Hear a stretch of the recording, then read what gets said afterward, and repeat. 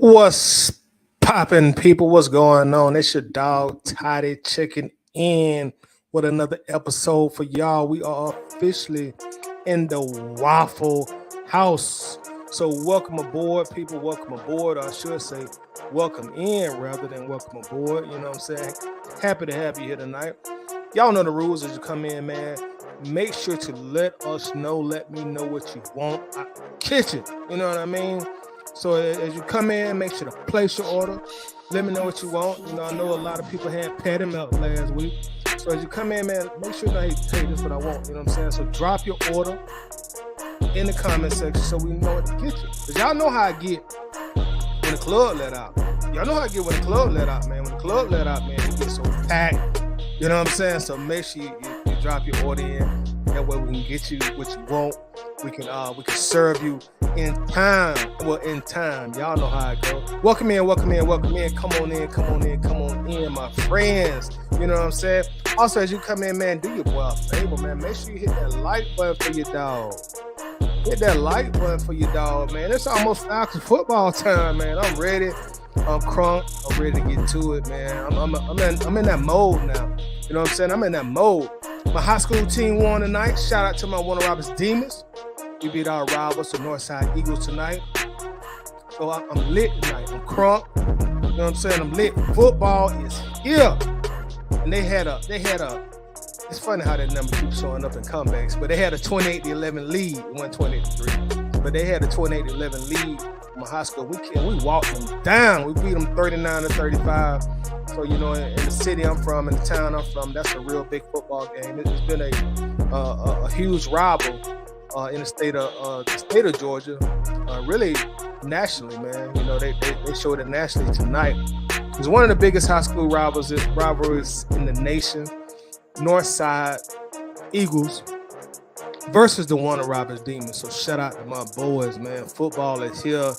It was even a little cooler these last 2 days, you know. The fall trying to creep in a little bit on us. You know what I'm saying? So yeah, it's here, man. It's officially here. And I couldn't be happier, man. I couldn't be happier. Yeah, so let's get to it, man. Let's cut the music. You know, that way I can make sure I hear everybody orders as they come in. I'm also gonna bring Mark in here, my co-host with the most. I'm gonna bring him in here. You know what I'm saying? We're gonna get this Waffle House thing started correctly. Mark, what's up with you, man? Heidi, what's up? Hey, man, I can't call it, man. Like I was telling the people, man, my high school team won, so I'm in a real great mood, bro. You know what I'm saying? Just kicking it, man. How's it going? Man, It's been too long, man. It's definitely good to see you, but I'm doing good, man. I'm doing good. Definitely good to hear the home team won. Now we just need that energy to translate into week one for the Falcons. Right. Let's get it, man. Let's get it. We're gonna have the Panthers week one, and that, as always, that can be a tough game. They got a rookie quarterback. We got a second year quarterback. So like I've been saying, man, I think that's a game that we should win fairly easily. I'm sticking to my Mm, prediction 24-10. So I'm gonna stick to mm. that. And I think we're gonna set it off week one in the bins, so we're gonna set it off. And speaking of setting it off, before we get to this Falcons business, as I say, as y'all come in, make sure to like button, make sure to let us know what you want out of the kitchen. But speaking of setting it off, man, how about Utah setting it off last night against Florida Gators, man? Did you happen to watch the game or did you catch any highlights? Man, I caught one play, and it was big headlines for me because I guess one of the Utah players tweeted, or no, I think it was the Florida players. He tweeted about the Utah stadium, and I saw they ended up getting smacked after that tweet, after that comment. So that's all I saw. But what is that a big time college football upset, or was just a good game? It was a good game. I guess technically you can't really clarify as an upset because Utah was actually ranked top 15 going into the game. I think they was ranked 14. Florida wasn't ranked at all. But just the fact that Mm, Utah is now beating Florida in football, and they handled their ass too. It went like it was no close game. They dominated from start to finish, and they really should have mm, won last year's game also. So mm, shout out to Utah, for beating up on Florida, being a Georgia Bulldog fan. Don't got a lot of love for Florida, but man, it look like Florida Gators may have another down year. So anybody watching this, if you're a Florida Gator fan, man, it may be one of them years for y'all, man. Because y'all didn't look good at all last night, man. They did what they wanted to against y'all, man.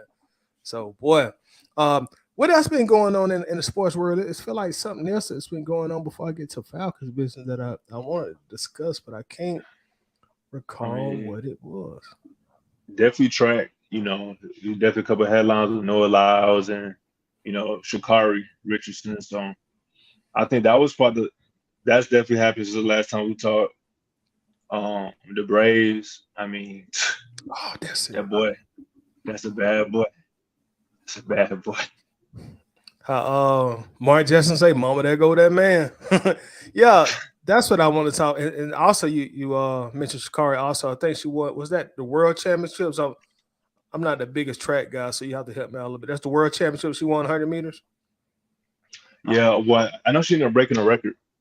Yeah, I want to say it was 100 meters, and she got the world record too. So congrats to her, man. She definitely been through a lot.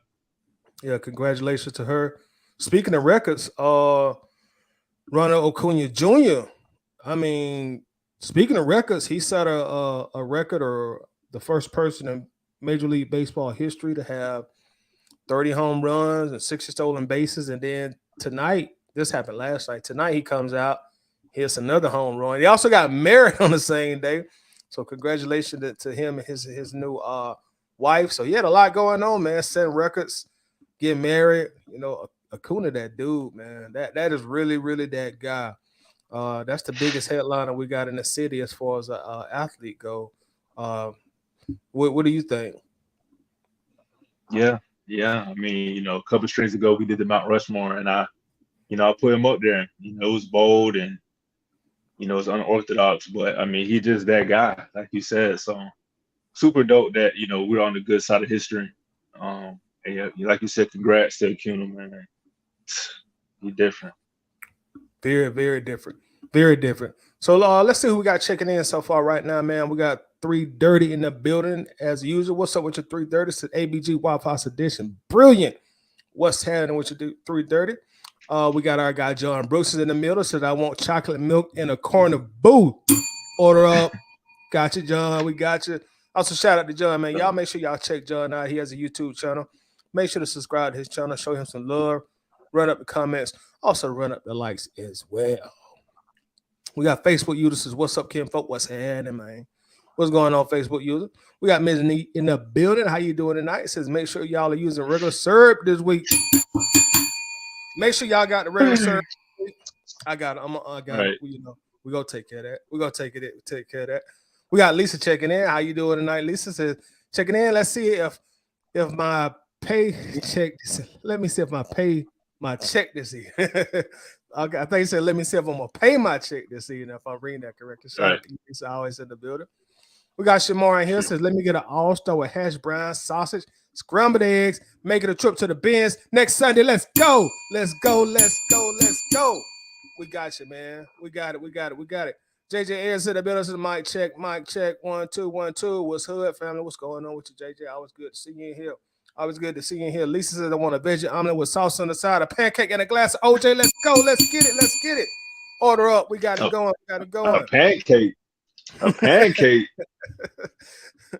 I don't know we can do pancakes. Vikings all the way. Oh, see, went to Lowndes County, Miss D. Lowndes and who is they rival? Lowndes, don't tell me. Lowndes and Valdosta. How could that slip my mind? Yeah, that's South Georgia. How? Right. How? That's probably the biggest rivalry in Georgia. I can't front. I was big, but that one is definitely bigger. Valdosta High School too. That's they was a monster. I think the last 20, 25 years, I think Lowndes has been better if I'm up to date on my history. But Valdosta definitely set the standard for Georgia football back in the day, man. I remember when I was a little kid, that's all you heard about was Valdosta. But I definitely got to give props to South Georgia, man, because I would probably say, even though we do our thing in Middle Georgia, then you got Metro Atlanta, I still think South Georgia is probably that's probably the spot in Georgia where high school football is. I still would give them the crown because there's so much history down there, man. It is so much history down there. Titletown, USA, exactly. So it's Titletown, man. It's definitely different. I just moved from Valdosta, so trust me, it's definitely different, man. Football is very serious, and there's football nothing there. So shout out to Lowndes. And speaking of Lowndes, one of the last games we went to, it was the day after Thanksgiving. Lowndes versus Collins Hill. Collins Hill is the school I went to. And Taylor Heineke was a starting quarterback. And he played one of the most phenomenal games ever, one of the biggest upsets ever in high school football. Collins Hill went into Lowndes, and Taylor Heineke had one of the greatest games ever. That was one of the best games, arguably all time. So, again, shouts out to Lowndes and shouts out to my old high school, in Collins Hill. Yeah, shouts out to both schools, man. Lowndes County. I remember playing against Lowndes my senior year. We lost that game in Lowndes. It's hard, man. That crowd was crazy, man. But again, that's South Georgia football. We won my junior year, but my senior year they beat us. They handled us pretty good.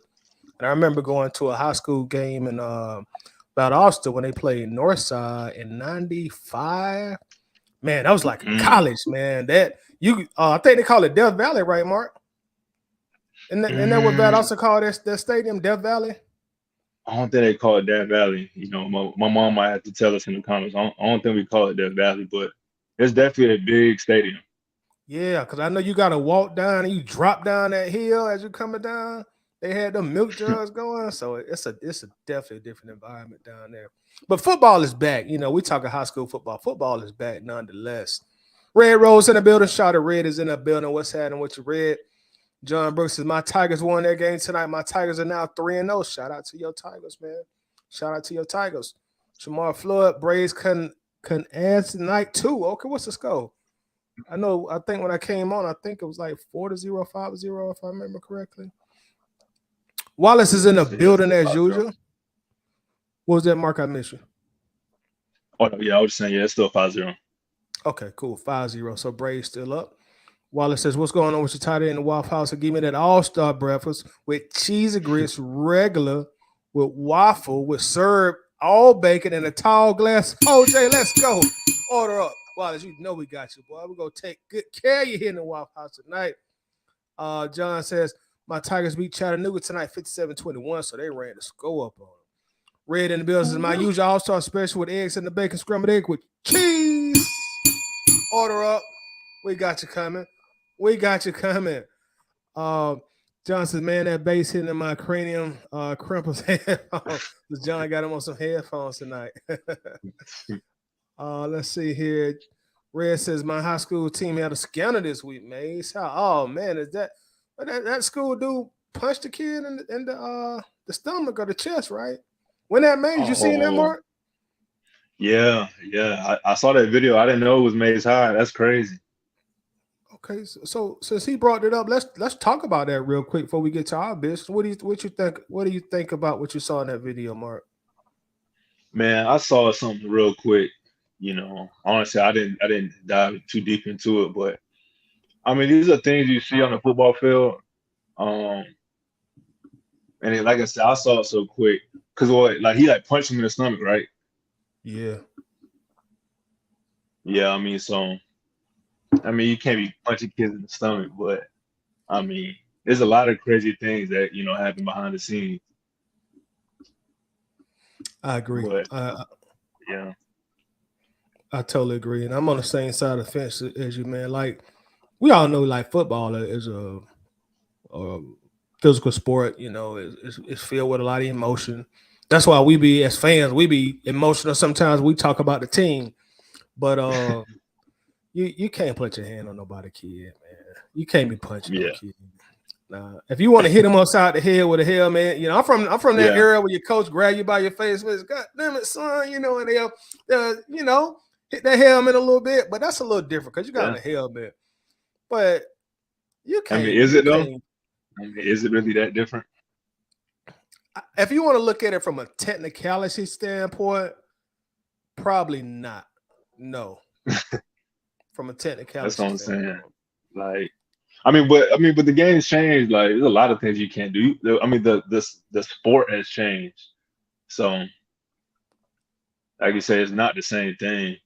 Um, but yeah, that's a tough situation to be in because it don't look good no matter how you try to slice it. It don't. It don't. And the thing about it is, obviously the coach lost his cool, and it would be different. It was like a little play punch, but he went Bud Crawford on it. Like the kid came up, and then he went right back down. You feel what I'm saying? Like, dog, you really hit me. You Crazy. can't. Like I said, I am from the old school era. They grab that face mask and they'll whop you upside the head a few times, but punch another kid, man, you can't do that, man. You're supposed to be the example setters, man. Yeah. John Harris says, I'm changing up. Give me a grit sausage and cheese bowl with a burnt waffle, dark roast coffee, and a large to go cup. Let's go. Order up. Mm, I got you. We got you. Lisa says Kyle Pitts was talking trash about the Utes, and look what happened. Yeah, they got ouch. spanked. They got spanked. They really, really, really got spanked, man. Javinci in the building. What's up, Javinci? Is watching Max Fried dial those Dodgers up, sit them down, go Braves, man, Braves, man. That's Braves are an amazing team to watch this year, man. They are an amazing team to watch. The way they be putting up runs and like just the vibe and the energy they got. Is that what happened when you leave the city of Atlanta, Mark? You just turned to a different franchise because Wait, wait, they went to Cobb. wait. Say that again. You're breaking up on my end. Oh, my bad, my bad. I was just saying the Braves are just an amazing team to watch. You know how they put up Oh yeah. runs and the energy. And then I was making a joke. I said, "Is that what happened when you leave the city limits and you go to Cobb County and you just turn to a different franchise?"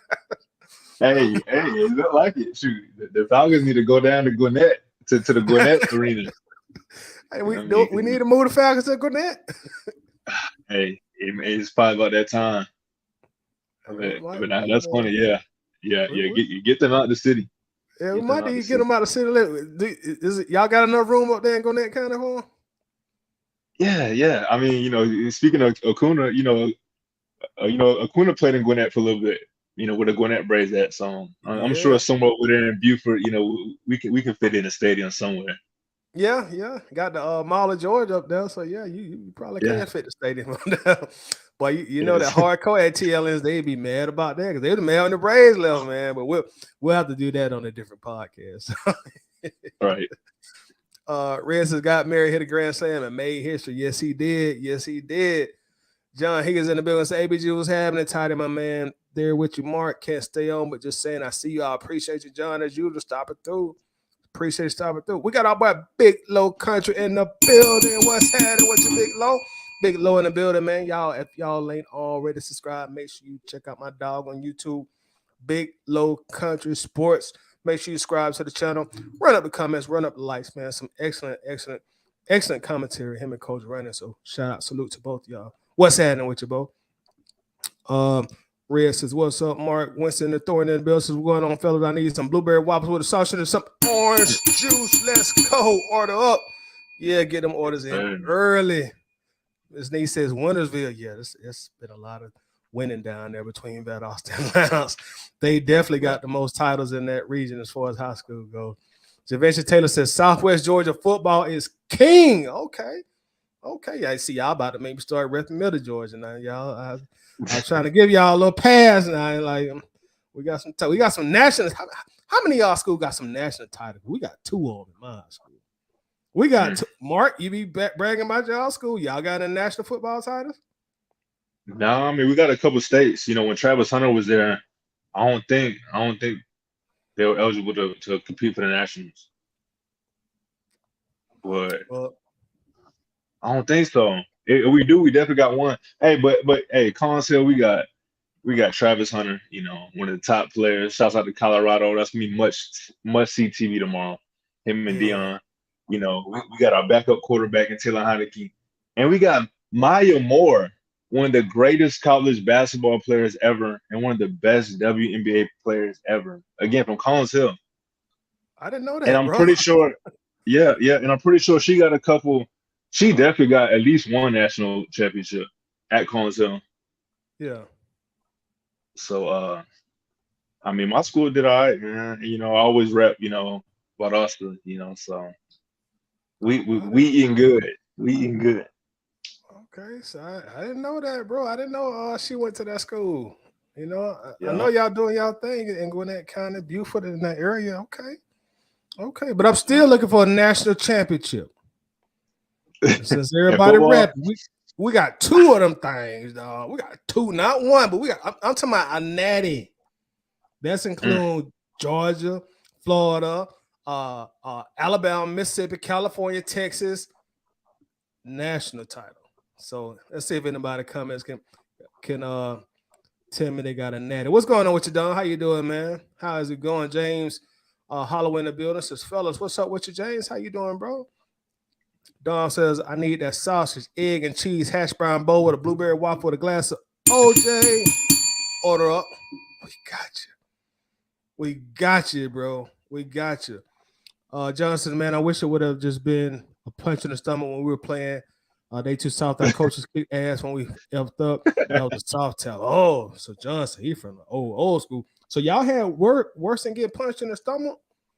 Because I know I came up in middle school like early 90s, mid 90s, you know, so I'm still like old school era look, you know, modern day old school, I guess I could say.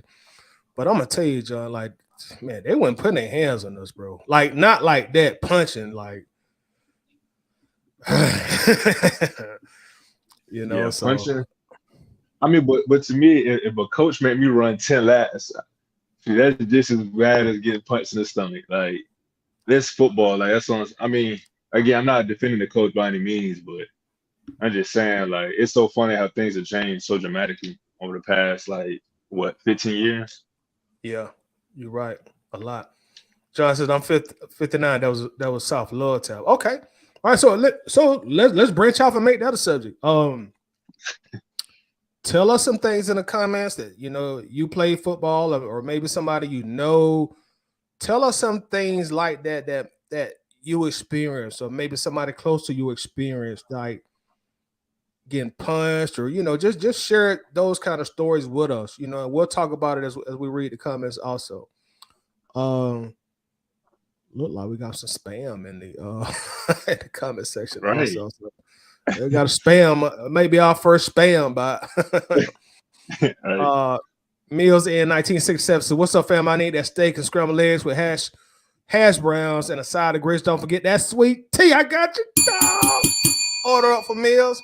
Order up for meals. Big Low Country says steak, egg, and cheese melt with a fried egg on a double hash brown, double covered and chunk. I got you, Big Country. And make sure to let me know if you want anything to drink because I got you. And it's on the house. Got you. Let's see. Pasta Girl is in the building. Says ready to see Deion Sanders tomorrow. Coach Prime, Coach Prime, Coach Prime, Coach Prime. Yeah, I'm gonna be room for Prime, but I don't think he ready just yet for a team like TCU. Speaking of TCU, man, we beat them 62-7, boy, they caught a big one, boy. But I'm gonna be room for Coach Prime, but I just don't think they're gonna be there yet. I think it's gonna take them about a strong 2 years. But I'm room for them. Hopefully Colorado win, but I think TCU gonna win it easily. John Harris says if he had been doing sit-ups, that was short stroke wouldn't hurt. When you screw up, avoid the coach if you can. If you get it, if you can't, get ready for it. Let's see here. Pasta Girl says, damn, it feels good to have football again. It definitely does, definitely good. So let's get to what we're gonna talk about a little bit tonight. Shout out to everybody in the chat. Let me ask y'all this: do y'all feel like, and I'm asking you this too, Mark?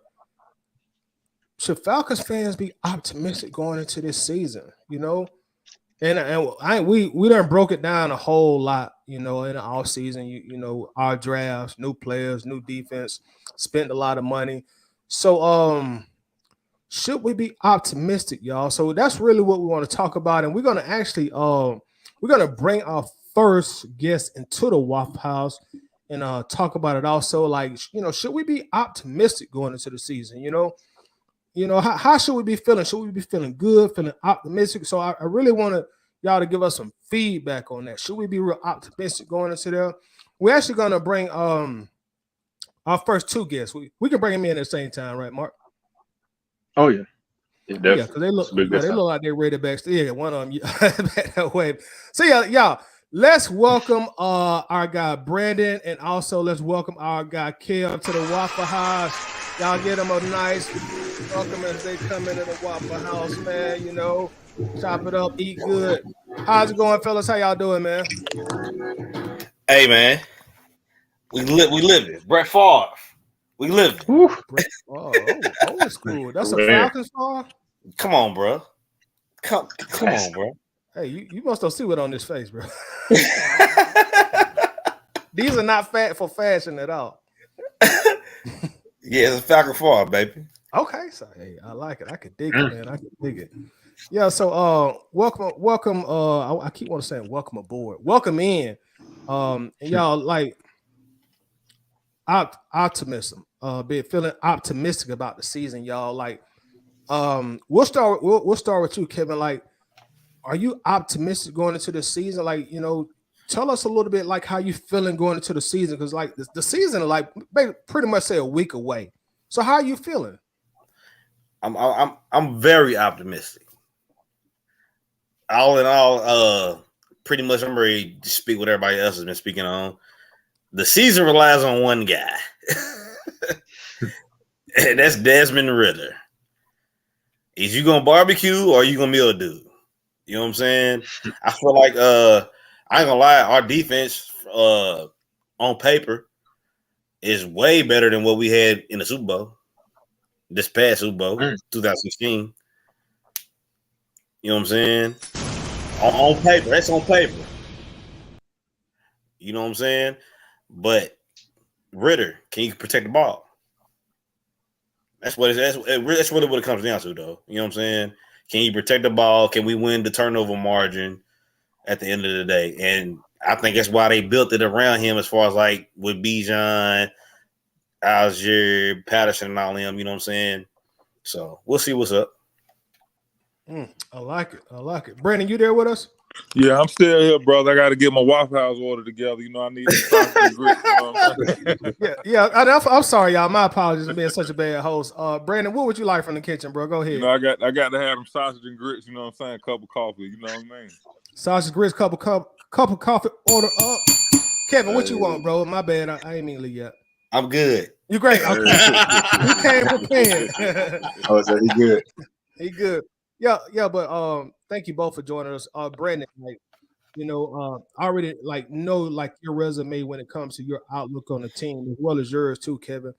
So Brandon, like, tell us how we should be, not necessarily how we should be feeling, but like, what's your approach?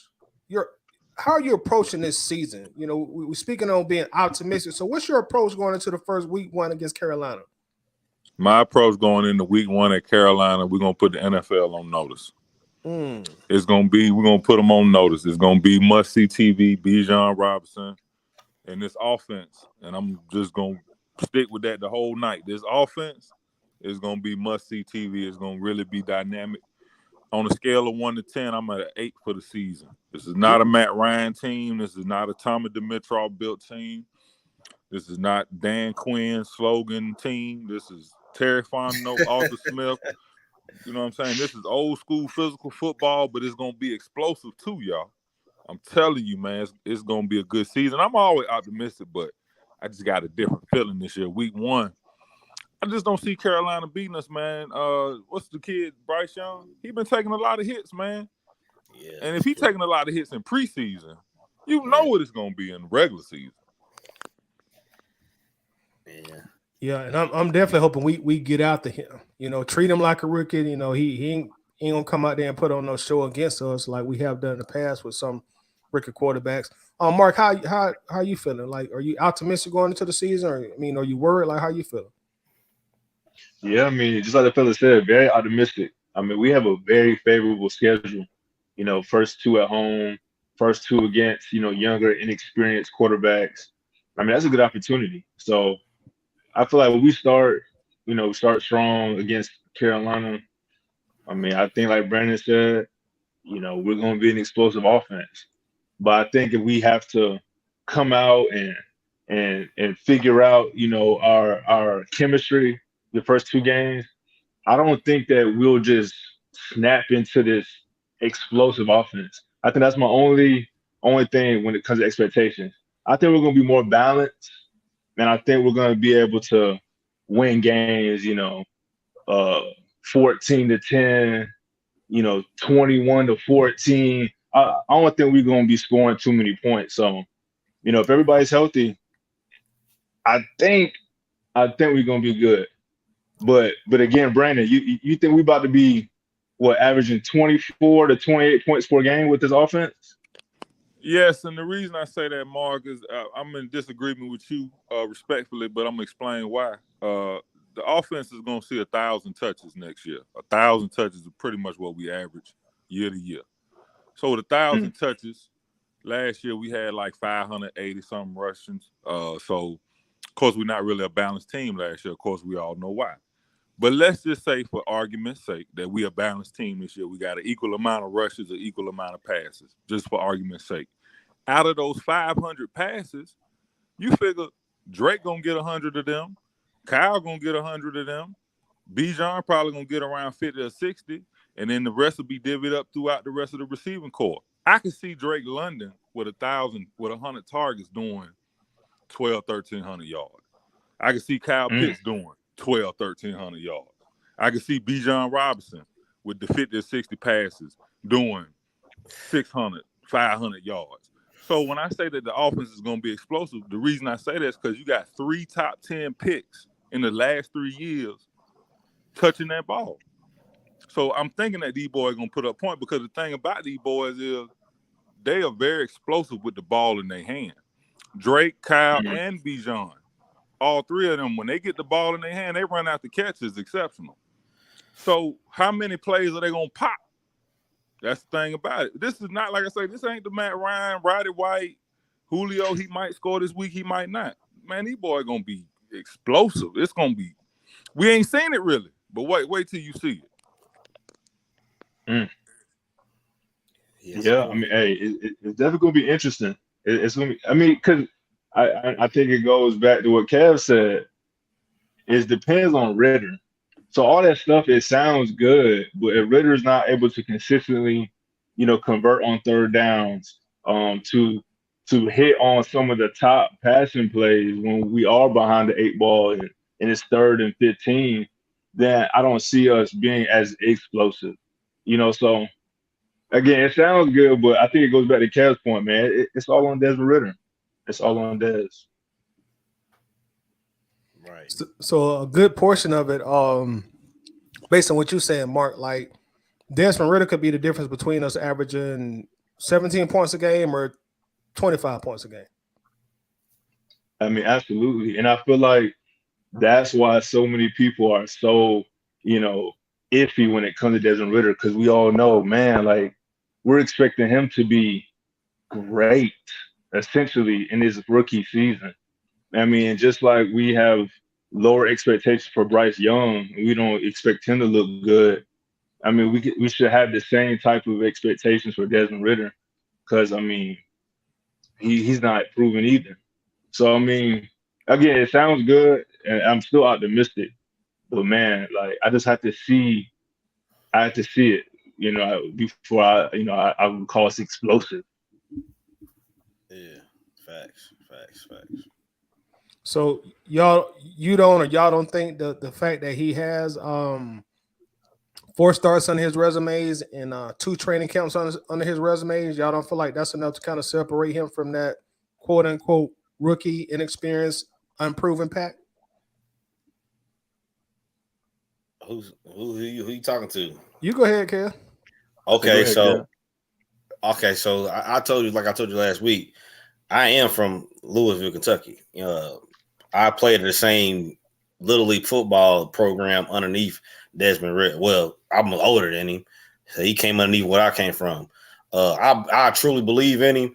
I just feel like that it comes down to the whole Cincinnati thing. I know you guys talked about last week. Arthur Smith, he's a offensive guru, yada yada yada. I don't think he came in as this offensive guru. You know what I'm saying? He never got labeled as that to me. You know what I'm saying? He always was, hey, we're gonna be a balanced guy. We're gonna, run the thing and throw. You know what I'm saying? That type of guy. But he had Desmond Ridder, that offense that he had at Cincinnati, the weapons that he had, that was high octane. It was high octane for the weapons that he had. And people, what I'm saying, he has way better weapons now. Before the weapons that he had at Cincinnati, going against the Alabama team, they was high octane. You know what I'm saying? So if he just does what he did there, the 30 touchdowns or whatever, and underneath 10 interceptions, I think we are an automatic playoff team. Easy. By a landslide. It's not even close. All right, Kevin, you just used a big buzzword there. That's been our fan base probably all off season. You said offensive guru. So so I want to ask Brandon this. Like, Brandon, what are your thoughts on your head coach? Do you feel like he's an offensive guru? I mean, like you need to see more from him. Like, what's your opinion on him as your head coach and essentially also as your offensive coordinator? I think Art is a good coach, man. I think as far as being an offensive guru, I think that's like a misused term, an overused term. A lot of times when offenses have success, we tend to call coaches gurus, but they haven't had sustained success in the league. The national media likes to say that these guys are geniuses or they this and they that. When in actuality, you have to do it at a high level for a number of years to be considered a guru or even good. Like somebody like Andy Reid, I would consider a guru or a genius in that manner.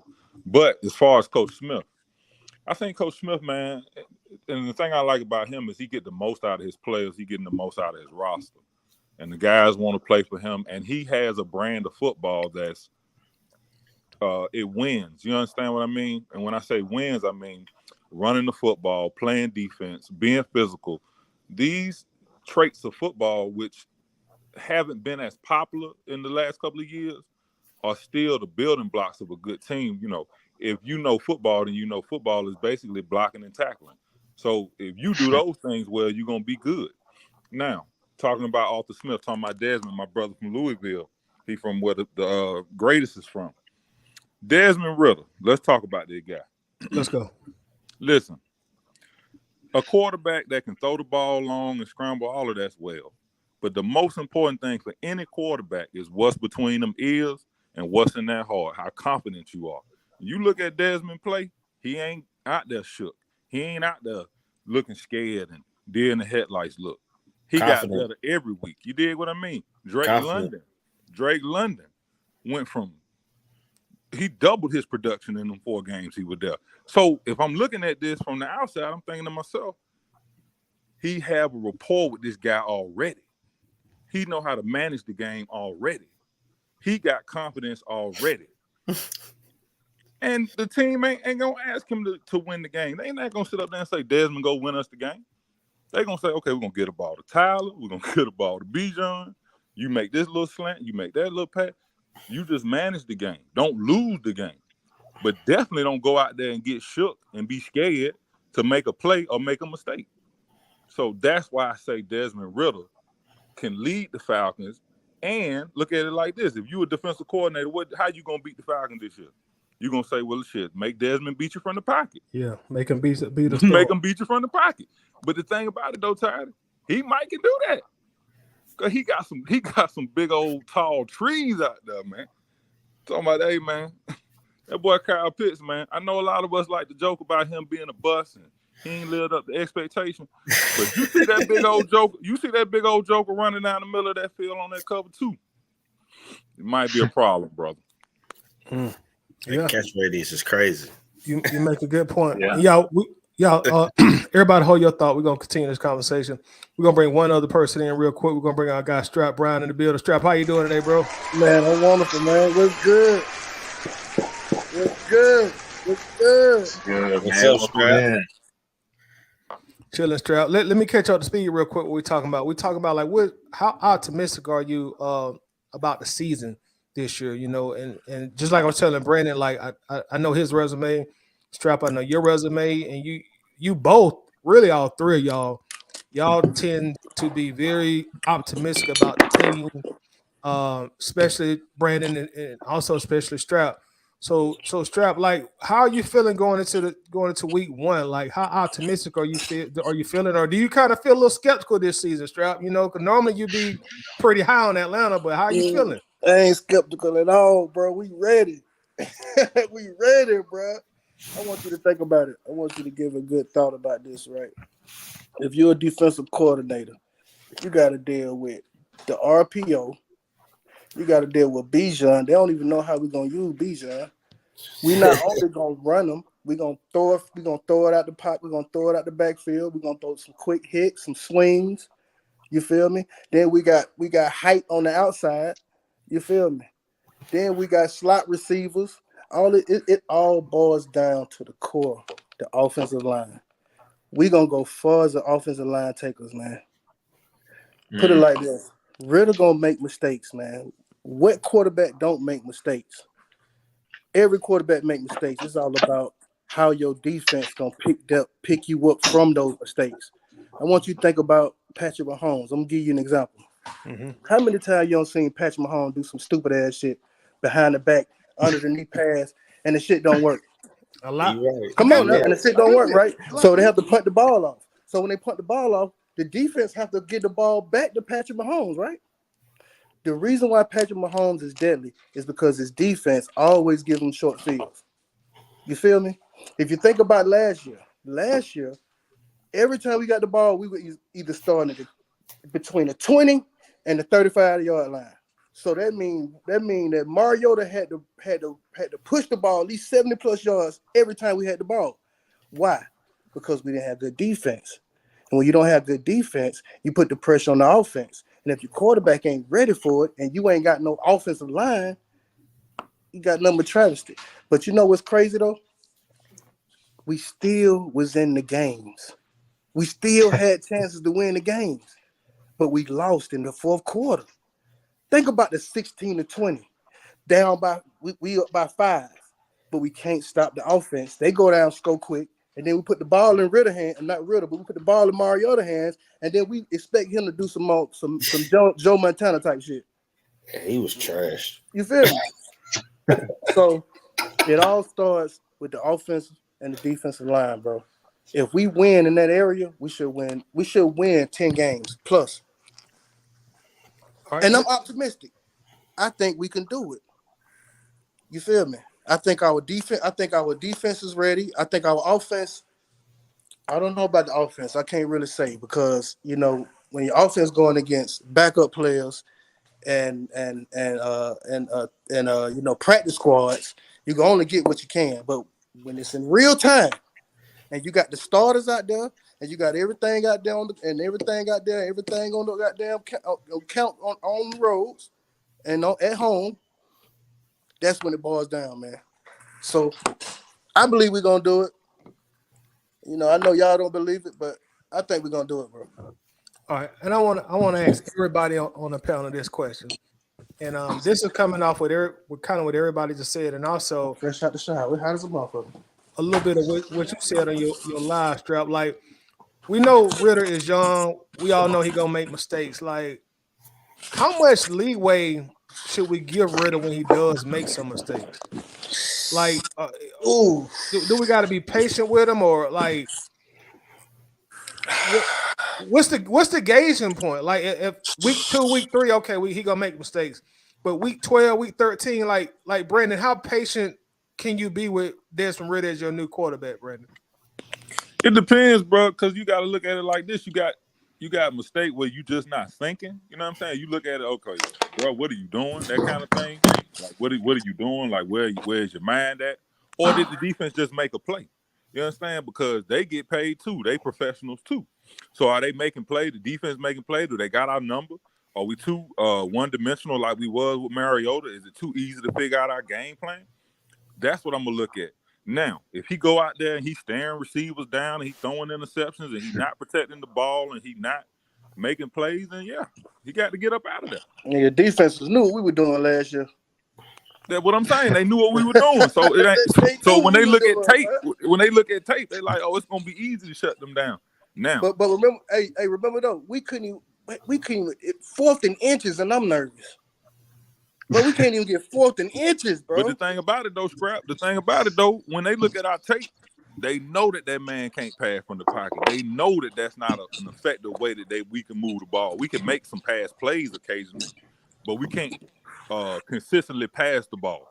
That's not going to be a problem for us this year. Team going to have to play us more balanced. So when I look at Ritter, like Tidy said, when are we going to give him, how short is his leash? Like I say, it depends on the kind of mistakes he's making. If he's going out there and if he just look like he's not thinking, like he just tripping, then, bro, your leash is going to be very short. But if they making plays on you, okay, fine. It happens. It's the NFL. Well, the sellouts are already counting them out anyway. So, as soon as we even lose a game, they're going to want them up out of there. You know what I mean? That giving them sellout hell, Strap. All right, Strap. Ritter got to throw for 300 yards. Strap. Yeah, Strap. Hold on. Like, all right, Strap. It's been about a year and a half, 2 years since the last time we spoke. And now, Strap, we have now a YouTube audience. So, Strap, when you say sellout, you have to explain that to a new audience now. Like, explain to the people that's watching that don't know what a sellout is.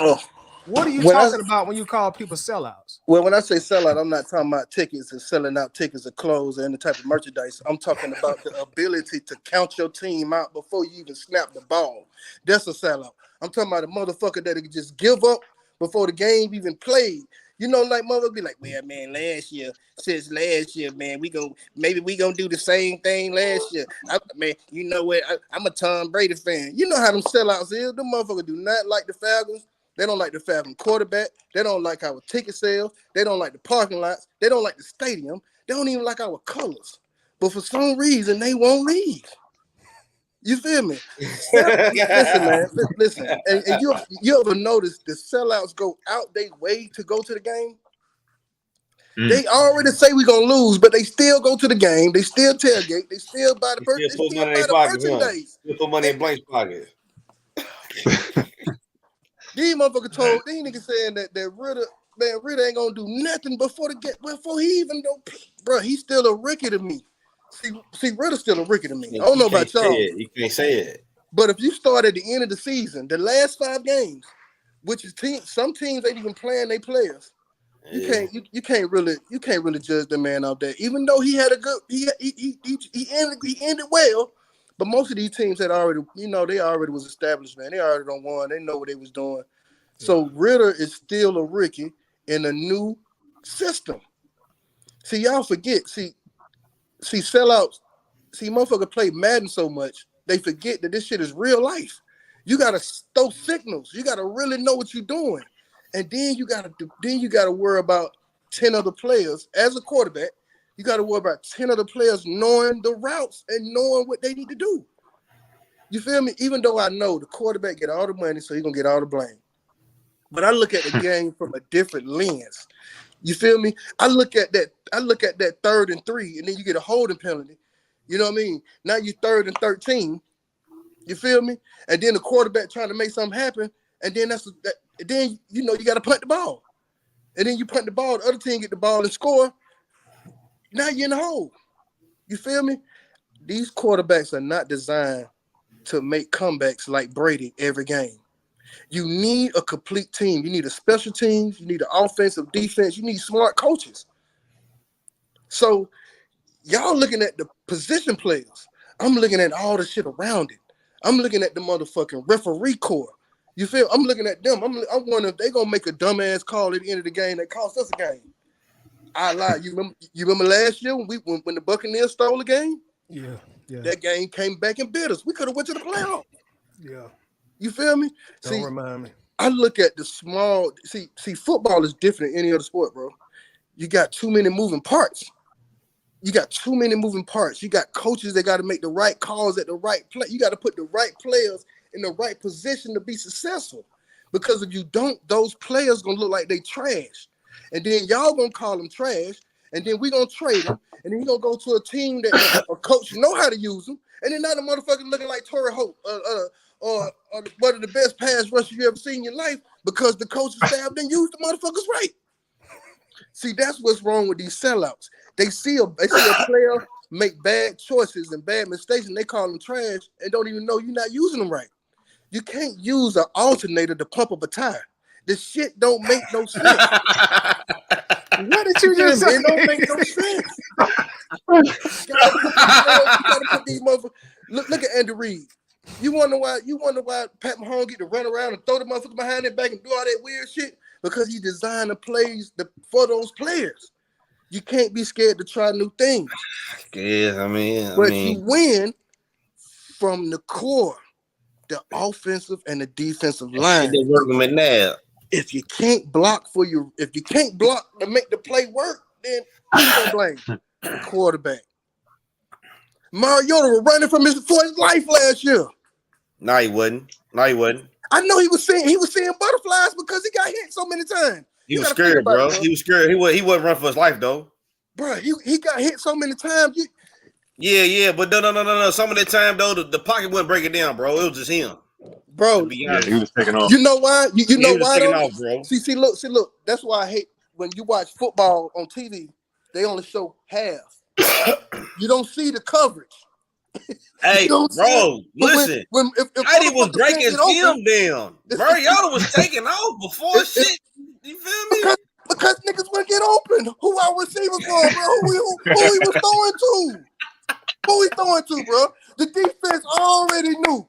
If you watch the defense, bro, they blitzing on first and they blitzing on thirds. Every time they blitzes on the first down because they know we running, then they blitzing on third because they know we already in third and long. So, okay, in your defense, do we have better receivers this year? Because I feel like we don't. That's what. Listen, I feel like we do. No, bro. Listen, let me tell you. Let me y'all runners. Let me precede, bro. NFL is predicated on the run game. I know it's a passing game because they like to see. They like to see motherfuckers drop back and throw. If you don't have a run game, you ain't gonna have shit because the run game end games. You feel me? Yeah, the reason why we lost the Super Bowl, right? Because we kept passing. When you pass and you drop the ball and stop the clock. When you run, you get first downs. You in the game. That's how you win them close ones, bro. That's how you win that 16-20. That's how you win that 13-10. You feel me? I watched the motherfucking Ravens do it for years. I watched the motherfuckers win 7-6, 12-9. You feel me? Defense. When you got defense, you put your offense in a better position to score. And if they can't score a touchdown, you're gonna get 3 points. But they also had a certain quarterback back there. We don't have it right now. I don't look at the quarterback as the see all be all, bro, because It's the moving parts around them, my nigga. The motherfuckers touch the ball every fucking play. What do you mean? Because they quarterback. They the quarterback. Bro, listen, I'm gonna give you an example. Do you remember the Rams when they had Kurt Warner?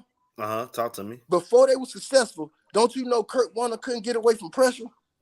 He couldn't get away. He came from arena football, right? You know, and what Dick Vermeil do? What Dick Vermeil do? Put him on the rollouts, run and shoot offense, right? Yeah, height.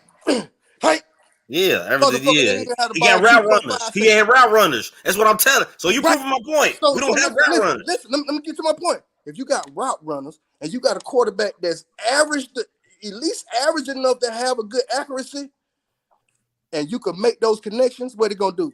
Open up the run game. Now you got a little miniature ass running back named Marshall Falk eating your ass up because now you got them worried about the crossing patterns. Now this thing gonna hit you on the flank. Yeah. Now he don't got that hit you after goddamn 63 yards. I'm with you, but we ain't got no. So we got a young quarterback. We got a good run game. If our offensive defensive line do what they need to do. Yeah. Let me ask y'all this thought. I just want to throw this out here. Y'all seen the depth chart, right? Yep. So we don't have that many receivers. I feel like the receivers are trash. Yeah, my bad. I feel like they got to play Patterson at receiver this year. A lot. What do y'all feel about that? I feel like the receivers is a strength. You know what I'm saying? But what about Patterson, the receiver, though? Okay, well, I'm going to explain it. Okay, you got Drake London, top 10 talent. You got Kyle Pitts, tight end / receiver, top 10 That shit hard. You got Matt Hollins, you know what I'm saying? Big old target, big physical player. You got Cordell Patterson, utility player, very good player. Been done it for years in the league, could play receiver, running back, whatever. You got Bijan Robinson, and I know y'all seen the film when he was open on that wheel route, brother. You got to understand. It's out the backfield, though. That's out the backfield. Hey, it's fine with me. I don't care how you do it. I don't care if it's out the backfield. I don't care if you line up in the slot. I don't care if you line up out wide. The point is, when they put you in space against a linebacker, a safety, or a corner, you can beat those matchups. So you got to look at it like this. It's only one football. It's only going to go to so many different people. I don't need a whole team of elite receivers. But if I got me a Drake London, a Kyle Pitts, a Bijan, a Cordero, a Matt Hollins, and whoever else mixed up in there, Jonnu Smith and them boys, oh, we can make something shake. We can make something shake, baby. All you got to do is not turn the ball over. Just don't make bad mistakes. And to speak to Tidy point, how short is his leash? Man, y'all watch Mariota throw the ball from his back, and the man didn't pull him. I'm gonna be real.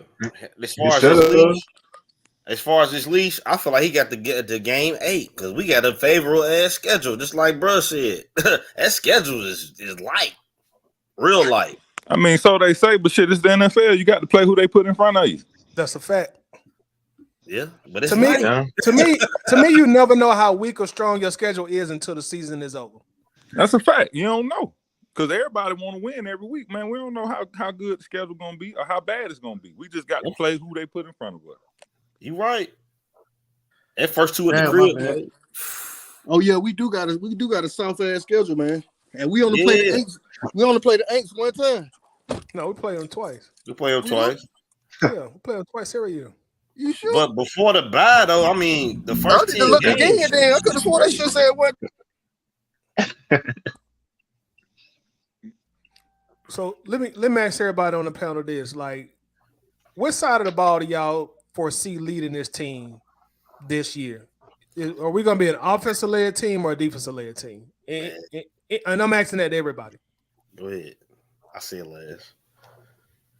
I mean, we got an offensive guru, right? So, I mean, I think there's only one answer. But no, I mean, to me, it has to be the offense. I mean, going from the points we just talked about, it all comes back to Ritter, man. If Ritter is solid, like a lot of us think he can be, we should be okay. And you know, that should be, you know, our strength. I mean, like Strat said, offensive line is definitely a strength. I agree with Kev. I don't love our wide receiver depth. I mean, we're one injury away. We're one Drake London, you know, bad game away from having a very weak wide receiver core. Kyle Pitts has come off that injury.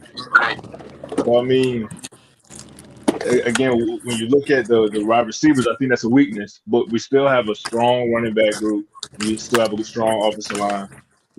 That's probably our biggest strength on the whole team. So I think, again, offense should probably be our strength throughout the season. Brandon? Well, we got to look at our strongest position groups. Tight end is a very strong position group. Running back is a very strong position group. Offensive line is a very strong position group with Lindstrom, McGarry, Jake Matthews, his experience. So even though offensive skill players don't have the experience, I think that's going to probably be a top 10 offense. So what makes you feel so good about the offense being top 10 this year? I'm just curious. Okay, I'm looking at the skill groups. I'm looking at the position groups. The tight end room is Kyle Pitts, Jonnu Smith, Michael Pruitt, and Fitzpatrick. Kyle Pitts right now is a top 5 tight end in the NFL right now. You know what I'm saying? Even coming off the injury, even having horrible quarterback play, he's still top 5 in the NFL. Maybe, okay, you can say top 10. Jonnu Smith, very good tight end. Michael Pruitt, him and Desmond have a rapport. You look at the running back room. Tyler Algier had 1,000 yards last year. A little bowling ball of a running back. Cordell Patterson can return kicks, pop runs open. Bijan Robinson, they already say he's going to be the offensive rookie of the year. He the odds-on favorite. You look at the offensive line. You got 2 straight grizzly bears on that right side, man. 2 grizzly bears. Whoa, you talking about Mick McGarry? Oh, what? Yeah. You call him a grizzly bear after 1 year of production? I'm gonna say this though, Kev. The scheme lends itself to McGarry playing the way he should play. When they had Ryan here, they had him. I'm with you. Go ahead, my bad. But yeah, McGarry is a grizzly bear, man. I'm telling you. On that running game, now on the passing, he's okay. But on that running game, you don't want to stand in front of that dude. I just need to see him more than 1 year. I feel you. I understand that. I mean, I get that. You know what I'm saying? But if I'm looking at the sample size I have, I'm looking at what he did last year in this offense. He balled last year. He balled. He was worthy of an extra contract. I'll give him that. Him and Lindstrom on their right side, grizzly bear. And they got a rapport. That's another thing, too. Chemistry. Like, hey, you got him, I got him. You know what I'm saying? They trading off blocks. So, exactly. Yeah. Exactly. Hey, that go a long way. Y'all know what I'm worried about? Talk to What's me. that? I'm worried about that 3rd and long. And when Ritter drop back and really have to throw the ball down the field, will he have time? Why won't he? 3rd and long that second preseason game. Well, only motherfucker I'm worried about is the center. But I like Bergeron. He's cold. He's a dog, for real. But see, that's the thing, though, Kev. How you gonna call Bergeron a dog, but you ain't gonna call McGarry a dog? McGarry That boy came Yeah. But I'm saying, did we have a 3rd and 15, though? We had a 3rd and 15. Hey, we're gonna find out who the dog is. Huh. When we start playing. Exactly. Bergeron ain't got beat yet. When they get down to it, we gonna see who got there on their shit. Nah, facts. Hey, we won. Because look, now listen. Now when we play Carolina, I'm gonna be judging Ritter from a whole new scope, a whole new scope that y'all don't even believe. I know I protect them, but I'm still gonna judge them fairly. You feel me? I'm gonna judge him fairly. So, like my boy Brandon said, I hope he's solid. I think we're gonna fuck their ass up. But I'm not finna act like he's Superman. You feel me? If he don't have enough time to be productive and he's running for his life, there's nowhere in the world we need to blame him. Unless who we got worried about over though on that D line over there? Unless he's leaving players. Derek Brown. He just who was that? The motherfucker from Auburn. Derek Brown, Brian Burns. Yeah. Them boys got some players. Burns he's trash. Who? I'm not letting nobody off the hook, man. He's overhyped. Boy, stop. I'm ready. Let's break it down, but team by team. I'm looking at the schedule right now. You think Burns is overhyped, bro? I'm gonna be real. Boy, stop. No, Nah, And they play Derek 3-4, Brown is so he the drops back in coverage a lot. So he can get cooked at the backfield. Who? Burns. no, he is strictly a What? pass rusher. So they run a 3-4. Let's time out. They run a 3-4. He's just strictly pass rushing. Now they run a 4-3. Go look. And- Go look. and- Go look. Go look. Go look. Go look. Go look. A lot of teams run a multiple. Some nigga goddamn, I'm getting on the freeway. That nigga got. What's bro? He's on. Go ahead, Who you talking to? Go ahead. Strap That's what I'm saying. strap Who me in you the streets. talking Go to? ahead. He in the streets. He in the street. Go ahead. So look though, Carolina. Come on, bro. No, I mean, so here's the thing when you look at the schedule though. We play some weaker quarterbacks, but we play some great defensive lines the first 4 weeks of the season. So it's really going to be a test. I mean, again, like how we talk about the easy schedule. I mean, we play some pretty good defenses the first 4 games of the season. So time out. Them first four weeks, I feel like Green Bay's gonna be tough. I ain't gonna lie to you. They're gonna be fucking tough. They're always fucking tough. I'm not worried about the fucking Panthers, bro. Maybe it's just me being a biased ass. Me fucking either. fan. I hate them. But I just don't see. I can't even say his name. I just don't see that liberty. I just don't see him. Bryce Young. I don't know. But- I just but- don't see Bryce. He don't Detroit though, who they got other than the boy from Michigan? bro. They ain't got nobody. Listen, I want you to really think That's about what I'm the NFC saying. South. They ain't got shit. I want you to think about the NFC South. The only quarterback that we legitimately have to worry about is Derek Carr. Now, I would be artist. now I would be more worried about the Aints if they had Jameis playing, because honestly, I think Jameis is more of a threat than Derek Carr. But he knows how the NFC South supposed to be played, and he knows what it takes to win. Listen, man, I think Jameis is way smarter. I think he know the playbook better. I think his arm is stronger. I think he can run better than Carr. Listen, I'm not worried about He's definitely not smarter. He ain't smart, bro. Come on, nigga. I'm Those not crab talking about legs. I'm not talking about off the field, bro. I'm not talking about off the field. But for real though, if you watch how the Saints look when he's quarterbacking, it's different, bro. I mean, here's the thing. It's different because he takes more shots downfield. I ain't gonna lie. When the motherfuckers take shots downfield on us, bro, I ain't gonna lie, bro. I'm fucking butt. No homo. My butt cheeks is tight. I'm like, oh shit, what's going on? Last time I checked, Jamie be lighting up. Jamie be lighting our ass up. Yeah, bro. He goes downfield like a motherfucker. He lit us up last year. He used to light us up in Tampa. Yeah. Right. He always light us up. I'm gonna tell you that I can't stand the Aints, bro. But Carr does that too, though. Carr goes downfield, though, bro. I never go to New Orleans. I don't like the Saints so much, bro. I don't care about the Popeye, the hot sauce, none of that shit. But when Jamie I ain't gonna lie, po' boys, baby. But hey, man, I don't care, bro. I can have a free trip to Old Orleans with free goddamn, like everything. The drinks free, everything all inclusive. And now turn that shit down, bro. I swear to God, bro. I don't want to go to Bourbon Street. I don't want to see them motherfucking anal beads around nobody's necks. I don't want to go to that violent ass first 48 ass strip they got. I ain't trying to. I don't want none of that shit. I don't want no alligator. I don't want none of that shit. They can keep all that shit, bro. They keep all that. I can't. Bro, New Orleans is a vibe, bro. You'll love it, bro. Yeah, The food is delicious, bro. bro. I'm telling you, bro. He's tripping, bro. Hit that New Orleans. Put your pride to the side one time, baby. I would go to Shit, I be down there with my Falcon stuff on. They be looking at me crazy. Bro, I just be representing, bro. I'm not going to that nasty ass city, man. I'm not going to that nasty ass city, bro. But look, though, y'all, as far as position, You got to set the football aside, man. It's a vibe down there, like yeah, hell yeah. I'm talking about it's a whole vibe, bro. It's a whole vibe. See, y'all wasn't in Atlanta. That Y'all wasn't in Atlanta when them niggas came up here with all that violence and shit. I was here, bro. See, I lost was a couple homies. See, I was here. my hate for New Orleans is deeper than football. You feel me? That shit deep. That shit runs deep. Our boy Oysters off the chain, man. Yeah. Off the chain, Do man. it. Talk Off to the it. chain. That's why. Off the chain, brother. That's why I protect Atlanta.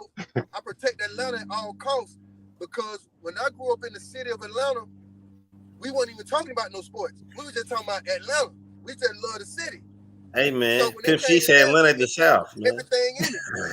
Yeah. Don't get him started. So I'm not gonna let sellouts. I'm not gonna let out of towners and nobody talk bad about the Atlanta Falcons. I don't care if it's the Atlanta Roaches. You are not gonna get my You feel me? I respect it, bro. But New Orleans I'm is a not finna vibe. let You it don't happen. want to go, I get it. I go. I'm there That's all why I the go time. after these niggas with that low self-esteem. These niggas got low Tidy. Yeah, I'm glad I got you right here. Tidy. Let's go, Strap. Damn light on. Hold on, bro. bro, what you got, the Remy? Tidy.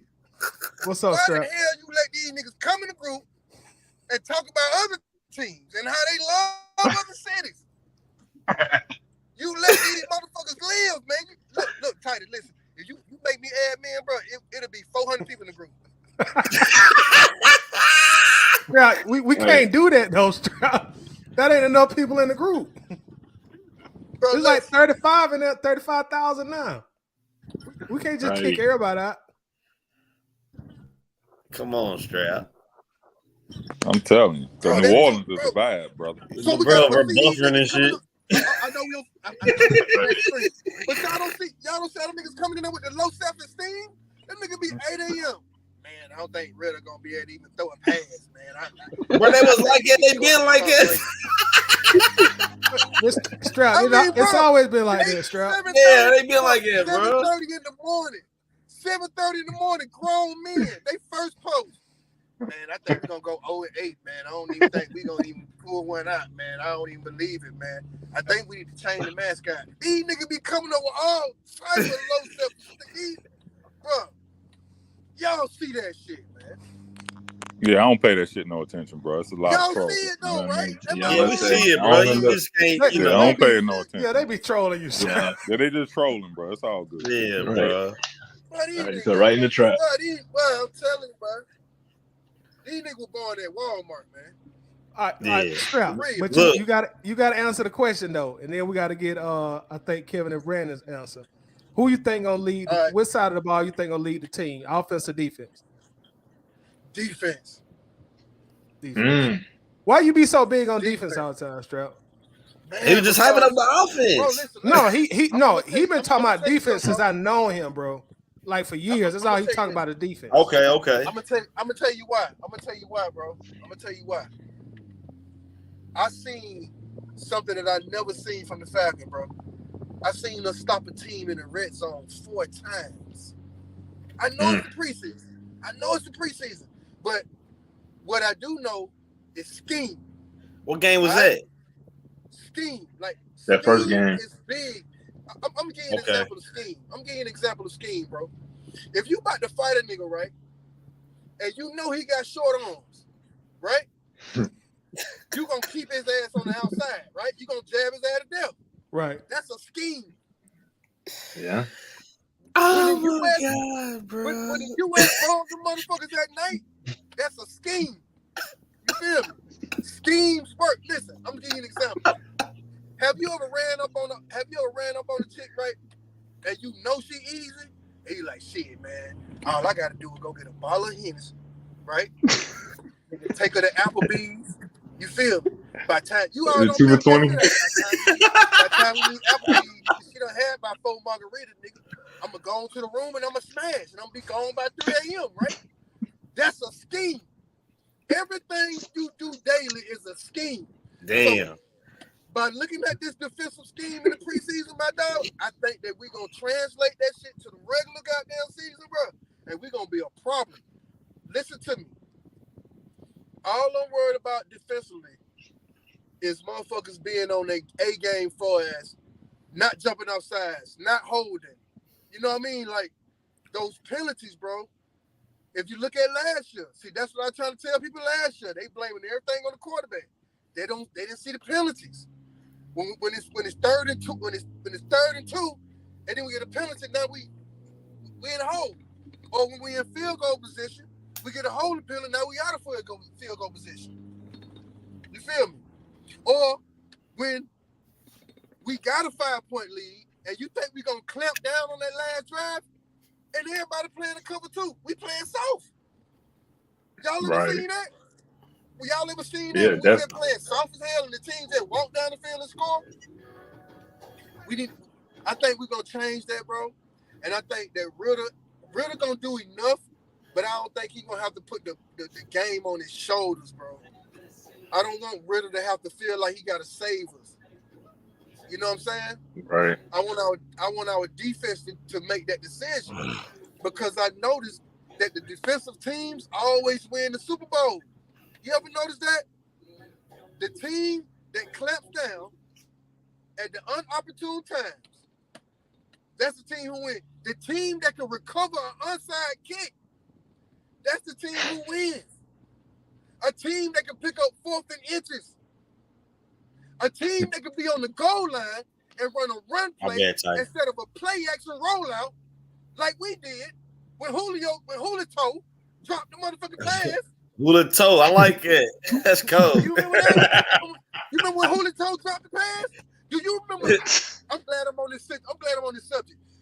The reason why I'm on Julito so much because he catch the passes that's irrelevant and he dropped the ones that win the game. Don't you know if Julito would have caught at least 3? Hold on, time out. That one on the sideline won the game in the Super Bowl. We run that motherfucking ball, goddammit. Listen, man. Easily. Listen, man. I know. Listen, it was pretty. It was pretty my ass, goddammit. We run the ball, we win. To be honest, if you ever notice, after he caught that pass, that next season that toe was never right. He caught it against LA. What you mean? Don't do it. He did it against LA. He did it in LA. Don't do it. What I'm saying is he stretched out too far and hyperextended that toe. I think that's when he entered that. Bro, toe. you just talking there. He did it at LA. At LA. Listen, in the playoffs. I'm gonna ask you a question. Let me ask you a real question. How many games, right, that when we had Julito, when he healthy, right? And you watching Julito and he working out and he looking out agile and the nigga, you know, he all ripped and shit. You like, oh, yeah, good. You know what I'm saying? And then that thing, we run a fly route. He go deep, and you see that motherfucker sprinting like a horse, and you see his ass running down the field, and he might dive and almost catch that motherfucker. And then the next play, you don't see him no more. And then next thing you know, after halftime, he dressed in plain clothes. Now he coaching the team. How many games you don't see like that? How many games that you don't see that man shut down and Matt Ryan get blamed? He got to pull somebody's ass because his number 1 receiver ain't even playing no more. Now the defense, you know what the defense don't do? The defense they don't pin their goddamn ears back, and now they blitzing the shit out of Matt Ryan. Okay. All right. Hold on, just for a second. Since you we got a Ryan Knight, man. Hold on. Let me ask y'all this on this panel, because y'all will stand up for your quarterback. I want to start with you, Brandon. I know this sounds like a dumbass question, but Brandon, why do you protect your quarterback at all costs? I've seen you do it with Matt Ryan, and I've seen you do it with Ritter already. Why do you do that? Why are you built like that?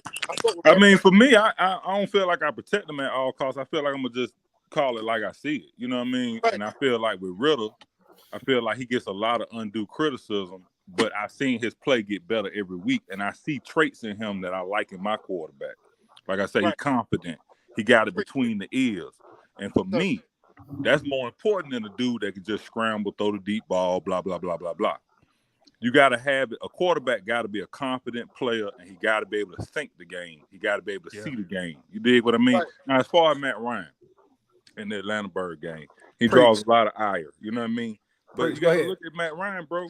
Matt Ryan played 14 years. He played at least 10 years at a high level. Some of those years he was at a great level, and he just and the fans talk about him like he ain't shit. Man, we'll be lucky if we see another quarterback good as Matt Ryan in Atlanta. Right. And then look, I don't mean to cut y'all, bro.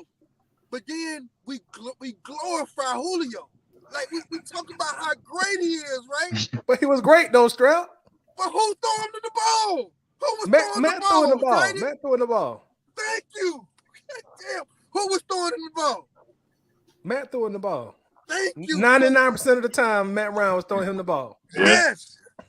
Yes. So you said thing, we highlight one and we I got a trash question the for other. all Is that what y'all. you saying?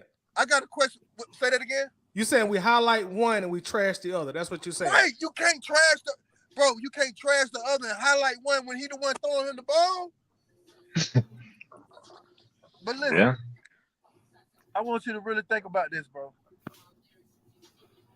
Matt Ryan did all that with all the bullshit we had. Think about it. We barely had a defense. Even the 2 Super Bowls we went to, defense was. I remember Ray Buchanan went down to the Super Bowl. He picking up prostitutes. He couldn't even recover. I don't know what he was up. He was running in cement. He was running in sand. Chandler was a quarterback of that team, though. But the question I want to ask y'all though, do y'all think making it to the Super Bowl is easy? Oh hell no. No, it's not. That's right. Difficult. All right. Very difficult. It's very difficult, right? Right. All right. So what do we expect out of our Atlanta Falcons? Because me personally, all I want is defense, bro. I want effort. You know what I mean? I want to be able to recover an onside kick to end the game, bro. You feel me? That's all I want. I want to get out of this twilight zone of hate. You know what I'm saying? Like, goddamn, like sellouts. Listen, if you're a sellout right now, you looking at this video, it's okay. It's okay. Listen, it's not your fault that you have low self-esteem and you believe your home team is going to lose before we even play. It's okay. If you got bullied, if you was bullied, it's all right. It's over with. This is a new beginning. You feel me? Believe in yourself. Believe that you can live and survive another day without being bullied. Now show your Falcons some love, man. That's all I want. Let's show your Falcons some love, man. So you now listen, I'm finna go in the club, man, and I got that hat on for a reason. I knew that motherfucker had some shit on for a reason. I got that hat on Right, had to. because Had I want the sellout. I want the sellout to see, you know, to see. Hold on. Let me put you on the solo. Go ahead. Show your head off. Go ahead. I want the sellouts to see what time it is. You feel me? What club you going to? I'm going to club sellout. He said club. Club sellout. Now I can't tell you what club, man. My fans might run up in here and get slapped. You know, they might try to run up on me and get a damn autograph or something, and I ain't ready. And you know, I used to quarterback too. I might slap him real quick. You know what I mean? Like, but seriously, man, Tidy, for real. The next motherfucker hate on our team, I'm tagging you. I know you see me tagging you. You barely respond, Tidy. I be tagging you 3-4 in the morning, Tidy. I know you do. Now, I want you to tell the people why you don't respond to all of them. It be a lot of them. It be a lot of them, right? It be a lot of them. Yeah, right, it be a bunch of them. All right, but do you see the examples that I be setting, Tidy? Yeah, I do. I be screenshotting shit, Tidy. I do. I'm from the A, man. Niggas from the A don't screenshot shit, but I have to screenshot shit to show you the examples, bro. Some of them stay, some of them leave. It depends on what they do. Strap be on them, bro. Trust me, he be on them. Listen, somebody said, watch that goal around your neck. Hey, man, I ain't got to watch it, bro. You know what I mean? You see them diamonds in that motherfucker mind? The motherfucker run up on there and try to grab. Hold on, get your flex on. Put it back in the camera for so the haters can see it. Long day, man. Them real princess cut. You see what nigga run up on there and try to grab that, boy. It's gonna be a long day, boy. Them birds gonna fly south, boy. For real. Let me take the glass off, but they won't think I'm bullshit. Hey, don't run up on Strap. No, we ain't got that negativity, man. You gonna be all right, man. Bird Cage, I'm gonna holler at y'all, man. I'm finna go up in a little spot, man, finna represent for us. And them sellouts, keep your goddamn pride up, man. Keep the Be pride easy. up. And for real though, sir. bro, I need to be a motherfucker. I need to be a regular on this motherfucker, man. For real. Y'all need to let Strap. me know. Hold on. I invite you every Friday night. Do I not? No, this is the first time, bro. Oh, you lying now. You lying, Strap. I invite you every Friday. All right. You do sometime. Thank But listen, you. man, y'all keep it pimping. Believe in your team, man. Listen, and if we lose a game, don't give up, bro.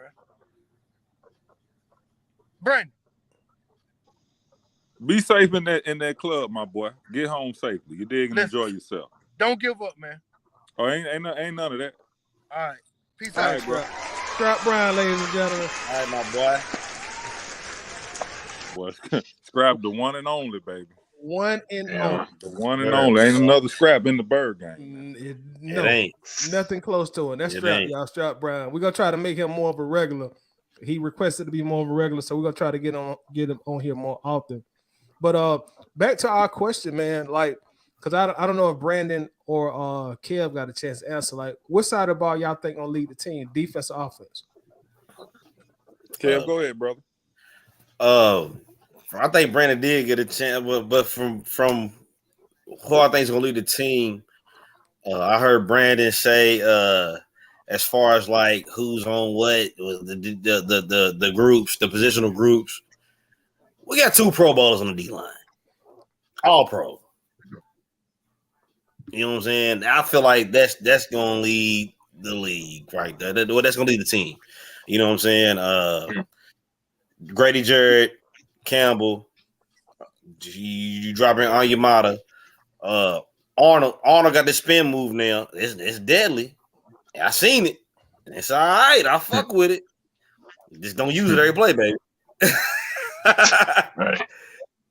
But you know what I'm saying? I feel like the D line is gonna be the strength of the team. I would say the DBs, but Okuda still is a question mark. You know what I'm saying? Mike Hughes, he's a big question mark. I mean, we see him as a nickel guy, but I'm not trusting my defense in a nickel guy. I still like it, and to me, I done called some ruckus before in the ABG by saying Hellum's over Grant, and I believe it. Hellum's been balling, bro. Grant's just too little for me. The boy Jesse Bates is a free safety. We need as far as strong safety, we need a Keanu Neal type guy, and that's Hellum's. You know what I'm saying? But offense is gonna be the offense, bro. It is what it is. I mean, shit. I hope they high octane shit. You know what I'm saying? But from when I'm looking at it on paper, from what was proven, it's D line.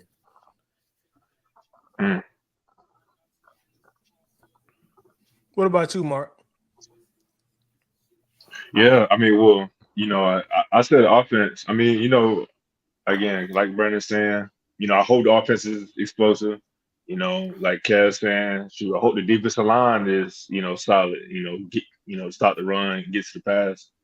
But man, I mean, I think for this team to be successful, we really need to be balanced. Like, we need to have a solid offense and a solid defense. Like, I don't think, this team is built to have any one extreme. So hopefully we just have a solid overall team, man. And then, it translates to win. Because honestly, I don't care how we win. I don't care if we win 3-0, like whatever it takes. I do think we have the pieces this season to win in a lot of different ways. So, hey, I'm rooting for them boys. I'm with you. I'll say this based on because, all right, full transparency in 2023 NFL, I really think you probably need an offense to be 51% if you're looking at a percentile. Top half of the league. Yeah, I think it need to be a little more offense in 2023. But I'm going to say for this particular Falcons team, with a young quarterback and an offense that clearly is built to run the ball successfully, I would like to see the defense lead this team. If the defense can keep opponents under 17 points, we control the clock, we put up 20, 21 points a game, we're going to win at least 10 games. We'll get in the playoffs. Once you get in the tournament, anything can happen. Look at the Giants the last time they won. They backdoored their way in the playoffs the last time they won when they beat us here in Atlanta. The that last Baltimore team, they backdoored themselves in there. So once you're in that tournament, man, anything can happen. But I would like to see the defense lead the team this year. If we get a top 13, top 12 defense, it's on. We're gonna be hell on wheels, y'all. It's on. It's on. We're gonna be hell on wheels. Yeah. What about What about your boy? What's the word on Butler? What happened with that? Malcolm Butler. I think they just worked him out. Yeah, they just worked. So he ain't come out with no contract or nothing. Like he just worked out and. Man, ain't no telling. I mean, I really don't trust DBs, bro. The corners, bro. I've been saying that. I've been saying that. I mean, to me, it's the same energy, like you said, with the wide receiver group. It's like, okay, we got names, but like, how many of these guys in the wide receiver room, or how many of these guys in the DB room are proven?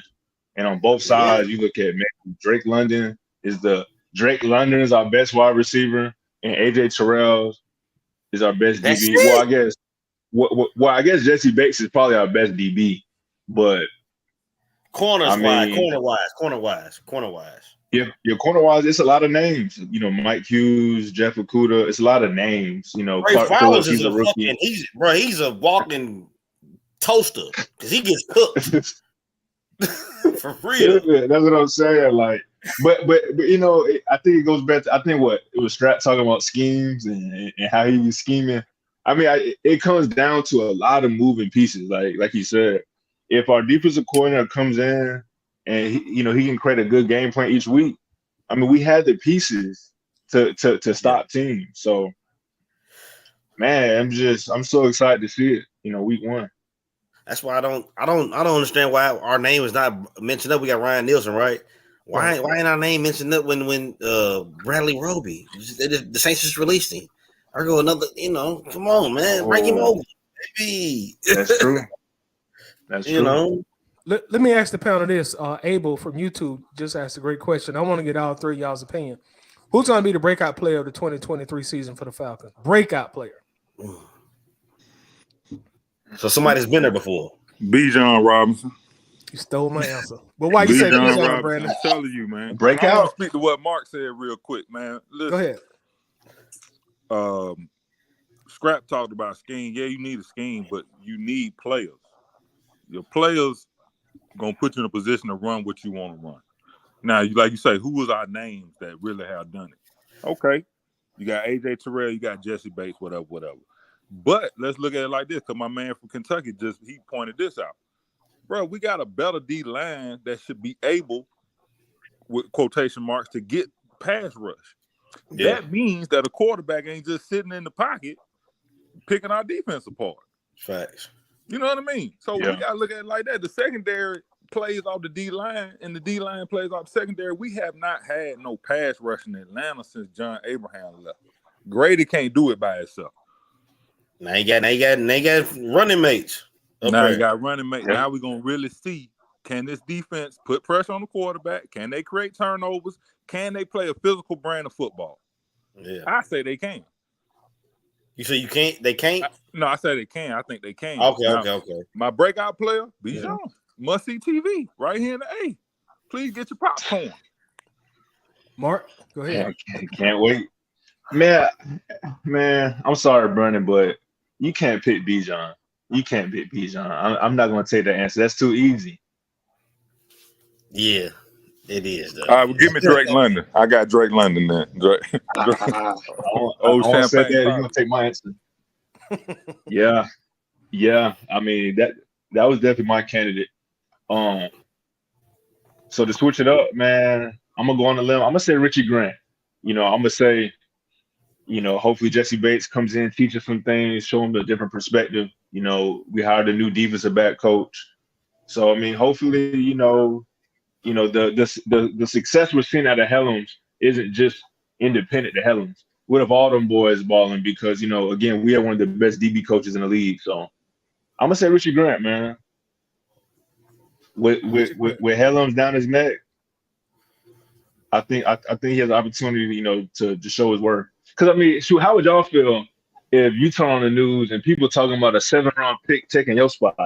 I mean, you got to come out in the season and ball out. So, again, Richie Grant's going to be my breakout player. Kev? What was the Titans records last year?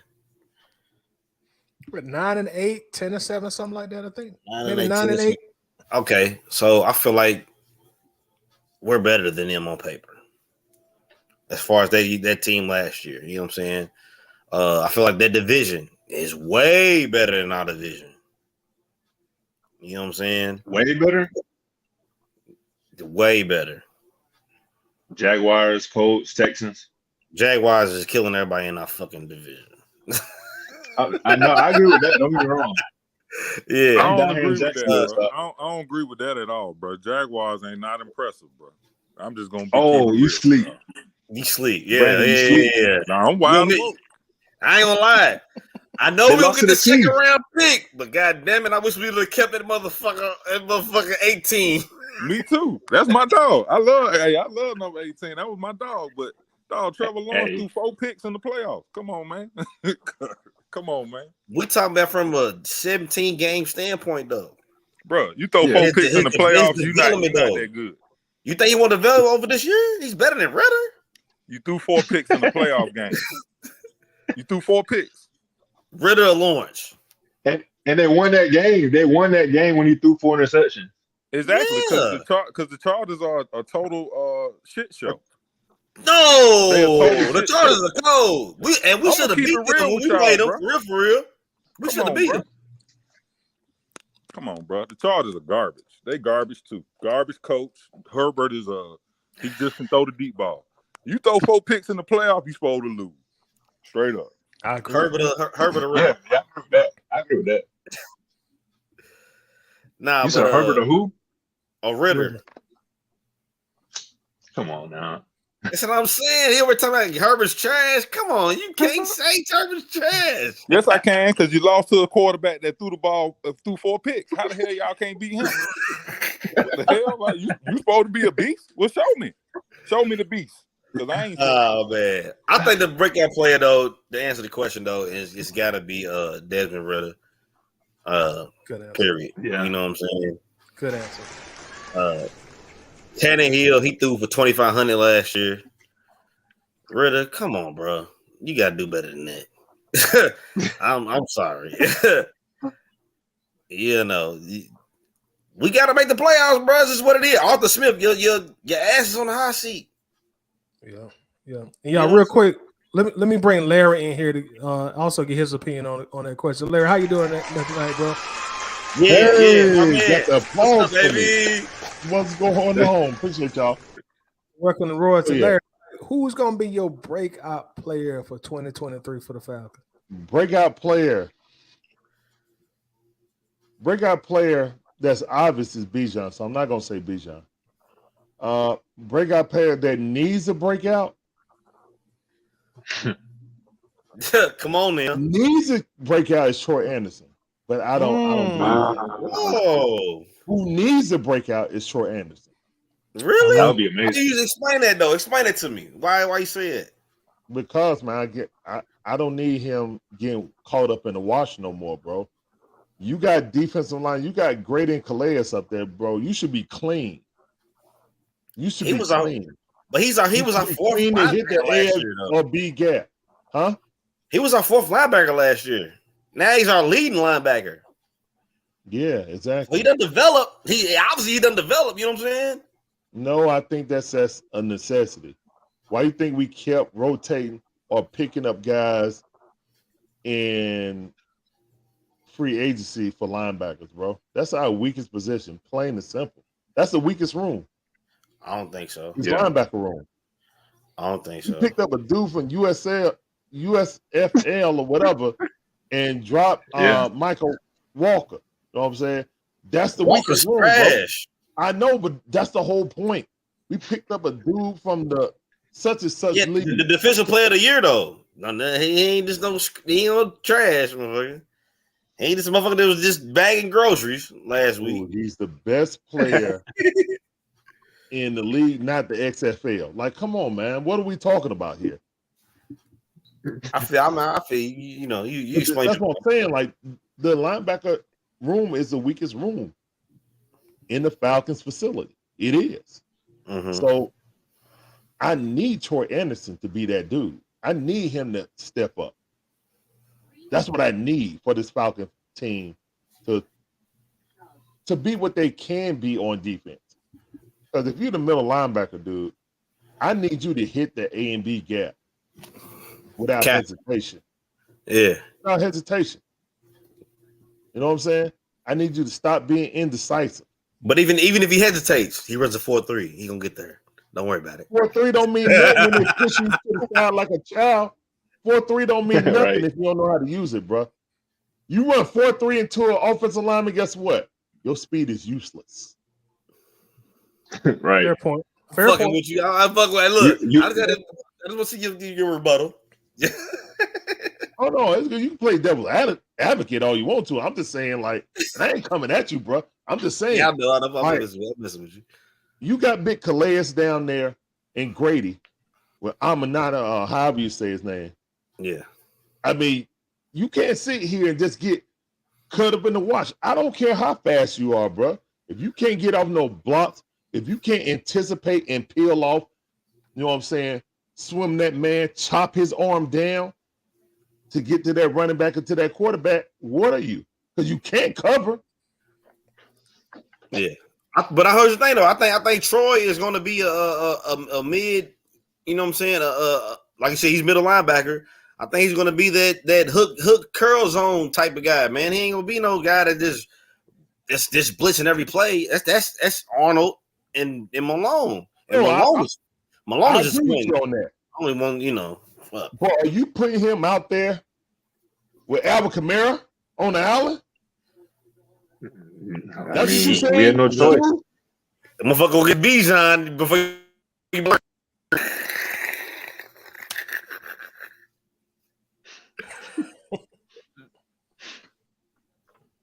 You're gonna put some damn barbecue sauce on it, some damn Bajan mustard on his ass. Where you get that from? I need one of them, boy.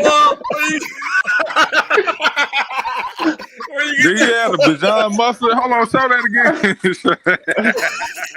You folks crazy. Hot mustard, man. Y'all better The look, Bijan man, my mustard. breakout play, my real breakout play is this dude right here. I ain't even want to draft it. so much hype behind dude though? Look here, man. Don't worry. You said why is there Once so you much hype taste this behind song, Bijan? Yeah, ain't but never here's the going thing: back. y'all treating him like he's Oh, Miles. this mustard fire too. I ain't gonna lie. This mustard fire too. Once you Love taste this one. mustard, you're gonna be on board. I Talk to me, trust you. Brandon. Love one, please watch that man. That man got generational. I seen him at Texas. They didn't put Marshall him in the Faulk slide and type shit like that. We gonna put him right there. Look here, Okay, man. well, guess what? Week 1 is 7-8 days away. You gonna see. Videos don't do I that, hope man. he puts everything moving.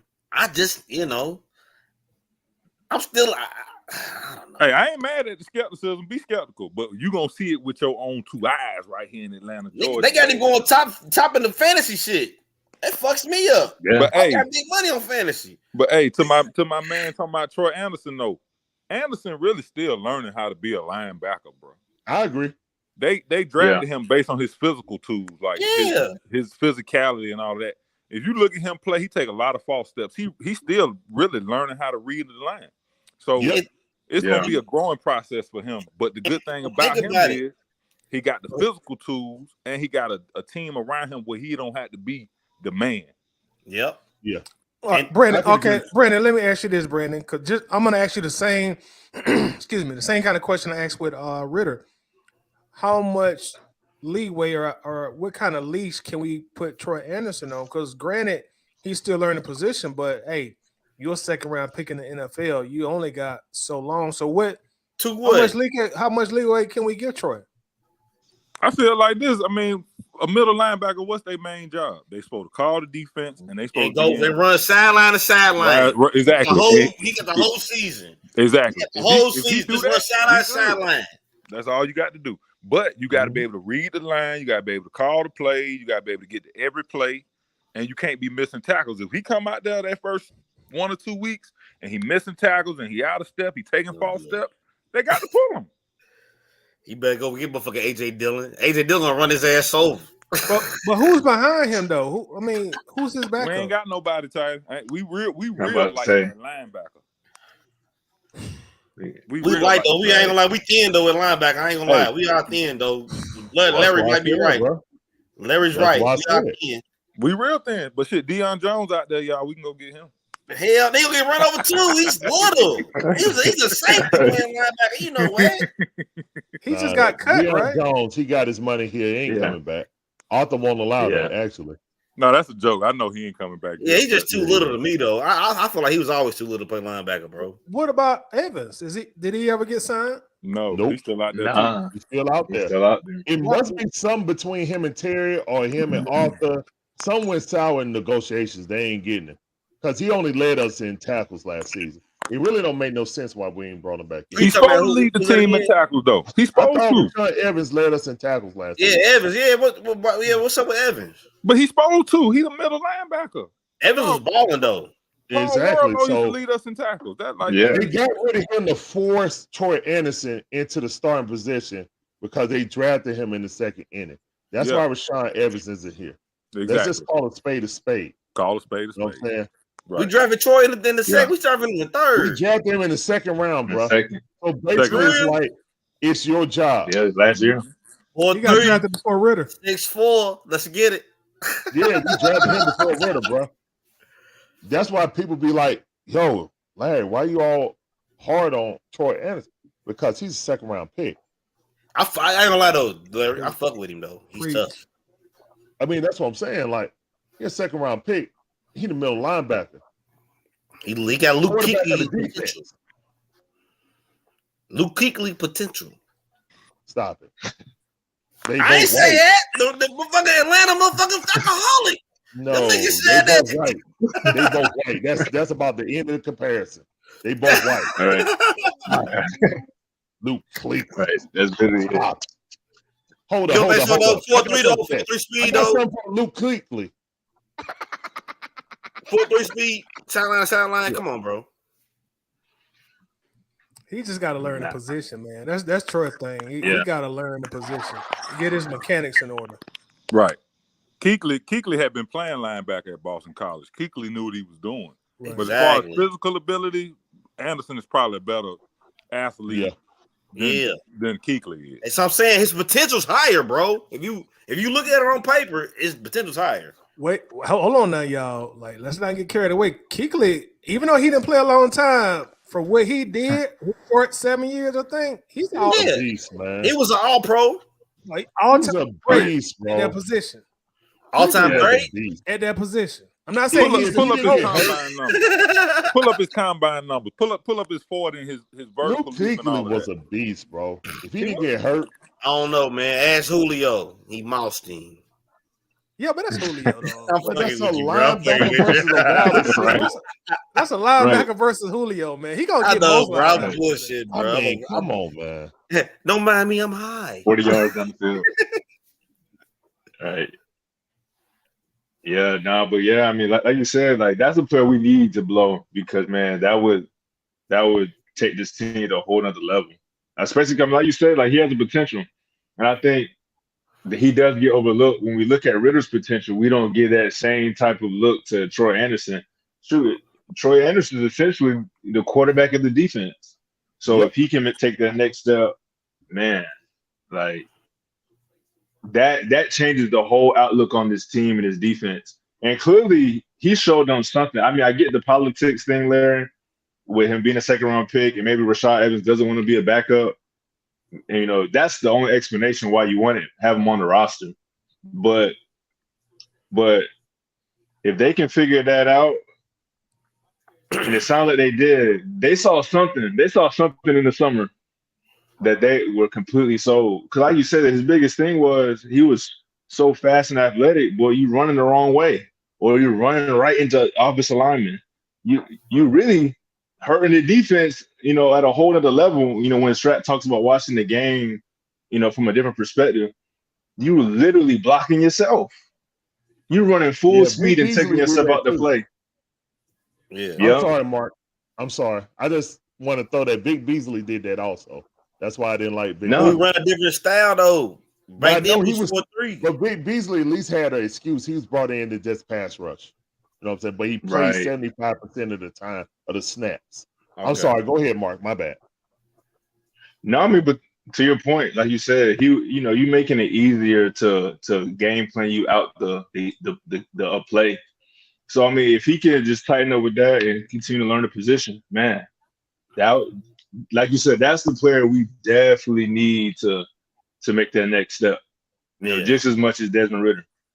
But Mark, they're not gonna ask him to be the quarterback this year. You know who's gonna be the quarterback? Jesse Bates and Richie Grant. They're gonna call that defense right there. They're gonna and Richie Grant better worry about Helms. No. Bates need to be the quarterback. Bro, I'm gonna tell you something. Grant is a beast. But they got Ellis calling the plays. Yeah. So Kevin Ellis is technically. That ain't what I'm saying. What I'm saying is the safeties are gonna see the whole formation. They're gonna know the tendencies. You know what I'm saying? So they're gonna be like, okay, we got two over here, we got one over here, boo, boo, boo, boo, boo. And Ellis and them, they probably might get the front lined up or they had a switch or something like that. But them safeties is really gonna be the key to this defense. Y'all keep talking about Helms. You got Helms, Grant. But look though, Brandon. Was Grant not getting cooked last year? To me, he was, bro. I mean, he ain't gonna play. He gonna listen, bro. You gonna get beat. It ain't no player out there that didn't. That was more than often though. It wasn't like you know what I'm saying. The good didn't outweigh the bad, baby. No, I don't agree with that. I think Richie Grant was a hell of a player last real year. good. Yeah, Richie Grant. Why you say that? Bates is a ball hog, and I think I think working with Bates like Hawk.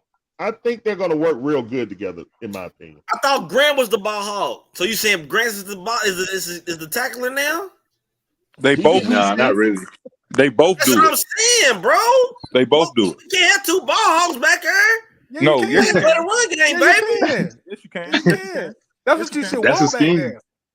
I mean, it's cool, but I'd rather have some more Ed Reed. You know what I'm saying? Them type niggas back there with what's the boy name? The hitter that he had with him. It's only one Ed Reed, one. It's only one Ed Reed. You ain't seen a player like him since. All right, Palomalu and Ryan Clark. How about that? But guess what? They don't even want them guys in the league no more because you can't light them up when they come across the middle no more. I don't want you lighting them up. I just want you playing the run game. Well, that's what you just said. Light them up. I said no. I said play the run game. Fill the hole. Oh, play the run game. All right, I got you. I got you. Yeah, I got you. Did y'all see Grant do that last year when we played Cleveland? He came up and filled that hole against Nick Chubb on the goal line. And that's Nick Chubb. Let me look at Nick Chubb's stats. Hold on, when we played him, because I'm pretty sure he killed no, us. No, not the stats. Not the stats. I'm talking about look at the play when we was on the goal line. Richie Grant right there in the hole. That's one play, bro. That's Nick Chubb, though, brother. That's Nick Chubb, though. Like, they hell just standing up. Who? You get bonus points for standing up Nick Chubb, though. Absolutely. I gotta see it. Bring it highlighted, and Toddy can bring it up on the thing. Bring it up. I gotta see the footage.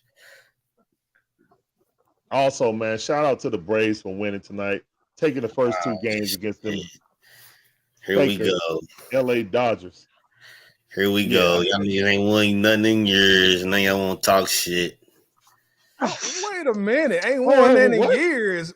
You already know, bro. You already know I'm a Yankees fan. We're not going to take no Braves slander on this channel, brother. I'm a Yankees fan, bro. I'm going to talk shit, bro. Well, how you going to say we ain't won that in years? No, y'all ain't won that in years. I'm just listening to y'all, bro. I know y'all do your thing. Say, who? You a who fan?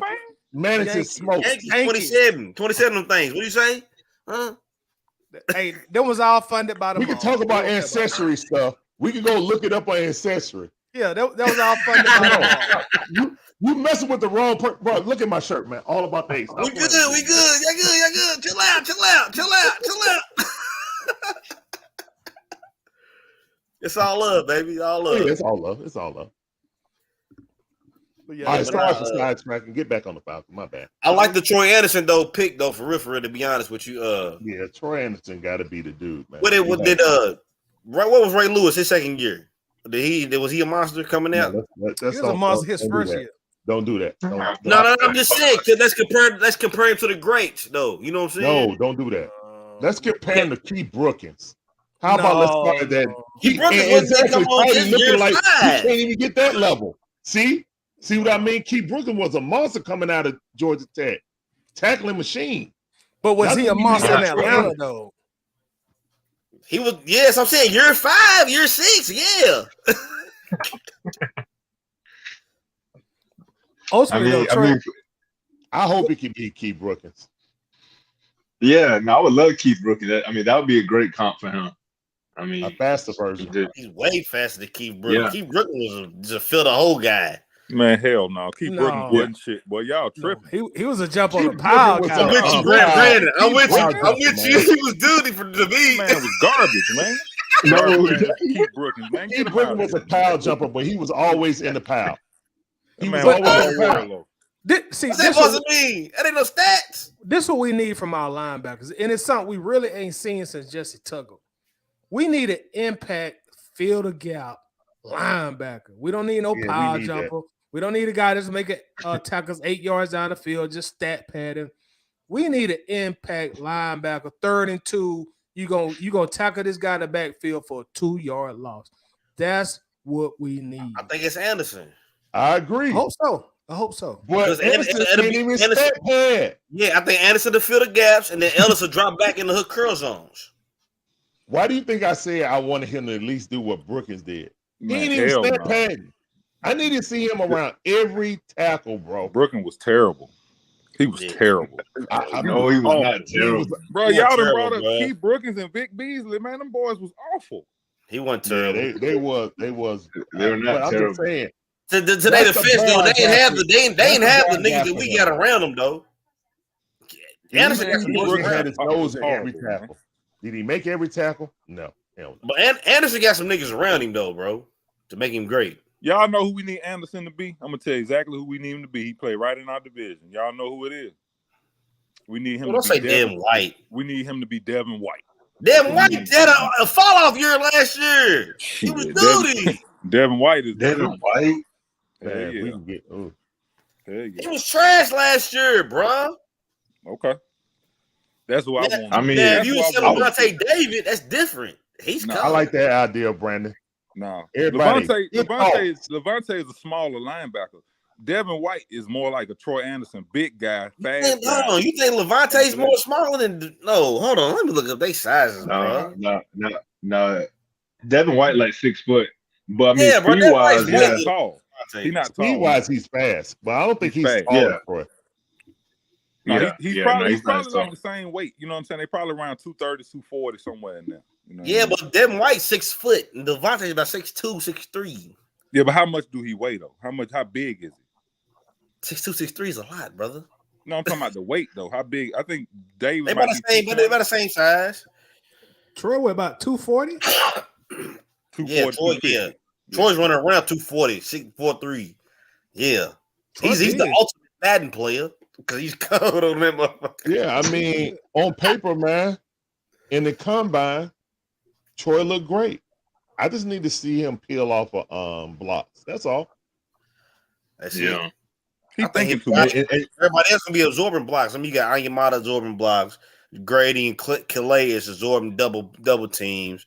Like, come on, bro. Then you got Arnold. You know what I'm saying? That's Arnold killing. You know what I'm saying? You got double Arnold. Shit, you better fucking do your thing, Troy. You ain't got no choice. You got dudes around you to make you better. Yeah, I mean, I'm hoping for Troy to take that next step. I mean, it has to happen, man. Yeah, because to be able to stop the run or at least stop that flare out on a wheel route for a linebacker, you got the speed to go over there and get to the.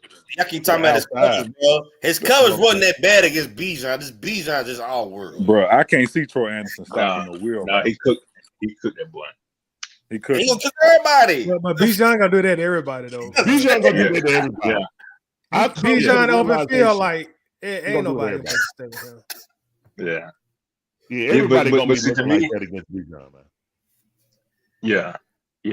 But see, to me, with Troy, he got to be at least as good as some of our former linebackers. When you think about Ford, you think about Debo, you think about Campbell.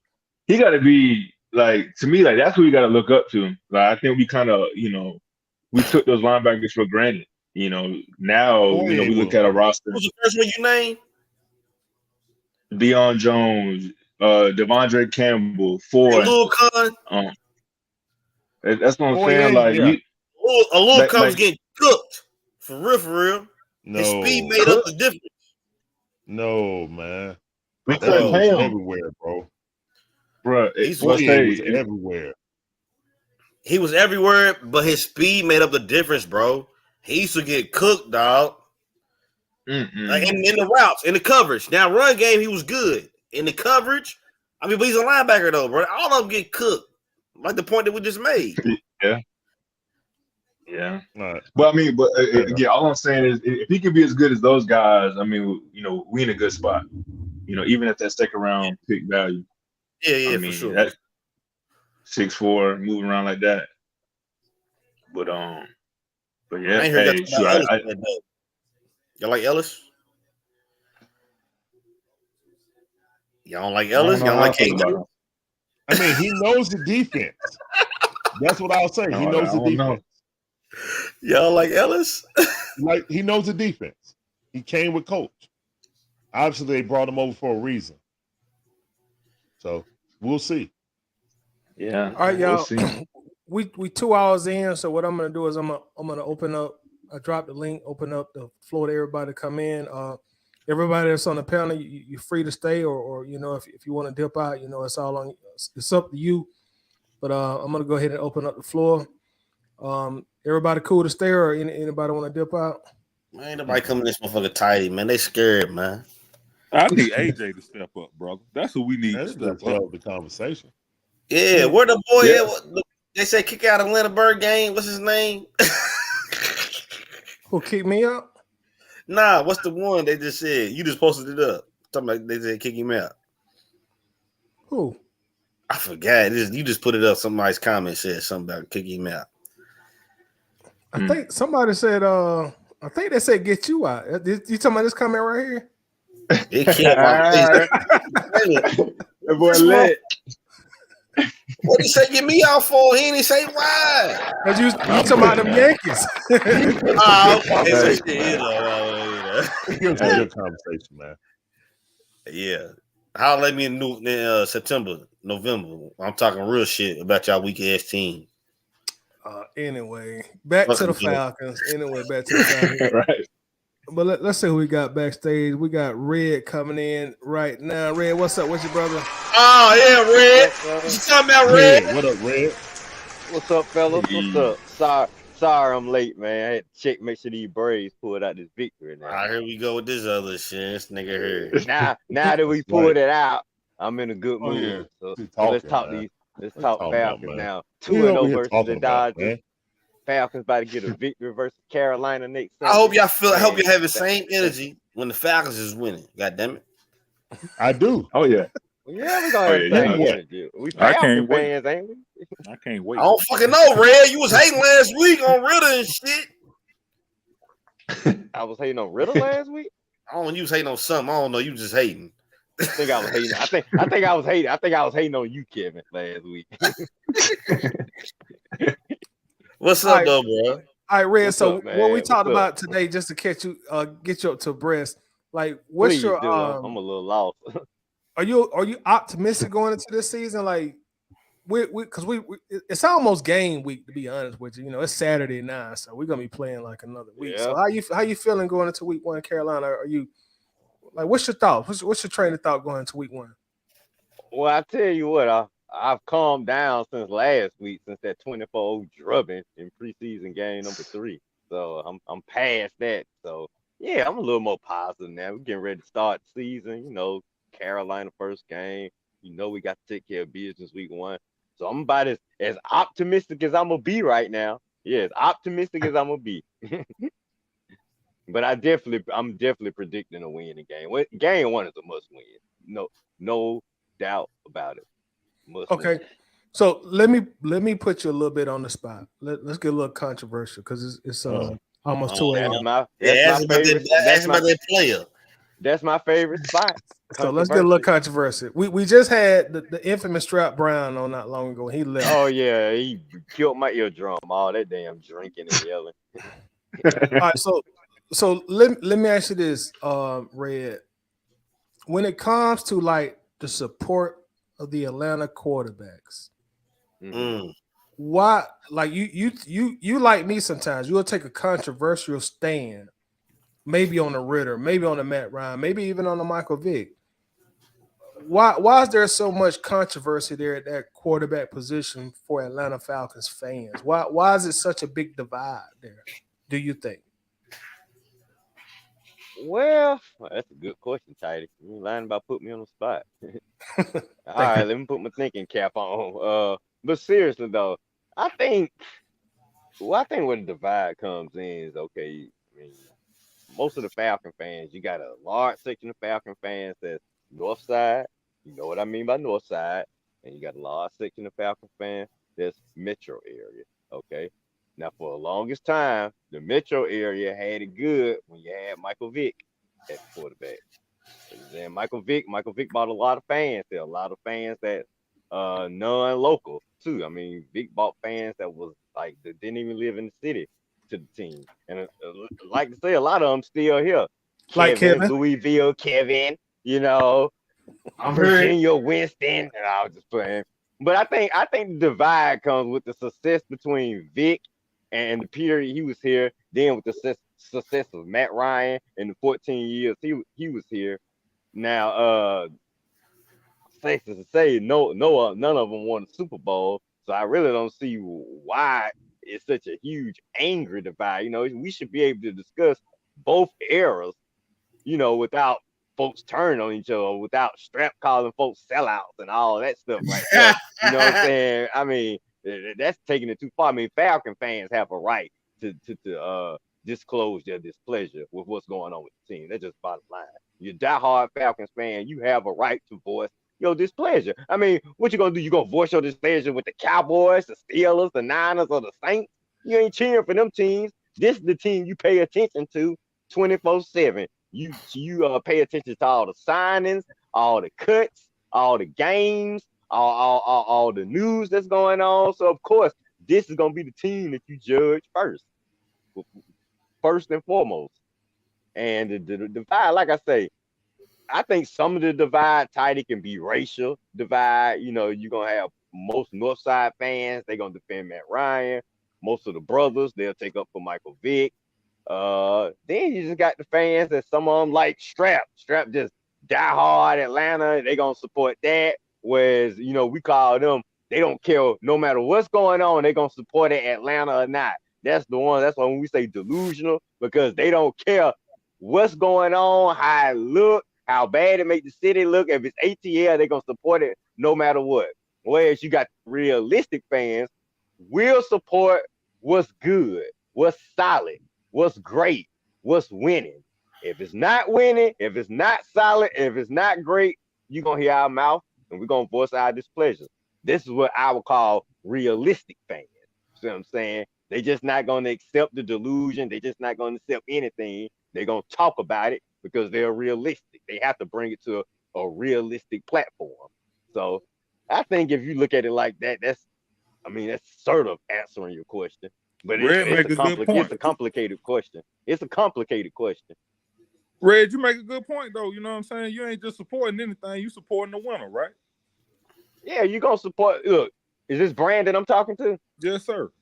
Okay, look, Brandon, when everything going good, when we having our winning seasons, you rarely hear displeasure or whatnot. But look, folks that support the team, that put they all in. I know y'all see my post on Bird Game and think Red. Trust me, dude, I'm more diehard than you can imagine. I've been a diehard Falcon fan since 1987. Kaya Heights on ATL, baby. Kaya Heights, LP Miles Elementary. I'm What's just saying. that? I already know. That's right, exactly. So I've been a diehard fan, but the thing is, I just cannot support what's not winning because I've seen so many teams win. You know what I'm saying? I watched all the Super Bowls.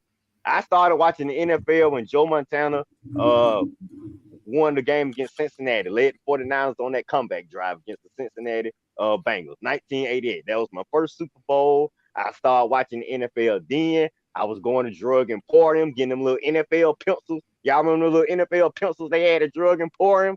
That's how I taught myself of all the teams in the league. I started hitting the encyclopedias, looking up all the history, definitely the Falcons history. This was before the internet. You had to hit the encyclopedia, Kevin, young boy. But the point is, dude, I'm diehard Falcon. So when the Falcons lose, it hurt. But I can't keep my mouth closed. I got to tell you why it hurt. I got to tell you why I'm disappointed. You know what I'm saying? That's me voicing my displeasure as a diehard fan. When I'm willing, when we winning, I'm good. I ain't got no problem with. Look, dude, Matt Ryan did good. His first 5 seasons, he was as solid as it gets. Okay, the Mike Smith era was pretty solid. I can't even lie. Honest, if you ask me, besides Dan Reeves, Mike Smith probably my second favorite coach because it was solid when it was here. First 5 years, we were doing all right. I know we had some bad playoff losses, but still, we was winning consistently. So you can't poo-poo that. We was winning consistently. The year after 2012 season, we choked that season away. That was supposed to be Matt Ryan's first ring. Choke it away. Next year, Julio go down. We have a bad year. Okay, here come the next year. We have 2 bad years in a row. 7-9 after that. Mike Smith, he up out of here. Bring in Dan Quinn. 8-8 first year. Matt Ryan lead the NFL in turnovers. Now you know I can't support that, Brandon. Lead the NFL in turnovers. Having a second year though. I ain't say nothing about Matt Ryan, bro. Having a second year. I'm not bringing Matt Ryan into the conversation. I want to just say to you, you made a very good point about Atlanta not supporting somebody that ain't winning. One thing about the city, if you winning, they're gonna support you. They're gonna come out. They're gonna be all for you. If you're not winning, they not gonna get behind you. That's just how Atlanta is. You know what I mean? It's too much to do. It's too much to do in town, man. To support losers, bro. If you ain't the Georgia Bulldogs, they not supporting you if you ain't winning. Like that's just Atlanta. Or the Braves now. The Braves get break now. Well, the Braves get a break because they won some. They got some rings. They got some hardware. I don't think they would have been getting them breaks without that 95 ring. No, they won them. They won them because if you remember, we'd be dogging them out too. Right, and I'm sure you remember, Red. Like there was a point in time when we was like kids in like elementary and middle school. The Braves were at the bottom of the totem pole. Oh yeah, we were trash. Dominique Wilkins era. They was at the Bob Hornadale, Murphy, Dale Murphy years. Didn't nobody care about the Braves. Right. Dale Murphy won. Yeah, but then they had them 90s though. They had the 90s. We wasn't doing nothing. Braves ran the 90s. Yeah, that's when we started caring, right in 91. When Dave Justice got here and I was in 5th grade, I was like, why everybody talking about the Braves? No, Red, they good. Check them out. I started checking them out like, whoa, where all these black folk come from? Who is this guy? David Justice, Marvin Freeman, Brian Hunter, Chipper Jones, McGraw. Man, I mean, they just like, they were, like you say, Ty, they were trash.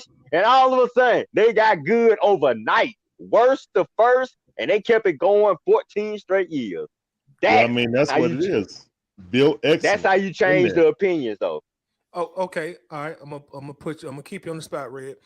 I'm playing the role of the antagonist. I thought that was my job. No.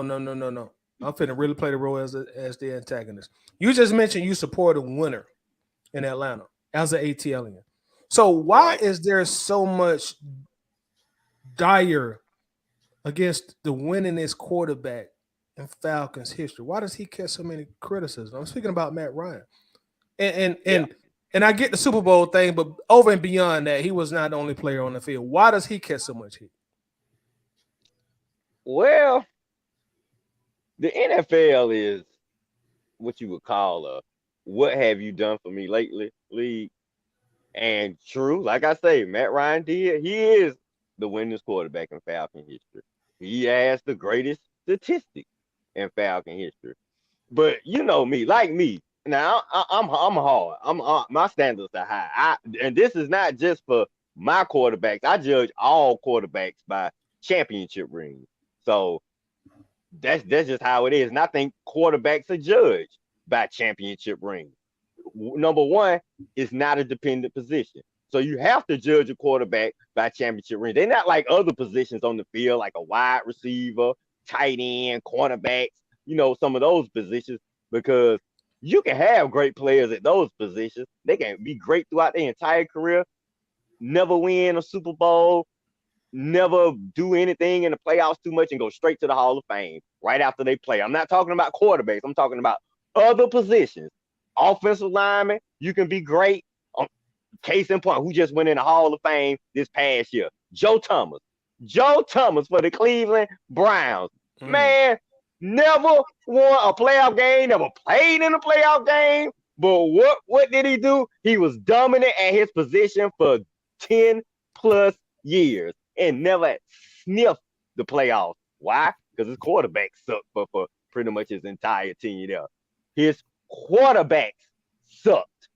See what I'm saying? Had he had any quarterback, I mean, his career would have been even better. I mean, had the man sniffed the playoffs, just had a chance to block for his quarterback in a playoff game. I mean, but like you say, that quarterback position is the most important position on the field, and that's why it's judged at the highest of standards. You know, you ask me why Matt Ryan is so ridiculed. I mean, because a lot of fans, you know, he was here 14 years, and a lot of people say he had a lot of talent, he had a lot of opportunities, and he blew all of them. And, you know, I know none of the other quarterbacks won rings before, but you're right. This was the greatest era of Falcon football, the greatest era, and we still here ringless.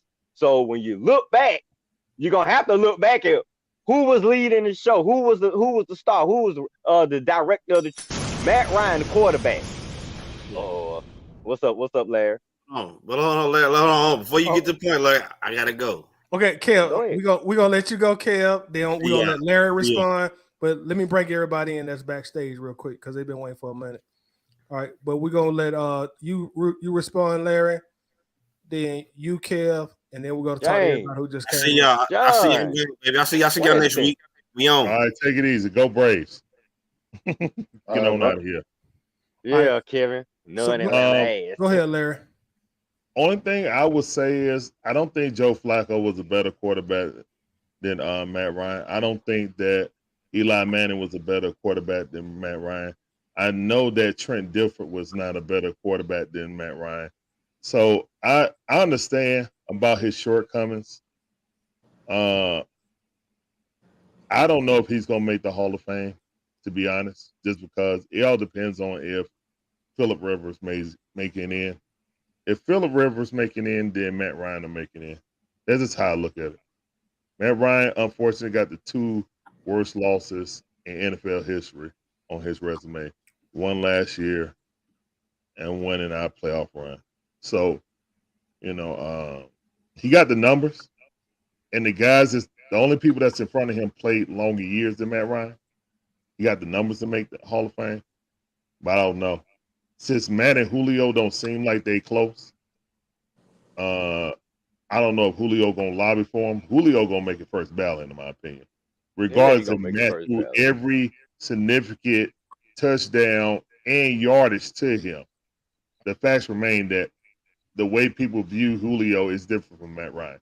Even though Matt Ryan threw him every significant yard he did. So kind of playing devil's advocate. But again, with those two losses, writers have biases.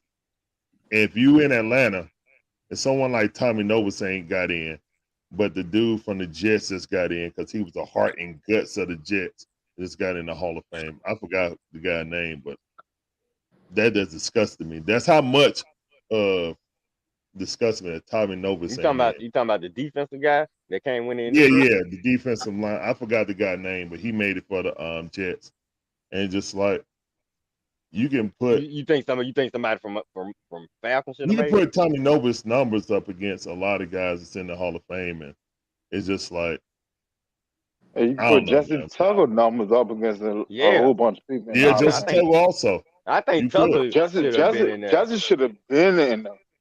I don't know. With some of these guys going in, Tucker should have got in. I agree. I don't know if Atlanta wouldn't have got blown out in that Super Bowl against the Broncos, Denver, against the Broncos, I think he would have had a better chance. You know who fault that is? I mean, Justin Tucker was my favorite linebacker of this team, but because I grew up with Jesse. But again, you're not gonna get in A if you're a Falcon, and B if you just not outstanding. Because I mean, it's like Humphreys, man. Claude Humphreys got in because he was an Eagle, not because of a Falcon. They didn't mention that he was a That's Falcon. true. He mentioned it, that he came That's in true. the league. It was playing with the Falcons. But, you know, all the highlights they showed beforehand, they showed mostly Eagle highlights.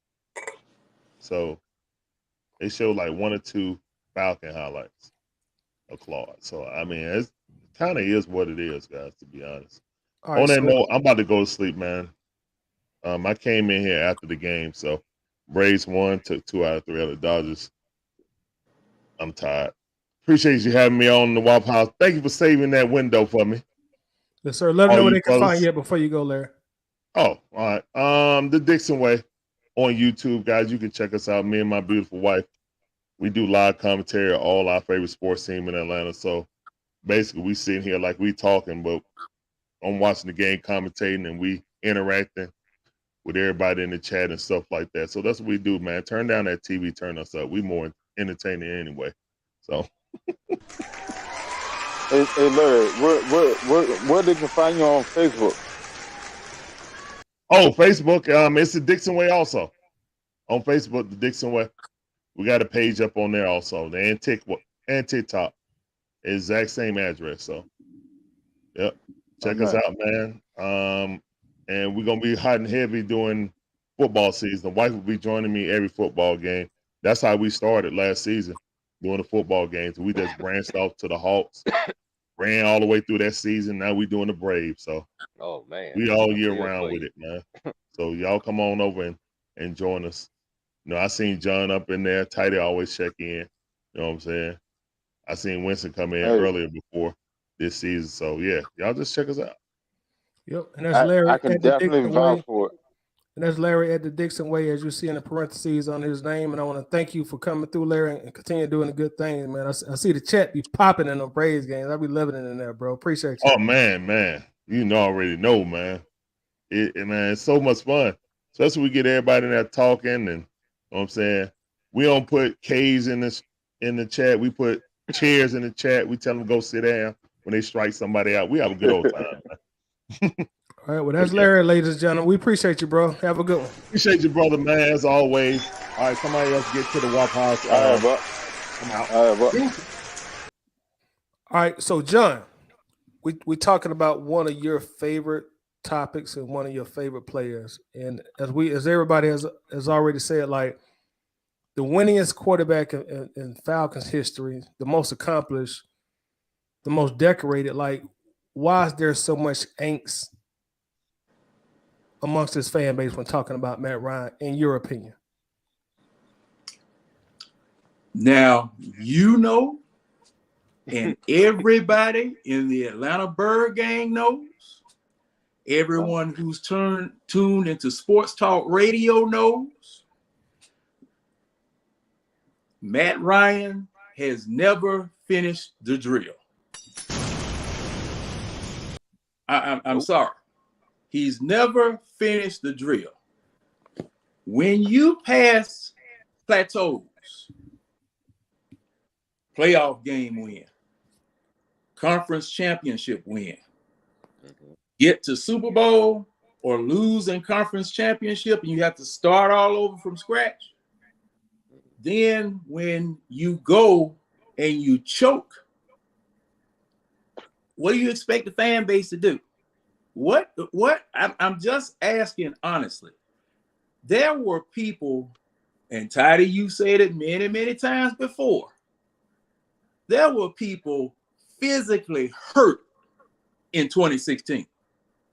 Old folk that were at Azars, I mean, people that have been following the Falcons ever since they were down at Fulton County Stadium, me being one of them.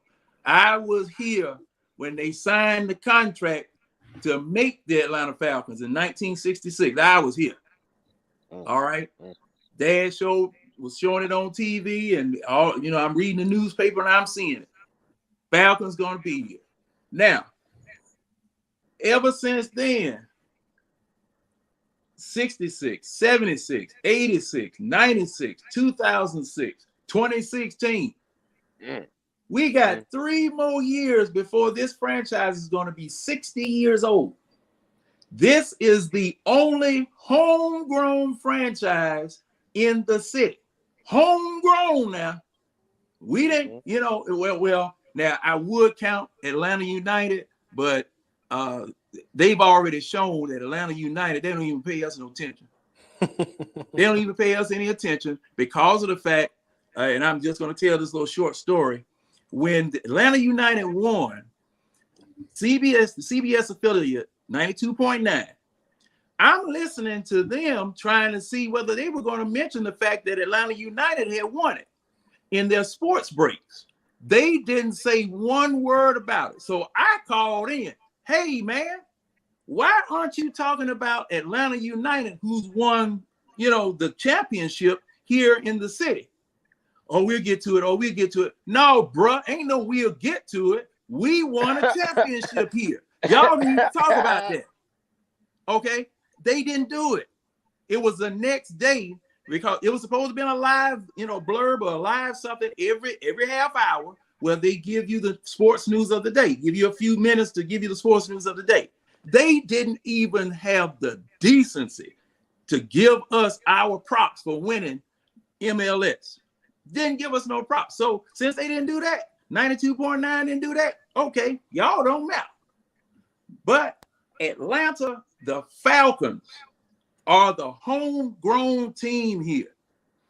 The roller coaster is long, the highs have been high, and the lows have been below sea level.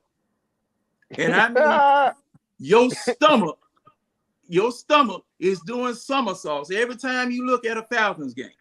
Oh, and this year, how in the world? Now I was listening to everybody talking. For the past couple of hours. Break it down, John. And people, and Strap done blocked me. He done blocked me. He don't want to talk to me. Why he blocked you, John? I ain't surprised. I was saying something about Matt Ryan. If I'm not mistaken, I was saying something about Matt Ryan. And I've been thrown out of other Falcons groups because I have my foot in Matt Ryan ass.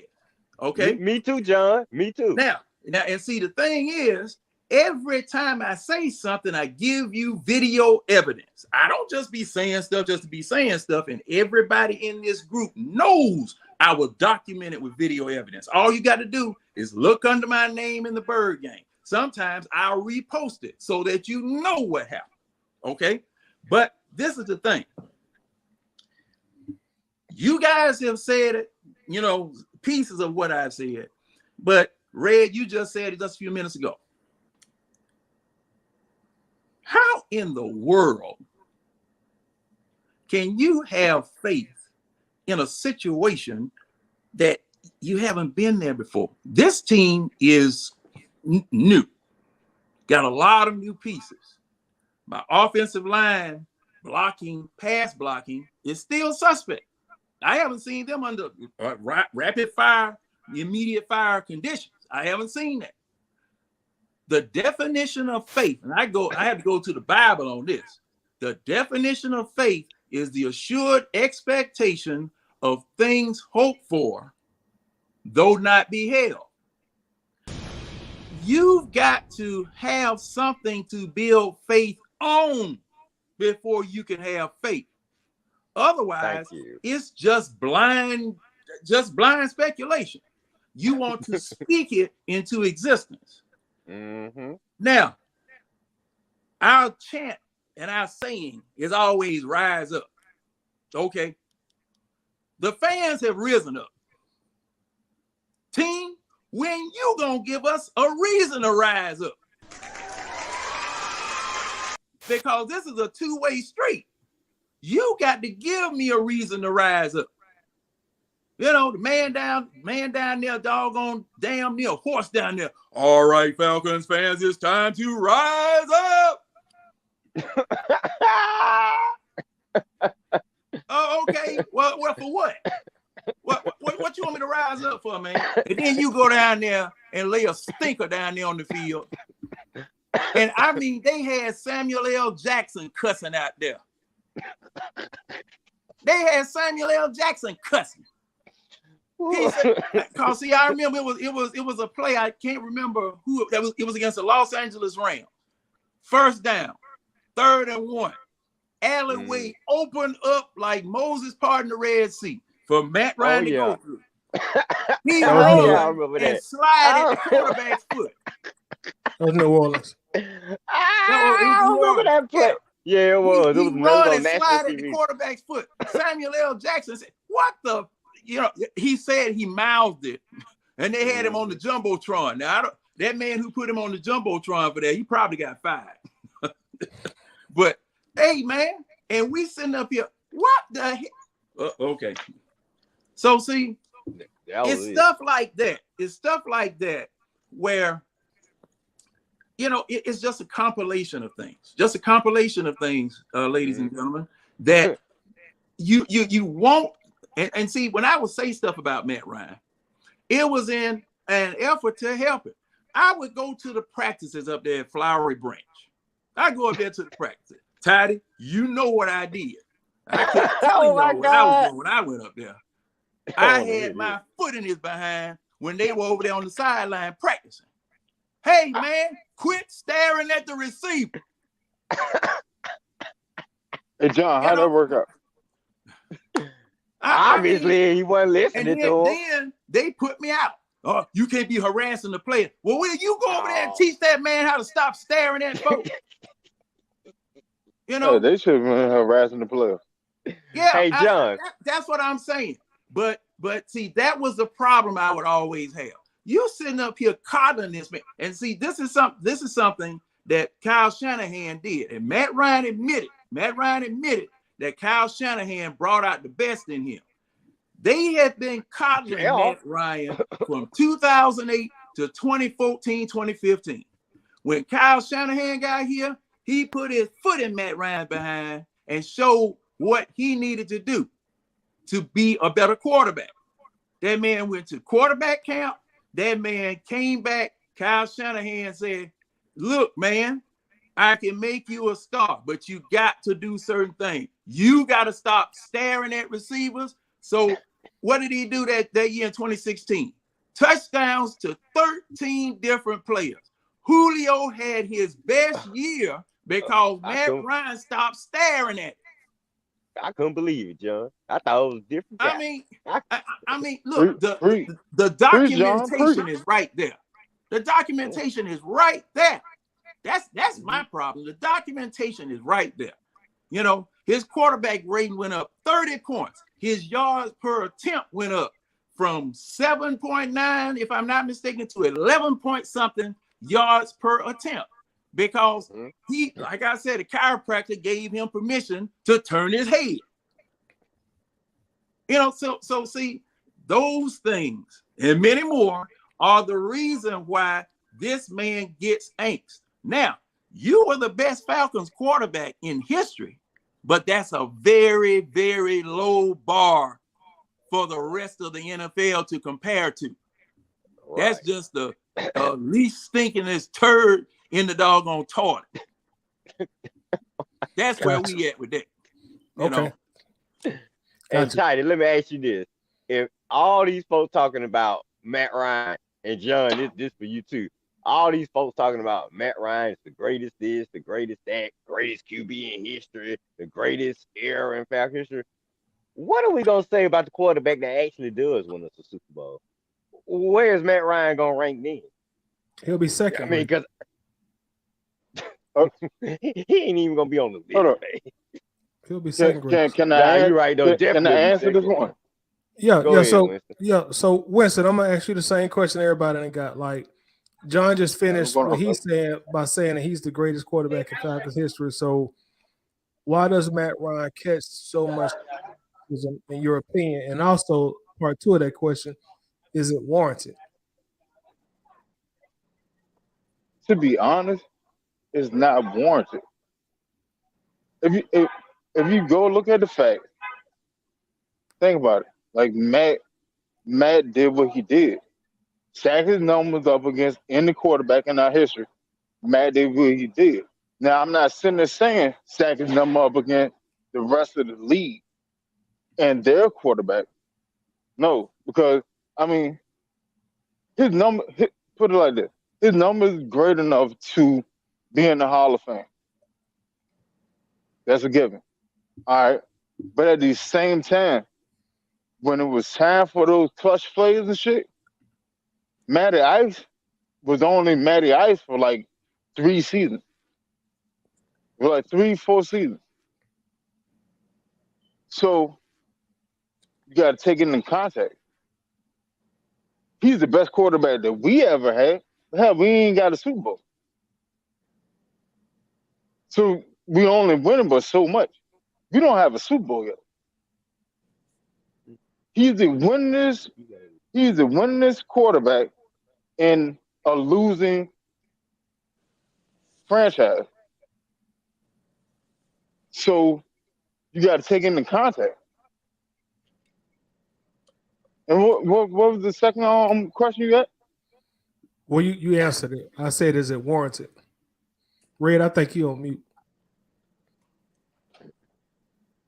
No. I purpose I didn't want to interrupt Winston, but I just was voicing what I'm saying. Like, what does that mean? That he's the winning quarterback in a losing situation? That don't mean when you arguing with people around the NFL or you discussing, with fans of other NFL teams, that don't make no sense right there. I mean, if they talking about Matt Ryan, you say, well, he's the greatest quarterback in Falcon history, or he's the greatest quarterback we ever had.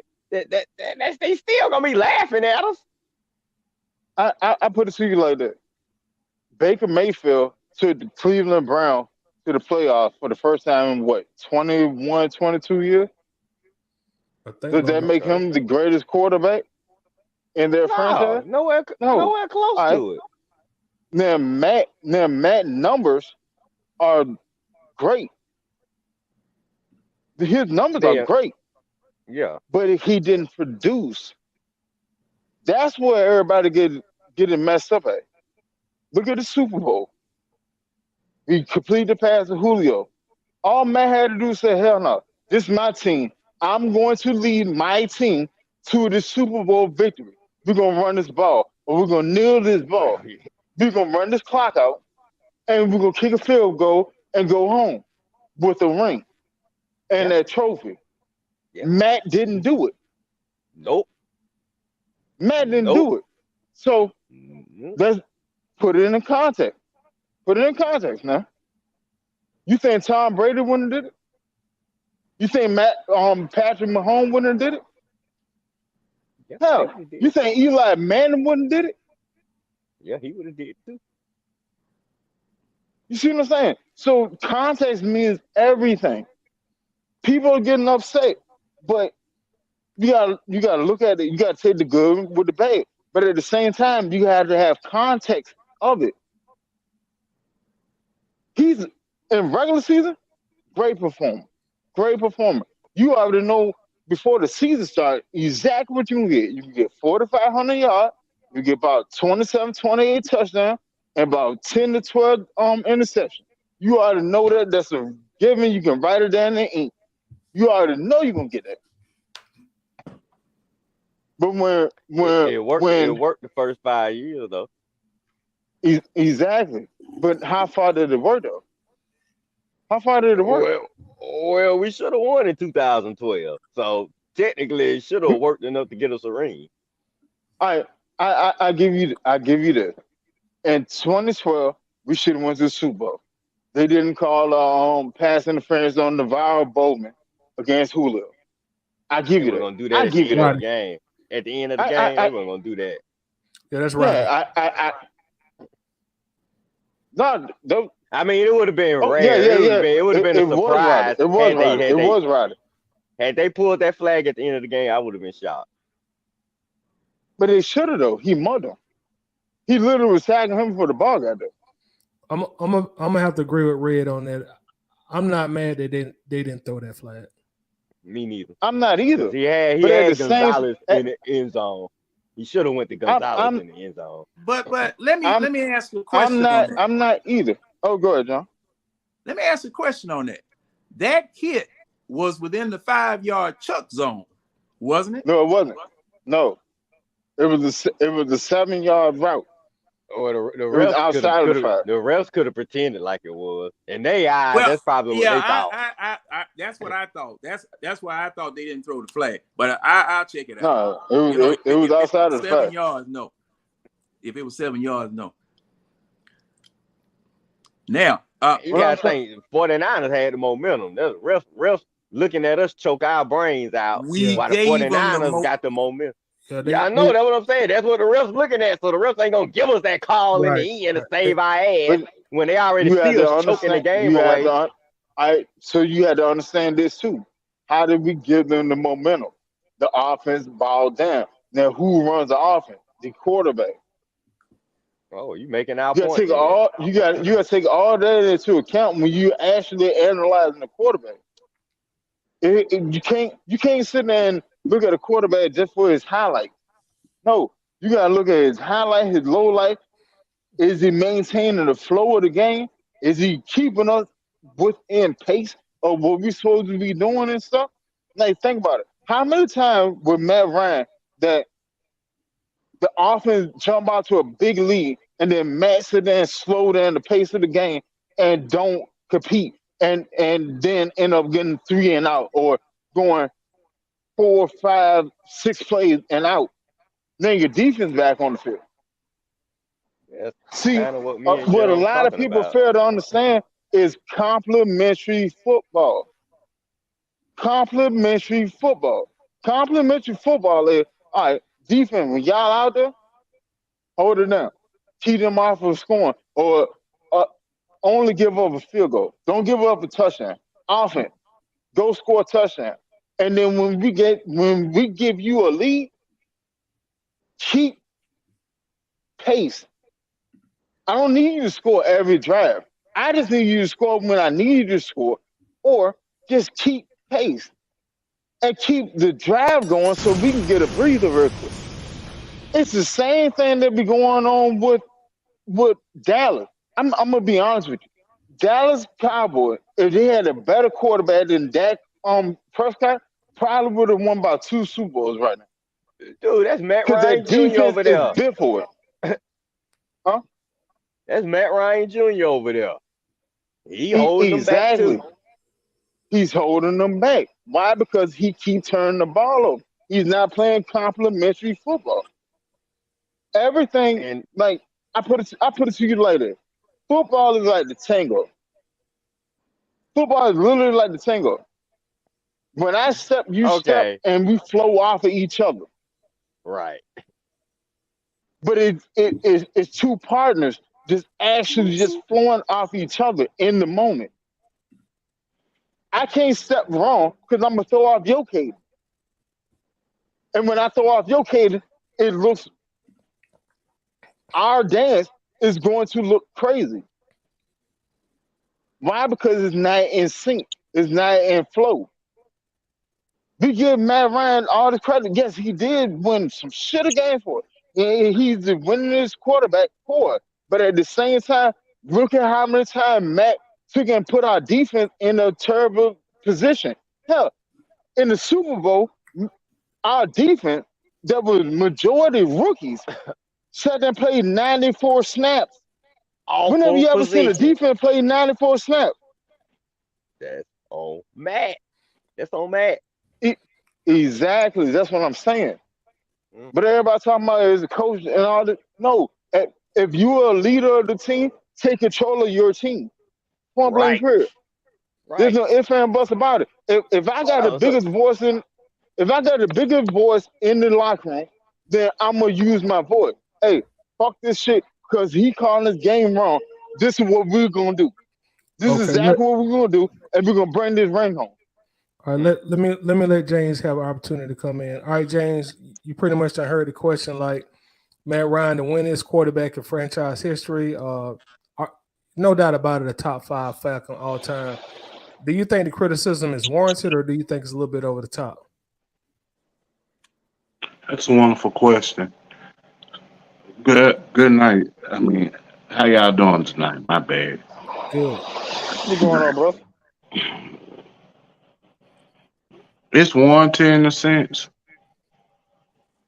But ain't it warranted to Kyle Shanahan and Dan Quinn? Oh, they get their share of the blame. Uh, The thing is, I would say no. Why? Why you say that, John? Now, did any of you look in the Bird Gang group and see what I posted about Brett Favre and John Gruden sitting down talking? Did any of y'all get a chance to look at that yet? I didn't see it. You need to go look at it. The reason why I'm telling you to go look at it, John Gruden was on the sideline with Mike Holmgren. They gave Brett Favre a play. They were playing the Falcons, as a matter of fact. Had to win the game to go to the playoffs. Mm-hmm.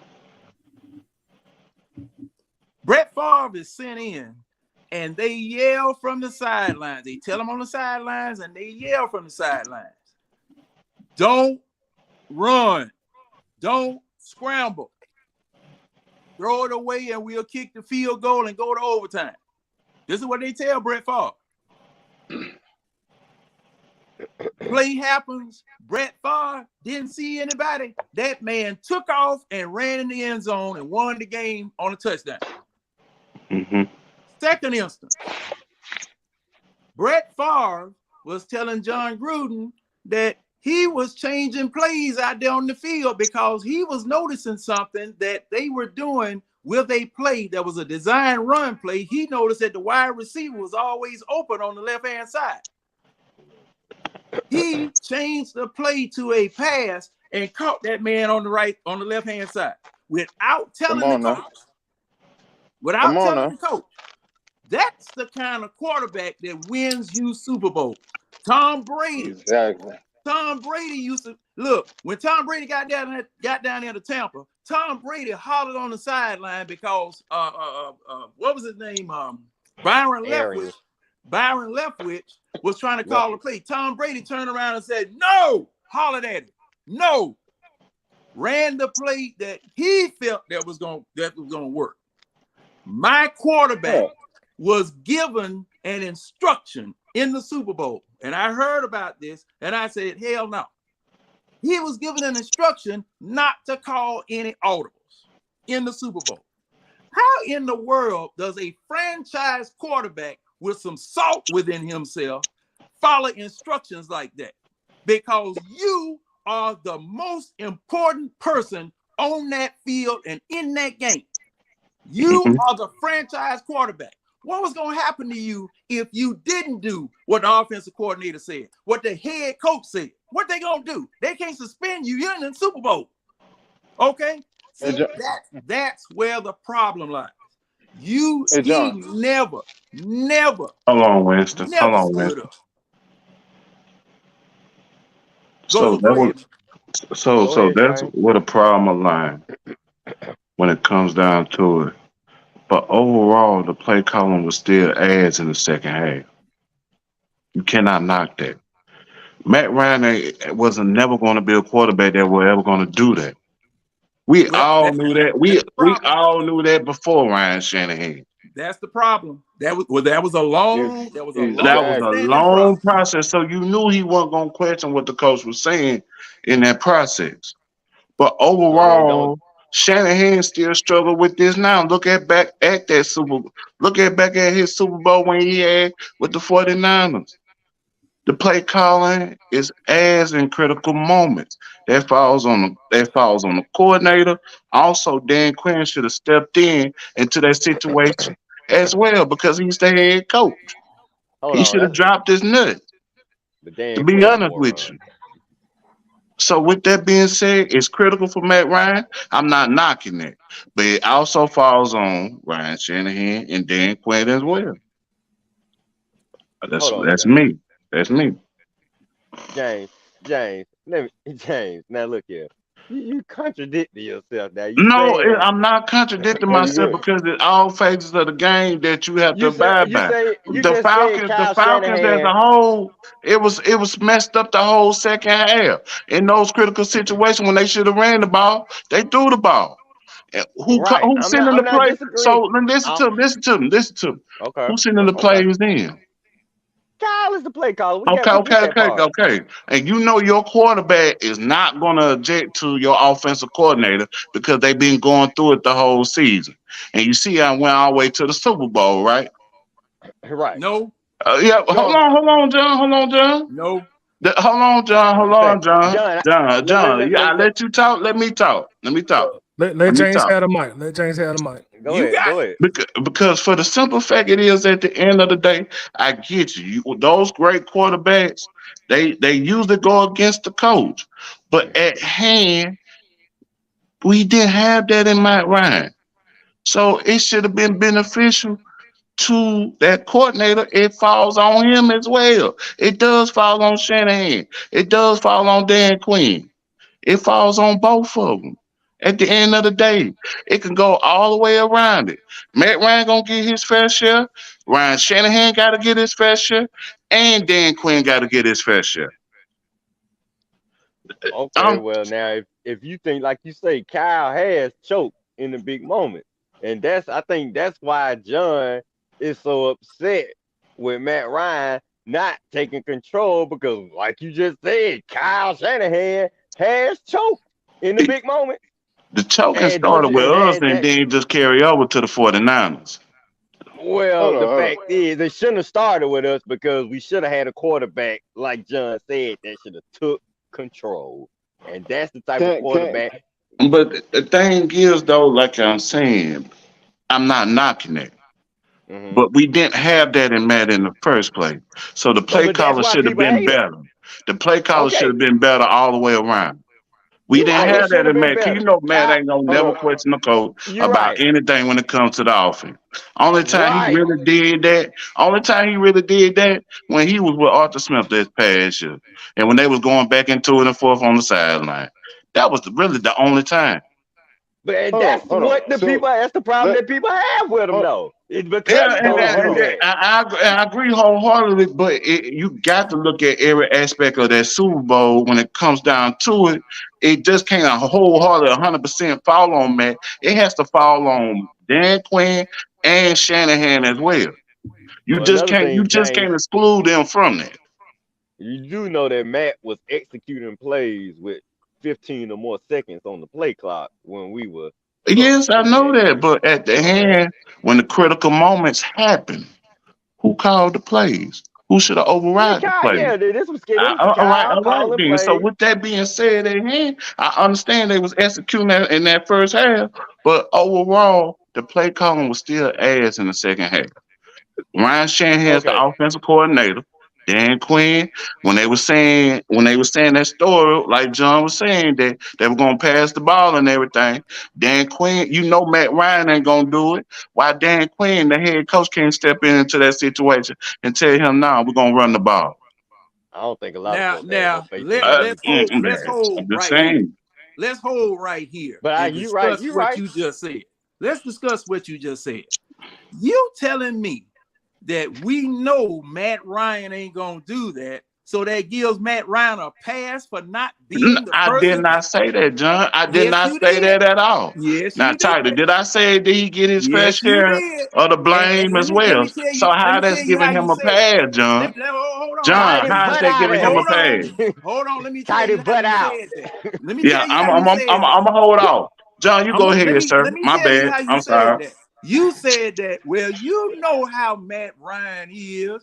We know how Matt Ryan is. So you giving him a pass for not being the person that he's supposed to be. I'm not giving him a pass.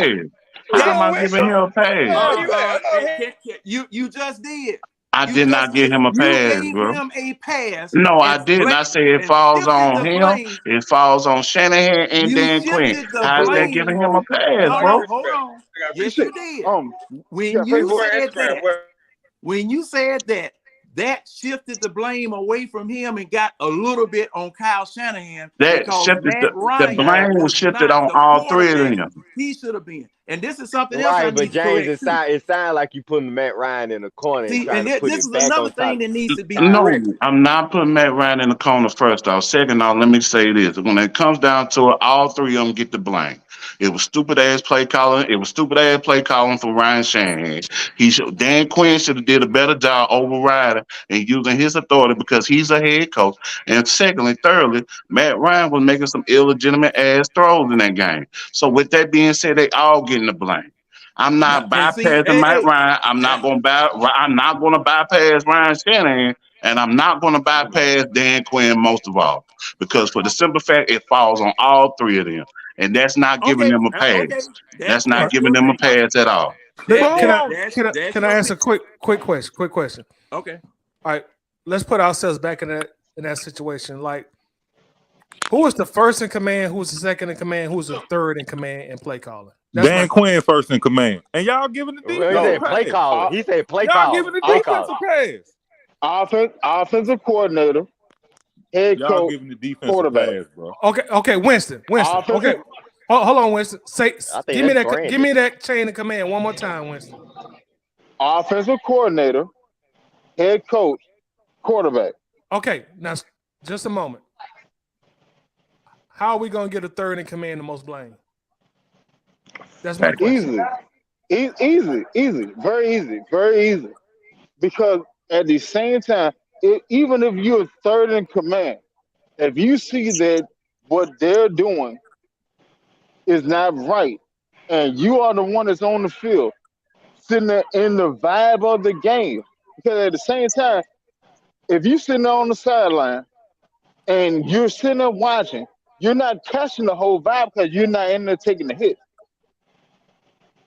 If you see the vibe of the game and it's common sense shit that shouldn't happen, how can you sit there? I mean, I'm not saying that let's not blame Shanahan, let's not blame Dan Quinn. No, they all get that. But at the end of the day, they sit there and call in your headphone, and tell you a play. You have 15 minutes. I mean, not 15 minutes, 15 seconds on the clock to sit there and talk to your offensive coordinator and head coach. You have that time. And you after that, they cut the clock off. They cut the headphones off. It's up to you. If you are supposed to be the so-called leader of this team and this offense, to put this team in the best position to goddamn succeed. So you want him to be an offensive coordinator on the field and the that don't even make quarterback at the sense. same time, right? Yes, that's exactly what a fucking quarterback is. Wait, hold on. We not gonna do that hardcore cussing on here. We having a civil conversation. My bad. That's exactly. Let's not go back to what we did last week. Let's keep it civil. We all Falcons fans. Keep going, Winston. That's exactly what a quarterback is on the field. A quarterback on the field is another coach on the field. He dictates the offense. Yes, he is. No, not necessarily. Man, if I put it to you like that, if your quarterback is not another coach on the field, you got a bad quarterback. Not necessarily. No. Point blank. Period. Come on, Brandon. Come on, Brandon. You can sit there try to spin that however you want to. If your quarterback is not another coach on the field, you have a bad quarterback. That's not true. That's not true. Yes, it is true. Yes, it is. Look, let's give Brandon an opportunity to let's give Brandon an opportunity. Let's hear him out, Brandon. Yeah, let's give him. I'm gonna hear him out. Okay. Go ahead, Brandon. Let's go back to what James said.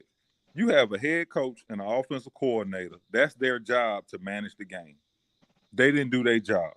It's just that simple. And we can't sit up here and say Matt Ryan is at fault when it's a whole defense that's giving up 30 points and a half. Let's go back. Hold on. Let's go back to John's point. You want the man to take the reins and take it by the balls. So you basically want the man to be uncoachable. When in that season, let's go back to that season, we had a historically good offense. Why would he question his coach when his coach has led him to his most success in his career in that moment? See, that's what I'm saying. Y'all keep acting like football ain't a team sport. It's a team sport. You got a defense or offense, and you got coaches. They all got jobs. Defense didn't do their job because they gave up 30 points and a half. Coaching didn't do their job because they didn't coach to the situation. That's just the truth of it. Now let's look at. Hold on. Let's look. You. One of y'all said Matt Ryan didn't do enough. In that playoff run, Matt Ryan had 11 touchdowns and 0 interceptions in the playoff. He might have had 1. When Russell Wilson won the championship with the Seattle Seahawks, he had 3 touchdowns in the playoffs and the Super Bowl. 3 touchdowns. And you telling me that he played better than Matt Ryan in that same run? No. But he had a better defense, he had better coaching, and therefore he's better, or he's looked at as being better. And then y'all want to say, well, he had better defense. Then y'all want to say, well, the Falcons don't have a history of great quarterbacks. Not many teams have a history of great quarterbacks. You can't name me the best quarterback for the Washington Redskins. You can't name me the best quarterback ever for the Arizona Cardinals that ain't Kurt Warner. You can't name me the best quarterback for the Seattle Seahawks. Come on, what? Man. Like y'all sitting up here acting like quarterbacks growing trees. What? And they don't. What? What did I do it? What? The Washington Redskins? Get him, Did John. he say the Washington Redskins? You couldn't name the best quarterback for the Washington Redskins? Yeah, name him, please. Hey, John, you got the whole flow. The whole flow, brother. Name the best quarterback for the Washington Redskins. You had Mark Rippon. He's garbage. He's garbage. Mark Rippon is better garbage. than got more ring than Matt Ryan. Say what? So do Trent Dilfer. I mean, what does that mean? What does that mean? Say, whoa, hold. Y'all act like rings is the only way you can tell me a player is good. That's not true. Are you kidding? You sit up here and say Mark Rippon is a great quarterback. Mark Rippon. You got what's his name though? The one that Lawrence Taylor broke his leg. He was garbage too. Who was that? Who was that? He was Lawrence garbage. Taylor. He was garbage too. You got Sid Gilliam. Are you kidding?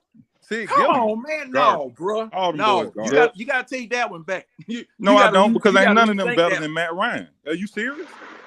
Yes, they were. Man, come on. They won Super Bowl.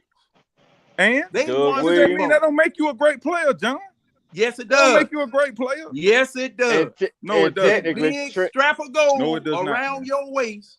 No, Trent Dilfer is not a great player. Trent Dilfer is not a great player, sir. He was on the team with a great defense. Come on, man.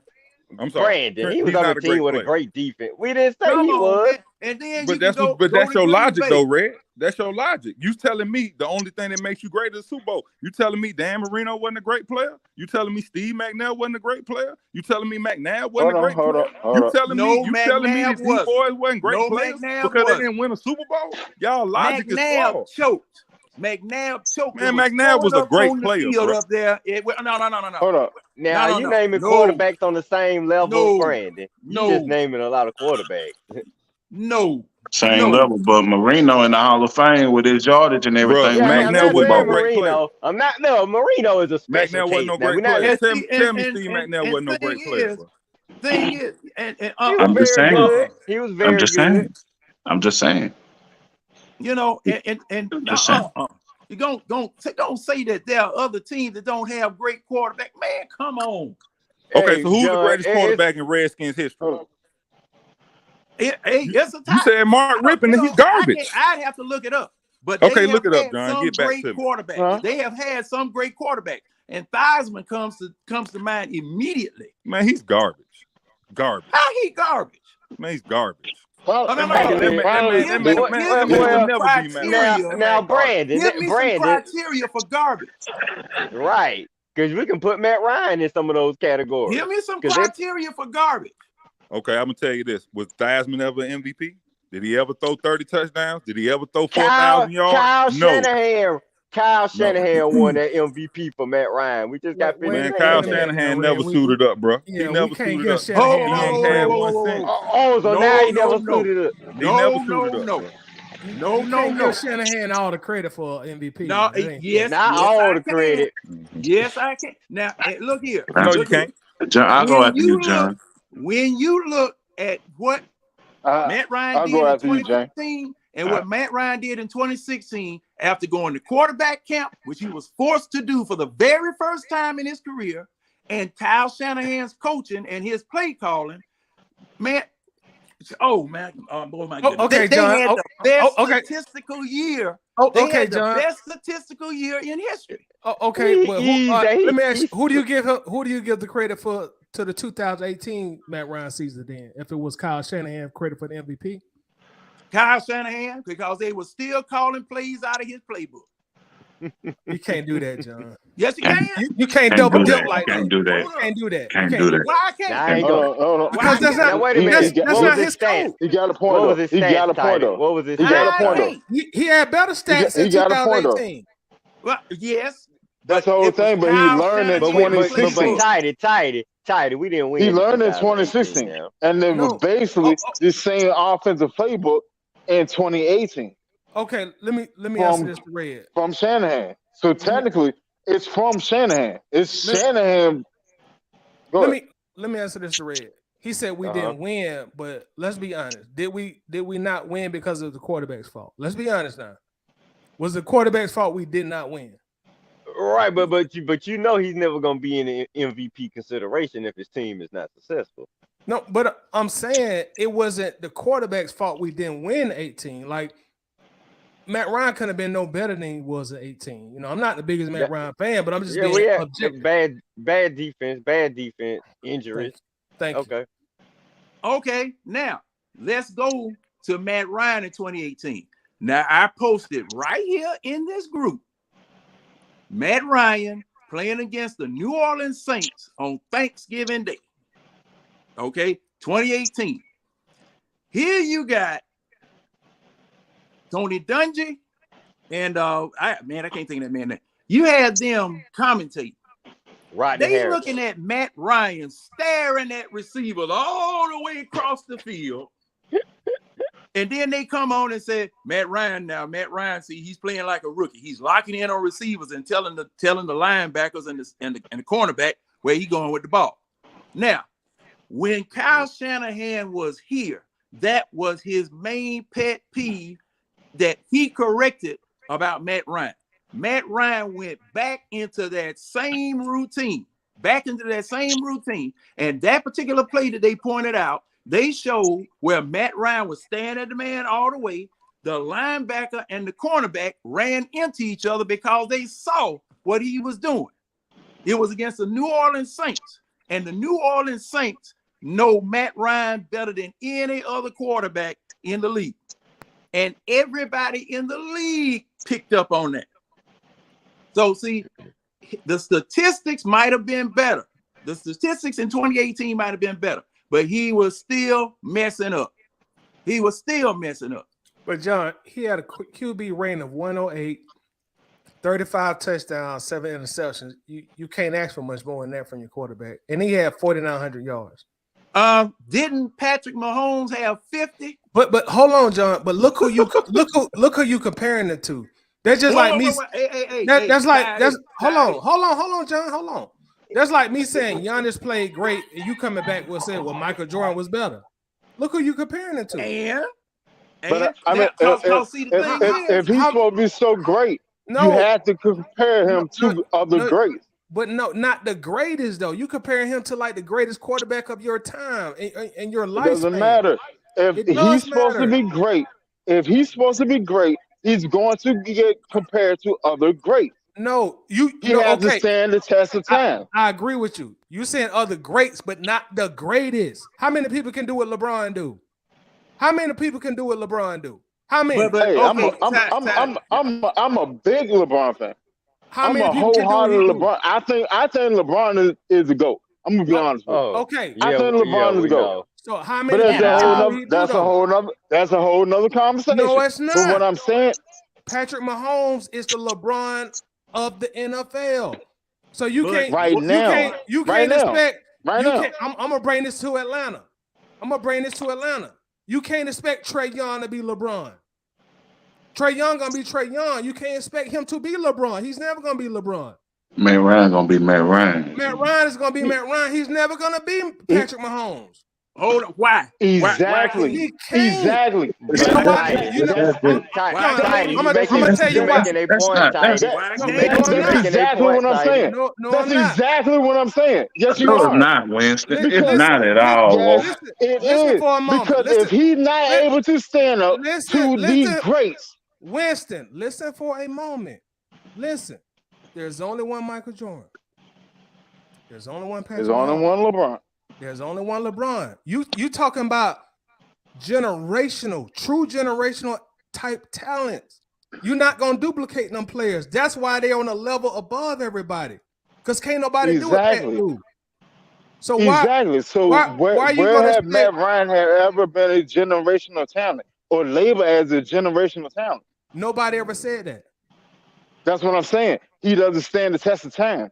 No, nobody has ever called him a generational talent. But if you come back and say, well, look what Patrick Mahomes did, you can't compare Matt to Pat.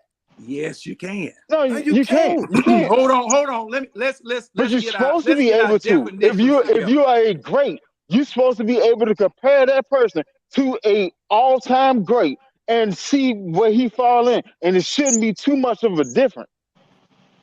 That's what makes you an all-time great. There's No. a big difference And see, between Matt Ryan and Pat Mahomes. That's what I'm never saying. was that. let me weigh in Matt on was this. never that. Let me weigh in on this right quick. You can compare anybody to anybody. After you do the comparison, you see whether they equate or not. You can compare anybody to anybody. And the thing is about Patrick Mahomes, that was Patrick Mahomes, if I'm not mistaken, first or second year.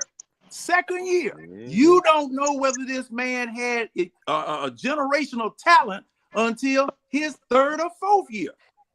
At that particular time that Matt Ryan was playing, Patrick Mahomes had just started playing in the league. So the generational talent situation, you couldn't say. The only thing that you could say was that at the end of the year, this man got 50 touchdowns. That man don't have a 35. And plus the fact, when we were at the Super Bowl, when we were getting ready to go to the Super Bowl, you had talk in this group trying to equate Matt Ryan to doggone Tom Brady. Oh, he's as good as Tom Brady. I mean, folks just lost their doggone mind. I'm talking about, hold up now. You ain't lying. He good, but wait a minute now. I ain't gonna say all that. John, that's my point though. You just made my whole entire point. When you say he good, but he's not Tom Brady. There's never gonna be another Tom Brady. We're never gonna see another Michael Jordan. We're never gonna see another LeBron. So when you're trying to compare a very good player to a truly all-time great, it's not a fair comparison. Yes, it is. Yes, it is. To compare, the definition of comparing is to pit one person or one thing against another thing and see which one, by virtue of stats, by virtue of weight, by virtue of strength, or whatever, is the superior. Okay? So now, when you do that, you can disqualify that one person or the other person and say these two do not equate. They cannot be compared because they do not equate. That's how you do that. Now, so, John, let me ask you this question. John. Mm-hmm. Do you consider Matt Ryan an all-time great? No. So why are you comparing to one of the greatest quarterbacks in history? They did it, not me. They did it. How they do it? And also, hold on.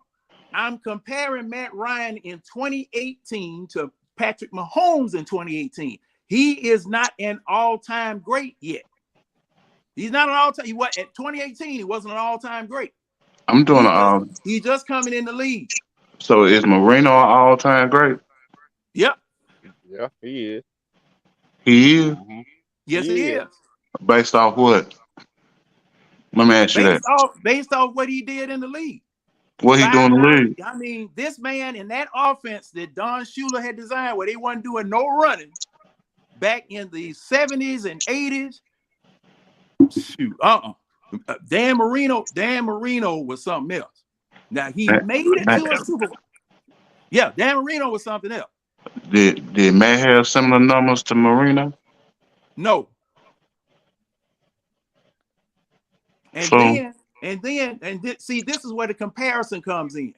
You got to look at the era of football that was being played. Dan Marino was throwing for 5,000 yards when the passing game in the NFL, the only two people passing in the NFL was Dan Marino and Dan Fouts. And when they played, that was must-see TV. That was must-see TV. Yes, sir. So do you think Matt Ryan ever had some must-see TV in his career? No. So the 2016 we season had wasn't to that? look at no. You didn't have Matt Ryan did not have games where you sit up here. Oh man, I got to be there. I mean, for people on other teams and people in other cities. Okay, Falcons fans, yeah, we gonna watch it. But all over the country, when look, NBC used to hype that game up every time them jokers used to play. Because they knew that was going to be good. So why compare him to an all-time great? That goes back to my question. I compare him to an all-time. Wait a Hold on. You just proved my point. You cannot compare Matt because Matt is Matt at the end of the day. And see, am I right, Tyler? Matt is Matt at the end of the day, right? But John can still respect his quarterback. You can't do that, Red. You cannot do that, Red. You cannot do that, Red. At the end of the day, you cannot do that. You just proved my point. Wait a minute. Yes, you can. You just proved my point. Yes, you can. Well, Red, let me ask you this. You're a Hawks fan, right? Hawks and Lakers. Okay, Hawks and Lakers. Oh, thank you. Boy, you walked right into the mic trap. So when you watch Trae Young, do you expect him to play defense like Kobe? There you go. Thank you. You know I don't, man. Thank you. That's the point we're trying to make. No. The point me and John trying to make is even though we don't think Matt Ryan is an all-time great, we still can expect our quarterback to take control and lead his team. And when you in a position to win a Super Bowl for your team, even though we don't think you Brady, even though we don't think you Manning, even though we don't think you Marino and Elway, we still expect you to know how to win a freaking game with 2 minutes left and you hit 22 on the 22-yard line. We still expect you to win a freaking game when it's the simplest thing to do, even though we don't think you're all-time great. You're still a quarterback that we have expectations from. That's what me and John said. But how does Dan Quinn and Shanahan escape so much criticism, though? We didn't say don't blame him at all, but we still saying, like Winston was telling you, Matt Ryan can see it on the field, even though he's third in command, that ball is in your hand most on the field and it's in your hand last, and we still expect at the end of the day, even though Shanahan calling the play, even though Dan Quinn is the moderator, we still expect you, Matt Ryan, my quarterback, to take control if you see something that needs to be corrected. You're the quarterback, man. Because in the doggone Super Bowl, it was revealed that Shanahan had called 3 run plays. He had called 3 run plays. I would love to hear your response. Then Shanahan, Freeman lose 2 yards on the first play. Then Shanahan gets in the microphone and tells them we're going to pass it. Both Matt Ryan and LaFleur said, huh? Shanahan said, run the effing play. Now, he should have cut that radio off. Now, see, this is something else too. 2015, Matt Ryan, Shanahan weren't getting along. So Shanahan wouldn't let Matt Ryan audible because Matt Ryan used to call out every car Chevrolet made in the audible. Chevy Impala, Chevy Camaro, Chevrolet Nova with the vinyl top. I mean, he was calling audible every doggone time. This joker would get up to the line and call an audible. Okay, now they had a knockdown, drag out, or a discussion in a bar because they both went to Dimitrov. They both went to Dimitrov saying, hey, man, this man ain't listening to me. Hey, this man, whatever. Dimitrov said, y'all need to work it out. Okay, they worked it out. Matt Ryan was calling audibles in 2016. They were using shotgun more in 2016 because of what Matt Ryan and Kyle Shanahan had worked out. Okay, but how on God's green earth do you give the franchise quarterback an order not to call audibles? When you are on the field, you're calling the play based on what you think they're going to do. But when you get to the line and you see something different, whose job is it to call an audible and do something that might work? That's the quarterback's job. That's why I said that's the field general. It's on you. It's on you at the end of the day. It's on you at the end of the day. Now, I do not discount Quinn not getting on the headset and saying something. I don't discount that. I don't discount Shanahan not calling the proper play. I don't discount that. No, but when the rubber meets the road and the play is called, you are the on-field general. Like my old boss said, sometimes you need to make a battlefield decision because the generals are back there. You in the battle. Go ahead, James. Got to improvise sometimes. So let me ask you this. So Shanahan gets skipped in this situation. Let me ask you that. Because the story that you're giving me, Shanahan deserves a lot of the blame. So it further proves me and Tidy's point. To be honest with you. Shanahan and Quinn deserve all the blame.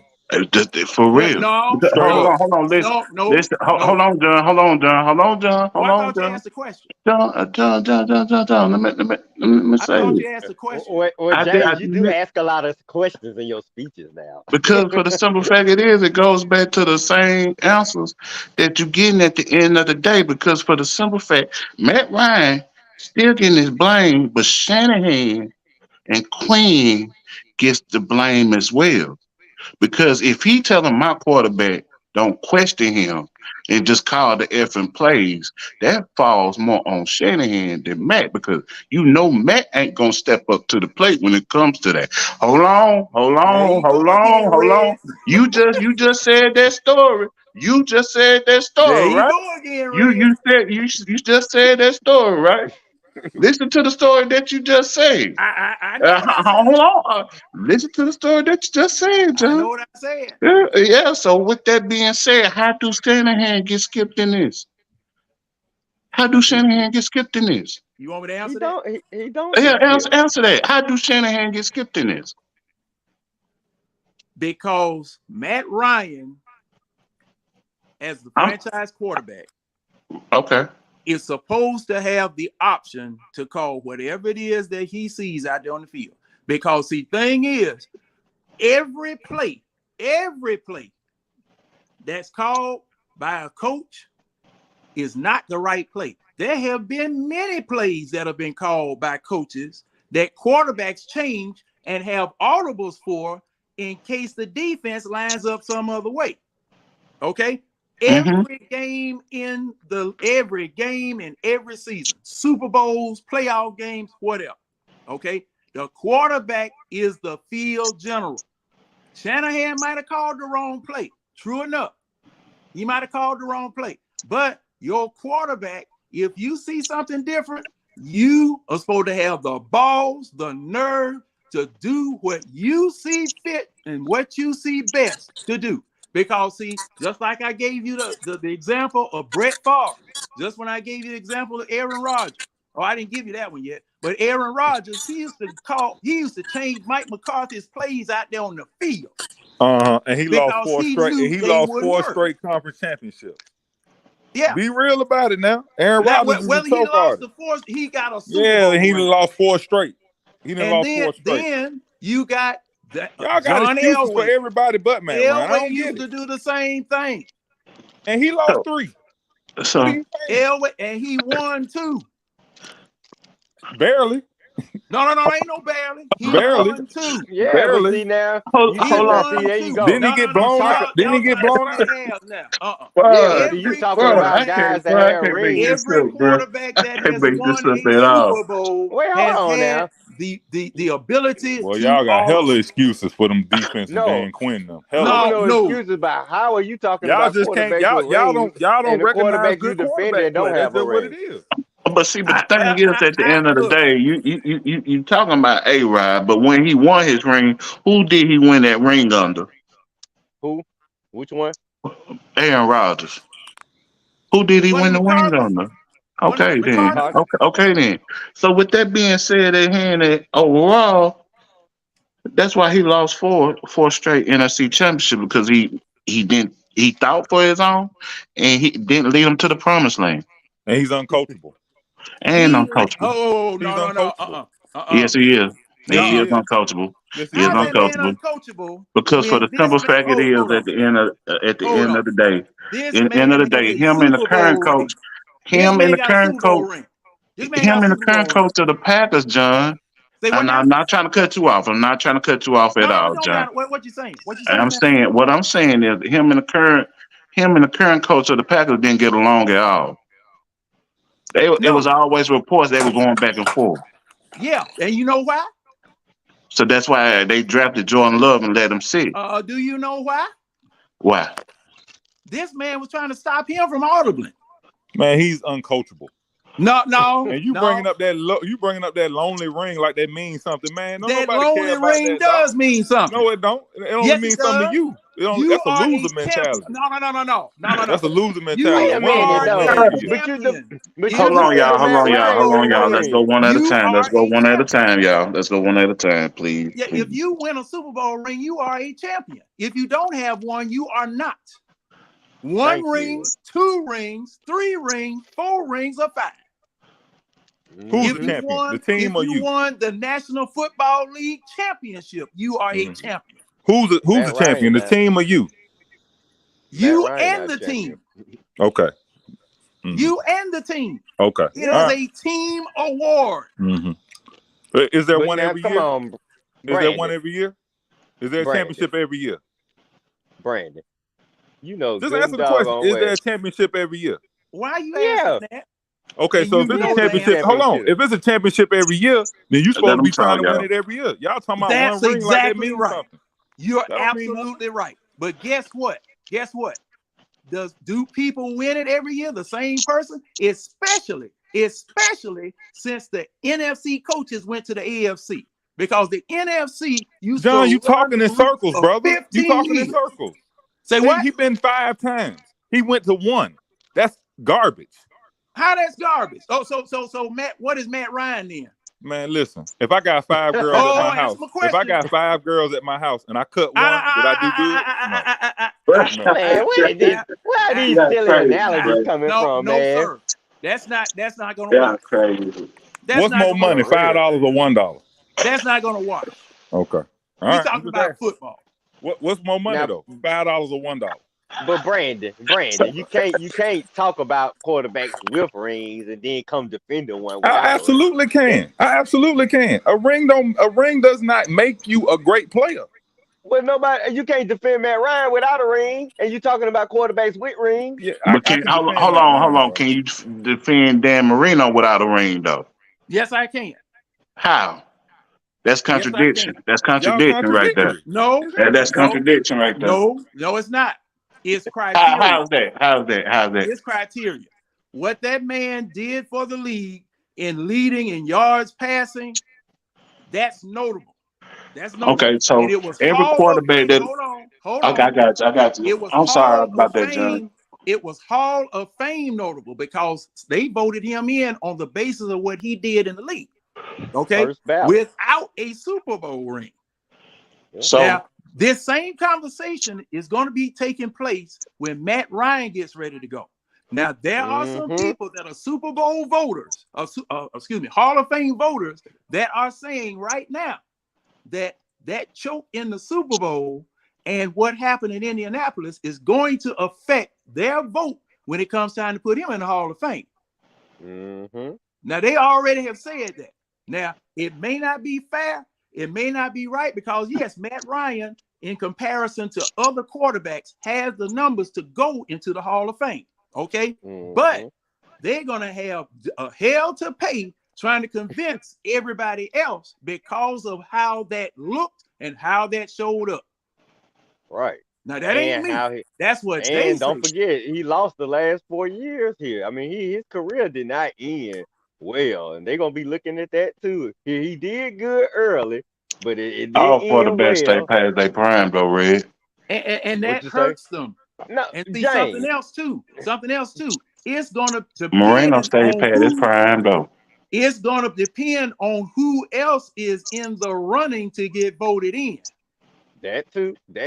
Now, James, I'm not saying he's not going to go in, but he's not going in first ballot like John I ain't said. say he was going in first ballot, but what I'm saying Okay. is in the situation is that you cannot. It's a contradiction with that because with that being said, that was the same question Dan Marino got before he went into the Hall of Fame. You see what I mean? So you see, hold on. You see what I mean? You see what I mean? You see what I Who mean? asked that question? Yeah. Yeah, because Dan Marino didn't have no rings. Oh, who asked that question? Plenty of people ask that question. Oh, no. You can pull up articles on that. No, they didn't. How is that, John? His body of work as a quarterback. His body of work as a So you quarterback. saying Matt Ryan body of work Compared to Marino's? I'm not comparing stuff because I don't compare quarterbacks. But I'm just saying you saying that Matt Ryan's body of work is all going to boil down to that 28-3 chokehold. That's what you tell me. In some people's eyes, yes, it is. His body of work will get him in eventually. Go on the net. Check it out on the net. Check it out on the net.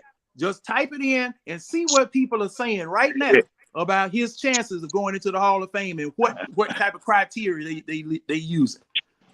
James, just check it out. Listen, bro. Now, James, John is right on that part, but now his body of work will eventually get him in. But if you're talking about first ballot, no, like John say, they are not going to vote him in first ballot because that's what you do for a great QB. But what I'm saying is that they did question Dan Marino because I remember them questioning about it because after he retired, that was they do that with all quarterbacks that after they retire. They look over the body of work to see if they're gonna make the Hall of Fame within 5 years.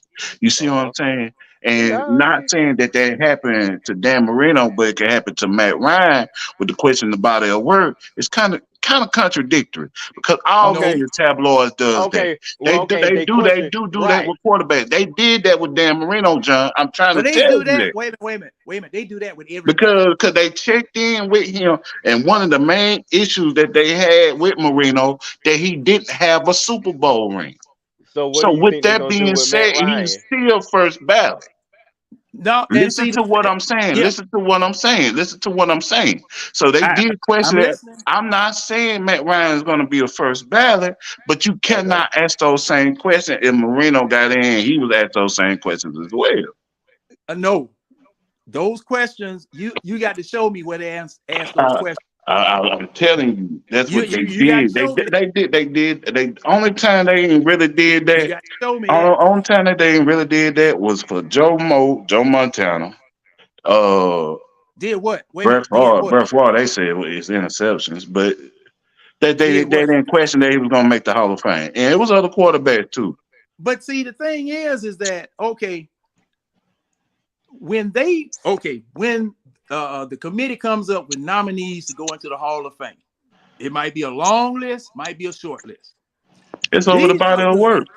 Huh? That's the list, the body of work, what you did. Okay, he's gonna be a candidate.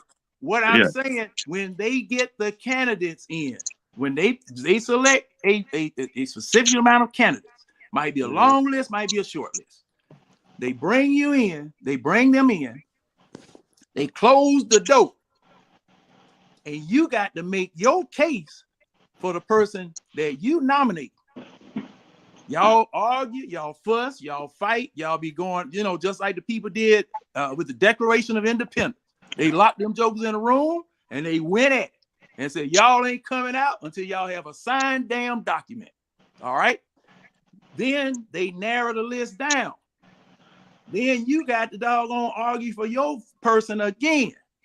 Now, what you have to argue with is statistics, which championships is going to be the first one, contributions to the game, stats.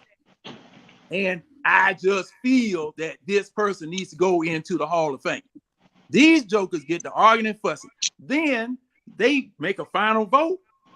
They may select 1, they may select 5, they may select 15. And they come and they tell those people who's going in the Hall of Fame. It's all opinion based. It's all opinion based. And it's not statistics that always gets you in the Hall of Fame. If you say, for instance, you didn't give good interviews to a writer, and that man is on the Hall of Fame voting committee, you not going in. You ain't going in. Is Russell Wilson a Hall of Famer? No. I don't know. Why? Why Yeah, he ain't a Hall of Famer? He got he got a championship. He been to 2 No, Super he got- Bowls. He He need got more on his one. resume. I He don't ain't know. got no MVPs. And most of the people think it's because, like you say, you bring up Trent Dilfer. We about to make the case for Russell Wilson being a new age Trent Dilfer if he failed this year in Denver. So, But he that's my still got point. some questions. But that's my point. Right? Matt Ryan don't have no questions. His He numbers don't is have good. questions. What do you mean he don't have no questions? No, How? look. There's no one. Hey, you been listening to John? There's Man, listen, John no called way Mark Rippon a great quarterback. So what? I know he There's don't know what no- he's talking about. Like, come on. Now. Hold on. Th- Hold There's on, big dog. I'm Hold gonna on, let big dog. Don't go Wilson, there. go ahead, Yeah, Wilson. Go ahead, Wilson. there is nowhere possible. Go ahead, Wilson. There's no way possible that Don't we can worry, sit John. there as true fans of the game and sit and say that Matt Ryan does not have questions. He didn't Are have you a flawless career. Yeah, we What? serious. Okay. Yes, we're All right, serious. I'm gonna let y'all Brandon. have that one, Bruh. brother. I'm gonna let y'all have that. Look. Let's be honest about that. Let's be The honest. whole Matty Ice experiment that lasted for what, four seasons. Then after that, it wasn't Matty Ice anymore. Till we got to the Super Boy, Bowl. how soon we forget? How soon we forget What the you mean? ineptitude of the Hey, Falcons Charlie, pull up before Matt Ryan stats from the. How soon Can you we do that forget? for me, Oh big no, dog? I don't have to go pull up Matt Ryan stats because I I know pull Matt them up. Ryan. I'm gonna tell you from 2016 to 2018, Matt Ryan through Matt Ryan had 15,000. Hold on, 3 listen. dynamic seasons. Hold on, it's a. Hang on. He had 3 dynamic seasons. Okay. Let's look Go at look it. at From it. 2016. Hold on to 2018. Go Matt ahead. Ryan You got it, Flo. Go ahead. Hold on. Matt Ryan threw, let's see, he threw 93 touchdowns. He threw 12, 7, 7. That's 14. He threw 24 picks. 90 touchdowns and 24 picks. And y'all gonna sit up here with a straight face and say that man wasn't good. Y'all ought to be ashamed, man. Y'all ought to be ashamed. And then, hold on. You gonna tell me. Hold on. You gonna tell me. What was that time period? Tell me. What was that time period? 2016 through 2018. That's 3 years. I just want the fans to hear that again. 2016 through You said 2018. Okay. Now, when was Matty Ice? Brother, if you throw 90 touchdowns to 20 picks, I would say No. hey, Look. Get out of here. You just naming a bunch of stats, dude. That's not what I asked. No, you Now just bringing up that's- stats. No, Now you y'all just just bringing up hating. That's stats, crazy. dude. You just naming That's stats. crazy. The man asked you a specific question. Man, but hold between on. that Don't you time got to period. produce on the field? Specific question. I A literally specific said, question. when was Matty? Hold on. When did we fall in love with Matt Ryan? When Matt Ryan became Matty Ice. He was sitting there leading game winning drive in the fourth quarter. That was way before 2016. Man, y'all just hating, bro. That man threw Dude. 90 How touchdowns we in 3 hating? years. No. How we hating and you can't even answer a specific question? What is he talking about, Red? What is he asking me? That doesn't even make sense. When did he become Matty Ice? I don't know. Hold on. I don't know. I'm gonna break I it don't down. know. You supposed to I'm know going that. to. Hey, yeah, chill. One at a time, please. One at a time, please. I'm going. I gave all y'all the floor. Let me get this out. Mm-hmm. All right. My bad, Brandon. My bad, Brandon. Let's be honest about things. Mm-hmm. Let's be honest about things for this, because at the end of the day, there are people sitting there watching this content, so we can't give them false information. That's your responsibility as being part of this panel. Who's giving false information, brother? Look it up. What are you talking about? Like, what are you talking about? I literally just asked you, when was Matty Ice? Matty Ice. Man, that doesn't make sense, brother. I'm telling you facts, numbers. You asking me something that's a personal question. I'm telling you the facts. The man threw 90 touchdowns in 3 years. What are you talking about? Oh my God. Y'all tripping. Y'all some haters. Y'all some haters. Brandon, how many times you gonna say that? Okay, but look, Brandon, you just bring it up in stats between those years. You're not really telling us what he did. Is what we're saying. I would do you one better. I would do you one better. Hold on, Red. What else do you want the man to do other than produce? Oh my God. Okay. Well, Winston, I don't want to interrupt Winston, but I'm trying to answer the question. Can I talk? Okay, yeah, go ahead. Brandon, Brandon, you want the floor? Winston, go ahead. Go ahead, Ray. Go ahead, Ray. Well, it was Brandon that was go asking the after question. No, I'll go after you. Winston, go ahead, finish. Red, you go after him, please. Go ahead, finish, Winston. Go ahead and finish, Winston. It's in your court. Go ahead, finish. All right. Matty Ice became Matty Ice back in 2010 to like 2013, 2014. Let's be honest about that. After that, his game-winning drive went down. We fell in love with him because we knew we had a quarterback in that time period that could, when all else failed, when the defense failed and the offense failed, this motherfucker is going. This quarterback of ours is going to get us down the field and get us a win. Mm-hmm. We had belief in that. Mm-hmm. We had belief in that. After that, when 2016 hit, we didn't think about that. Why? Because we were blowing everybody out. When 2017 hit, we had a top 10 defense, and he was still putting up numbers. We didn't think about it. In 2018, he was sitting there putting up crazy numbers too. But let's be honest about things, and not sit there and be caught in nostalgia. That's the biggest thing that fans are going through. Fans are caught in nostalgia. You're thinking about the good old days instead of being objective over the situation. Matt Ryan, sitting there leading comeback drives and stuff, fell off after like 2013, 2014, at the latest.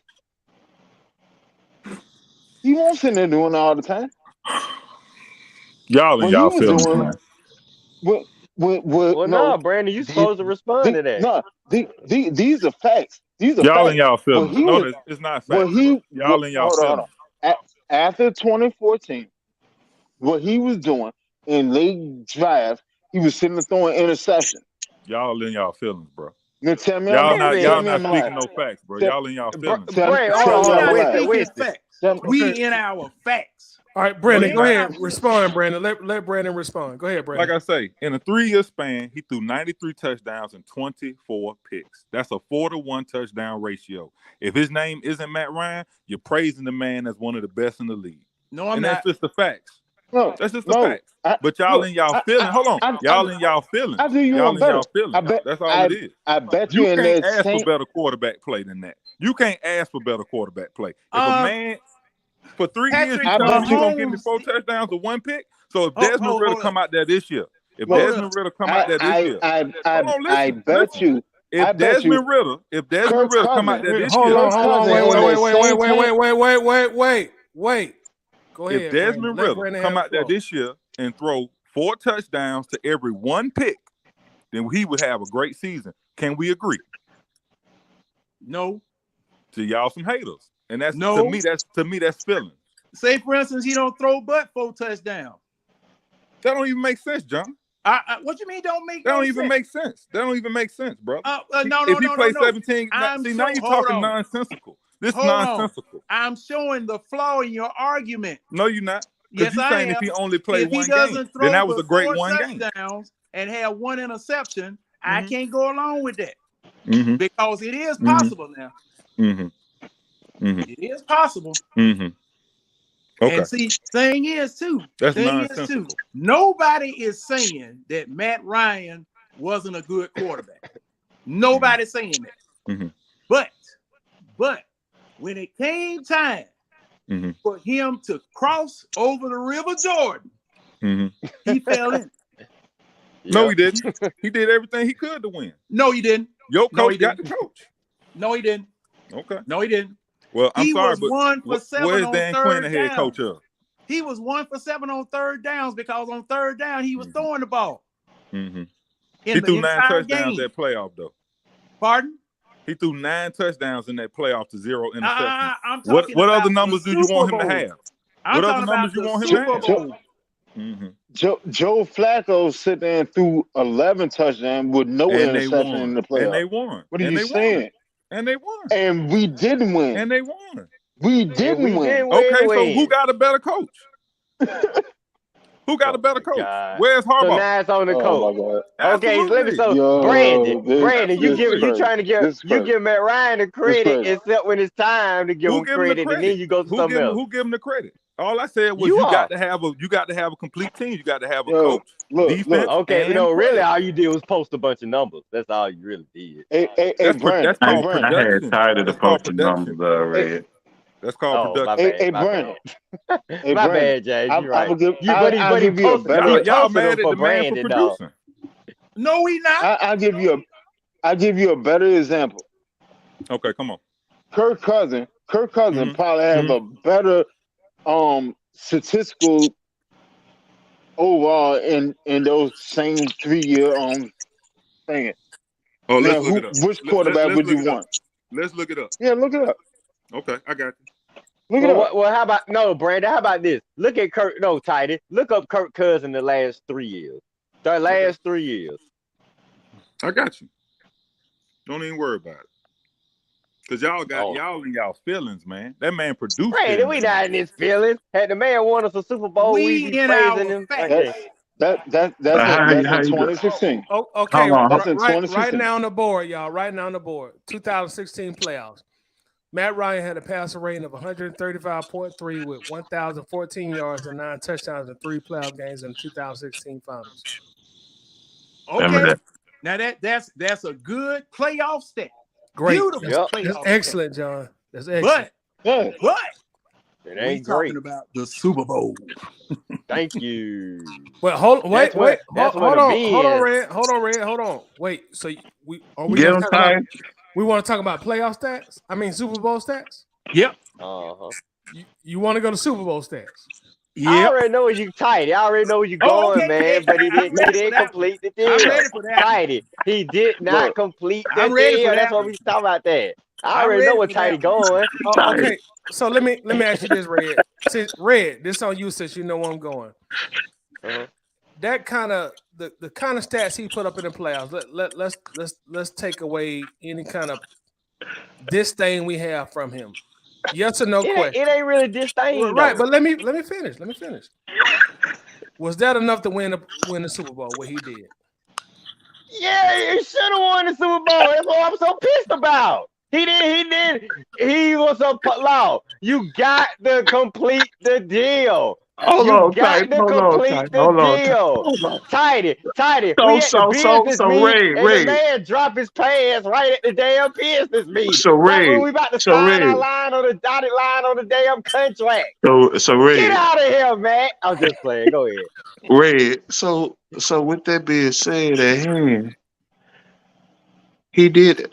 He did his job in the Super Bowl. It followed coaching. No, he didn't. Thank you, No, he No, Tyree. he didn't. didn't. Thank No, Man, he you, we got didn't. Tyree. no, No, he Thank you, did Tyree. not. Thank you, James, Tyree. James. No, he Thank His you, did not. job Tyree. No, he ain't didn't. done until his name It get on the proves the dotted point. line. His It Y'all, job proved ain't it. done No, Tyree until proved it, that. it, until y'all, he, young Ho y'all. Pull up, Kuz pull up come stat, out pull on up that stat, pull up field stat. and Then kick He that Tyler, pull up field stat. goal. he Now, did But what when young Ho hold on, Kuz get on that field and hold kick on, that field goal, then his job done. Matt When I no, see Ryan. no, no, hold young on, no. Ho hold I'm on. gonna say Kuz So something. do on do I'm that gonna do say field something So, to kicking that. that I'm gonna field say goal. something to so that. do Matt Ryan play defense?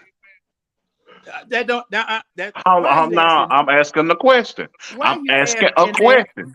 Is Matt Ryan playing defense? Why are you no, asking that? but the Because for the defense was simple on the fact field it for is at the 94 end of the plays. day, the coaching on the Come on offensive here, end man. was ass, so it put the defense back out there. Dan Quinn wasn't doing a good job because he was calling the defense at the time. So with that being said at But hand, I who does it fall James, on? Hold on, Who James, does hold our it on, bro. fall defense, on? James, our Hey, hey, defense Hold Winston, ain't go on, hold took us ahead. on, to hold the on. Super I'm Bowl. asking y'all three questions. Who does it Winston, fall on? If he Winston, put go up the ahead. Winston. stats that was good enough that he did his job in the Super Bowl, No, who he does it didn't. fall on at that point? No, he didn't. We hey, we explain hey, why James. it fall on I'm him. just hold Let me on. Answer that question let for me me. ask you a Answer the question. question. Answer the Let me, question. I'm gonna be quiet. I'm gonna mute up. I'm gonna be quiet. I'm gonna let you answer that question. hey, Who? I thought James. we Let me ask already you a question. answered it. Oh, Hold on, hold on. let Hey, me ask a James. quick question. Let me ask a quick question, real fast, real fast. Go ahead, Since Titus. since we spoke about Patrick Mahomes a lot in this dialogue, Yep. does anybody remember Patrick Mahomes' stats in the last Super Bowl he won? No. We got a lot What of he football had? Like heads in here, like Brandon, Red. Don't nobody remember his stats. I think he had Mm. 181 yards How and many 2 touchdowns. touchdowns? All right, 2. do you see the screen? Yeah, I see that. I see that. Okay, Don't get me wrong. But so so my let me point ask. Let is me ask. my point What? is my point is Patrick Mahomes can do a lot less and win a Super Bowl, but Matt Ryan have to do 4 times as much to win his. Those Sometimes, the Titus, fleas Shout out that's that to what you, you come. gotta Titan. do, man. Hold on. That's Shout what you out to gotta you, Those the do. Titan. fleas that Hold come on. with Hold the on. Hold on. Shout Hold on. doggone. out Hold to on. you, Titan.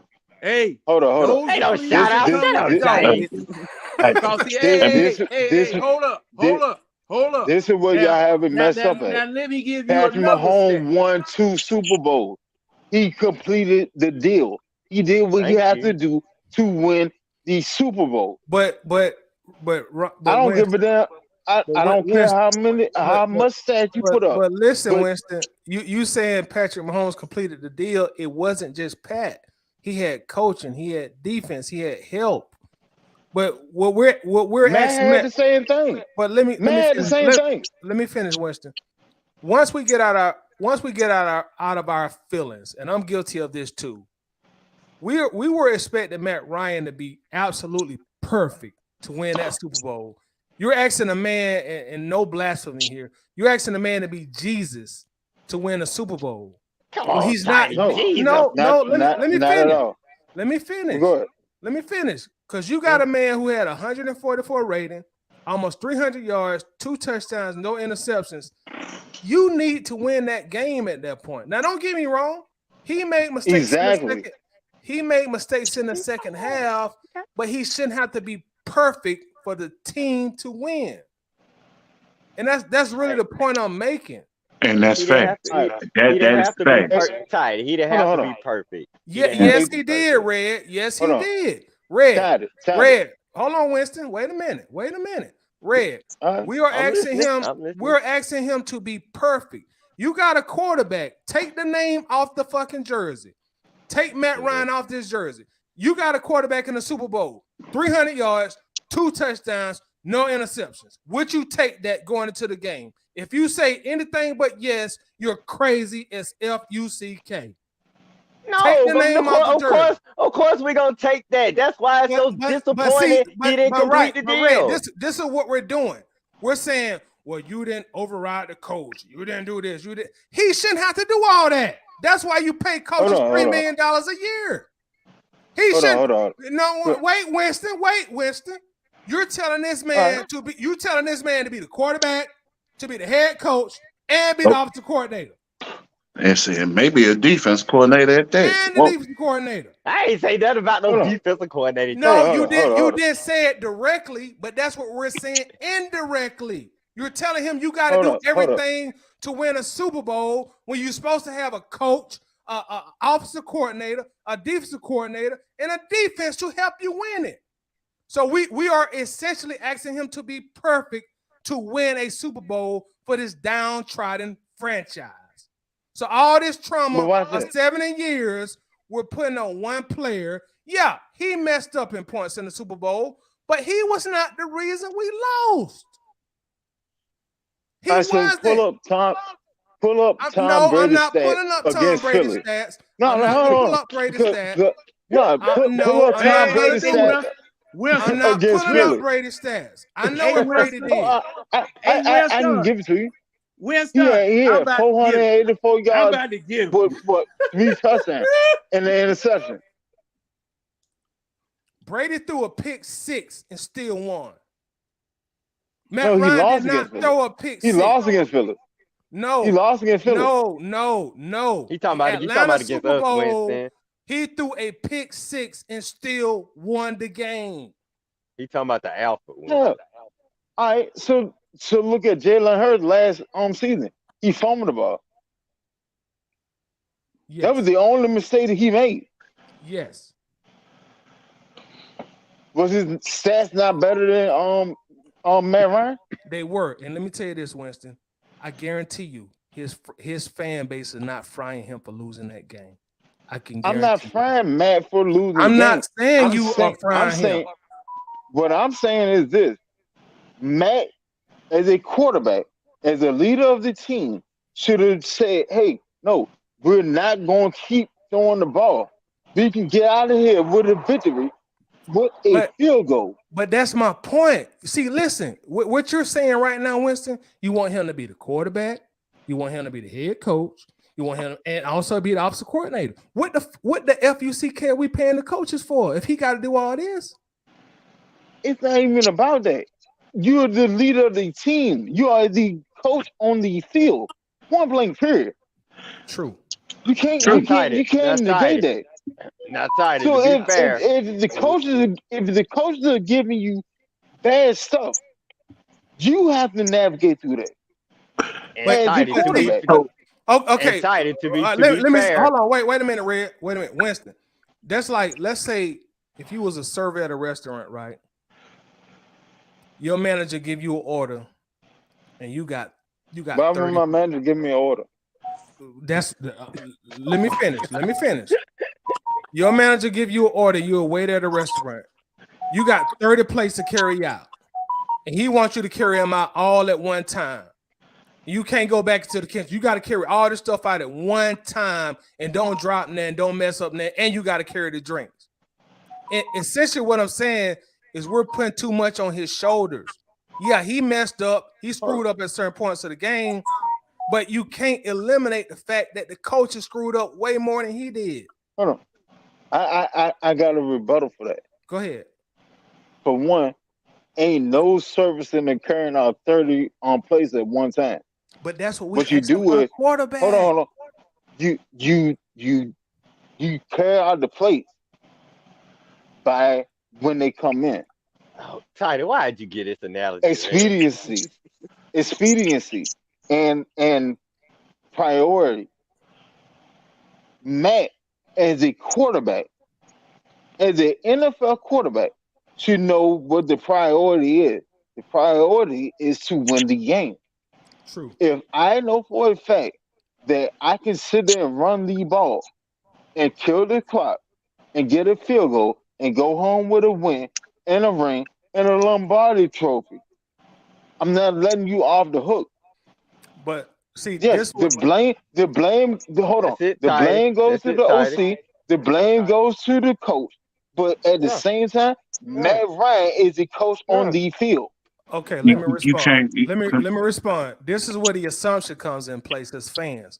We are assuming that he could just call an audible to a run play. But what you got to understand, when you call in, when you have a personnel on the field, you have packages. So there's no guarantee that he could call an audible on the run play if the package isn't there? It was there. We don't know that, John. Yes, I do. No, we don't. Yes, I do. No, John, hold on. Wait a minute, Winston. Don't nobody know that but Matt, Quinn, and Shanahan. And if anybody telling you any different, they're telling you a lie. If you have a running back on the field, you got a running pass. No, you don't, John. No, you yes, don't. You do. Yes, you do. No, yes, you do. See, y'all are being fans. Y'all are being No. I'm being real. No, you don't. No, you not. You okay, have a John, whole package in single back formation. John, if you call in a play, okay, you got personnel on the field. Okay, you don't have a run play design in this package. There's no run play design. Yes, you do. In this package. No, you don't. Hold on. If you have a running back there, you have a package of run play. You have slam, you have wham, you have dive, you have delayed. Yes, you do. Hold on, Winston, have you ever heard a quarterback call out a offense when they take the field? Like when paying all that stuff, all that verbiage. Yes, because I play running back too. Right. Yes. There's a reason they're calling that verbiage out. They're calling out personnel, they're calling out blocking, and they're calling out the play. There is no understandable. There is no guarantee that there was a run play in that package. What I'm trying to get y'all to understand. Y'all are not. See what's going on is nobody's willing to give him the benefit of the doubt. No, he getting paid. There is no benefit of the doubt. That's beyond the point, John. All of them are getting paid a lot of money. Julio got paid a lot of money. And you're absolutely right. And the reason why I raised that saying is because of the fact if you have a running back on the field, if you have a tight end on the field, you can call a running play. Okay, and you John, let me ask you this. Let me ask you this. Let me ask you this. Hold on. Wait a minute. John, if it's that easy, why don't your head coach who makes $5 million a year just call a timeout and just call a run play? I'm tired of that's a moron right there. I told y'all. And that's what I'm trying to say. We didn't get to the Super Bowl on the strength of Dan Quinn. We got to the Super Bowl on the strength of Kyle and Matt. Quarterback. All you had to do is this right here. We got to the Super Bowl because the defense turned up after the bye week. That's how we got to the Super Bowl. I don't know about turning up. That offense was turned up all year. They turned But the offense was great, but the defense turned up after the bye week. That's how we got to we scoring 40 points a game, so we really hold on. Go ahead, John. Some stats. Now, do you know we held Tom Brady to fewer yards than Philadelphia did? Mm-hmm. Do y'all know we did that? Okay. The thing is, Tom Brady threw for 500 freaking yards against Philadelphia. Philadelphia didn't throw for 374 yards. They got 41 points out of that. Now, our defense held them to fewer yards than they did. And let me see how many doggone plays. About 100. And okay, 94. Now hold up. 94. Hold up. Let me tell you something else too. Now, Tom Brady threw 61 passes compared to 49 passes against New England. And most of those passes were on that next to the last drive and the last drive. Okay? So the defense, everybody trying to blame the defense. The offense kept putting them out there on the doggone field with drives of a minute. Thank you. With no yardage gain, three or four times straight. John, you proven you had a point. John, would you do me a great favor, sir? Would you read that stuff that's in bold, please? You're gonna have to blow that up, man. Hold on. Can you blow it up? I'll read. I got it. I'll read it, John. I got you. I got you. I can read it quick. Ryan wouldn't point any fingers at former offensive coordinator Kyle Shanahan for his play calling. Of course he wouldn't. He contended that once the play is called, ifs on the players to execute it. He said he couldn't audible in part because of the personnel grouping. Excuses, Maddie. Hold on. Wait a minute. That's what. Listen, y'all. Listen. That's what I'm trying to get y'all to understand. Like listen, we got to take our feelings out. There are certain personnel packages that you don't have a way you can order because you don't have a run play for that package. That's just a fact. Like you said, right there. like you're saying there's a running back on the field, there's a tight end on the field, but you don't have a run play. What you gonna call? Run play. You don't have a run play. Now, see, I can't go along with that. John, listen, I can't go along with that. I got to disagree with that. If you call a certain package, if you have not practiced a run play, there's no verbiage for this package that has a run play. There's nothing you can do but call the play that was sent to you. Because with this personnel, there is no run play that exists. So what you gonna do? So what you want him to do in 40 seconds? You want him to create a play now? Okay. No. Well, Devontae, we hadn't practiced this. We hadn't practiced this. Hooper, but I'm gonna hand the ball off. Y'all block. Y'all down block on the 3-hole. We're gonna run the ball and see if it works. That's not how this stuff work in the NFL. That's the whole thing. We didn't need it to work. We didn't need it to work. We just needed to kill the clock. Let me say this. That's the whole thing. Let me say this. The play prior to him throwing the pass, you had Freeman out there as a running back running. Okay? He lost 2 yards on the run. Okay? The same package was out there for the next play. Come on now. We don't know the same package was out there for the next play. We don't know. Come on now. Yes, we do. Yes, go back and look. Go back and look and see how we lined up. Look and it see was how single we back. lined up. I done 3 what? Look how we It's the lined up. same fucking package. It was the same package. It was the same package. It was the same Not package. Not tighter. Let me ask you a question. He could, even though the play was called, and even though I'll even give you point that, okay, with that little bold face that I just read, that would make Kyle Shanahan to blame for that particular play. What we talking about? Even if the wrong play was called, even if it wasn't no run package in that play. I think John would have been proud of Matt Ryan had he just took a fucking knee. And see, that's all. You know what? See how easy that is? You know what? That's all he and had. You still would have got out of there. You still would have got out of there with a Super Bowl ring. But y'all know what we're doing. Y'all, let me tell y'all what we call that down here. That's after spades. You're telling me what card? It is that's common after sense. spades. No, it's really common sense. Winston, that's easy. Sense. Winston, that's easy for you to say right now. That's hindsight. But you got to think. We knew we needed to run some time off the clock. In the common sense. But listen, y'all. Listen. You go to training camp when in July, I think. You've been running these plays since July. You've been practicing with this personnel since July.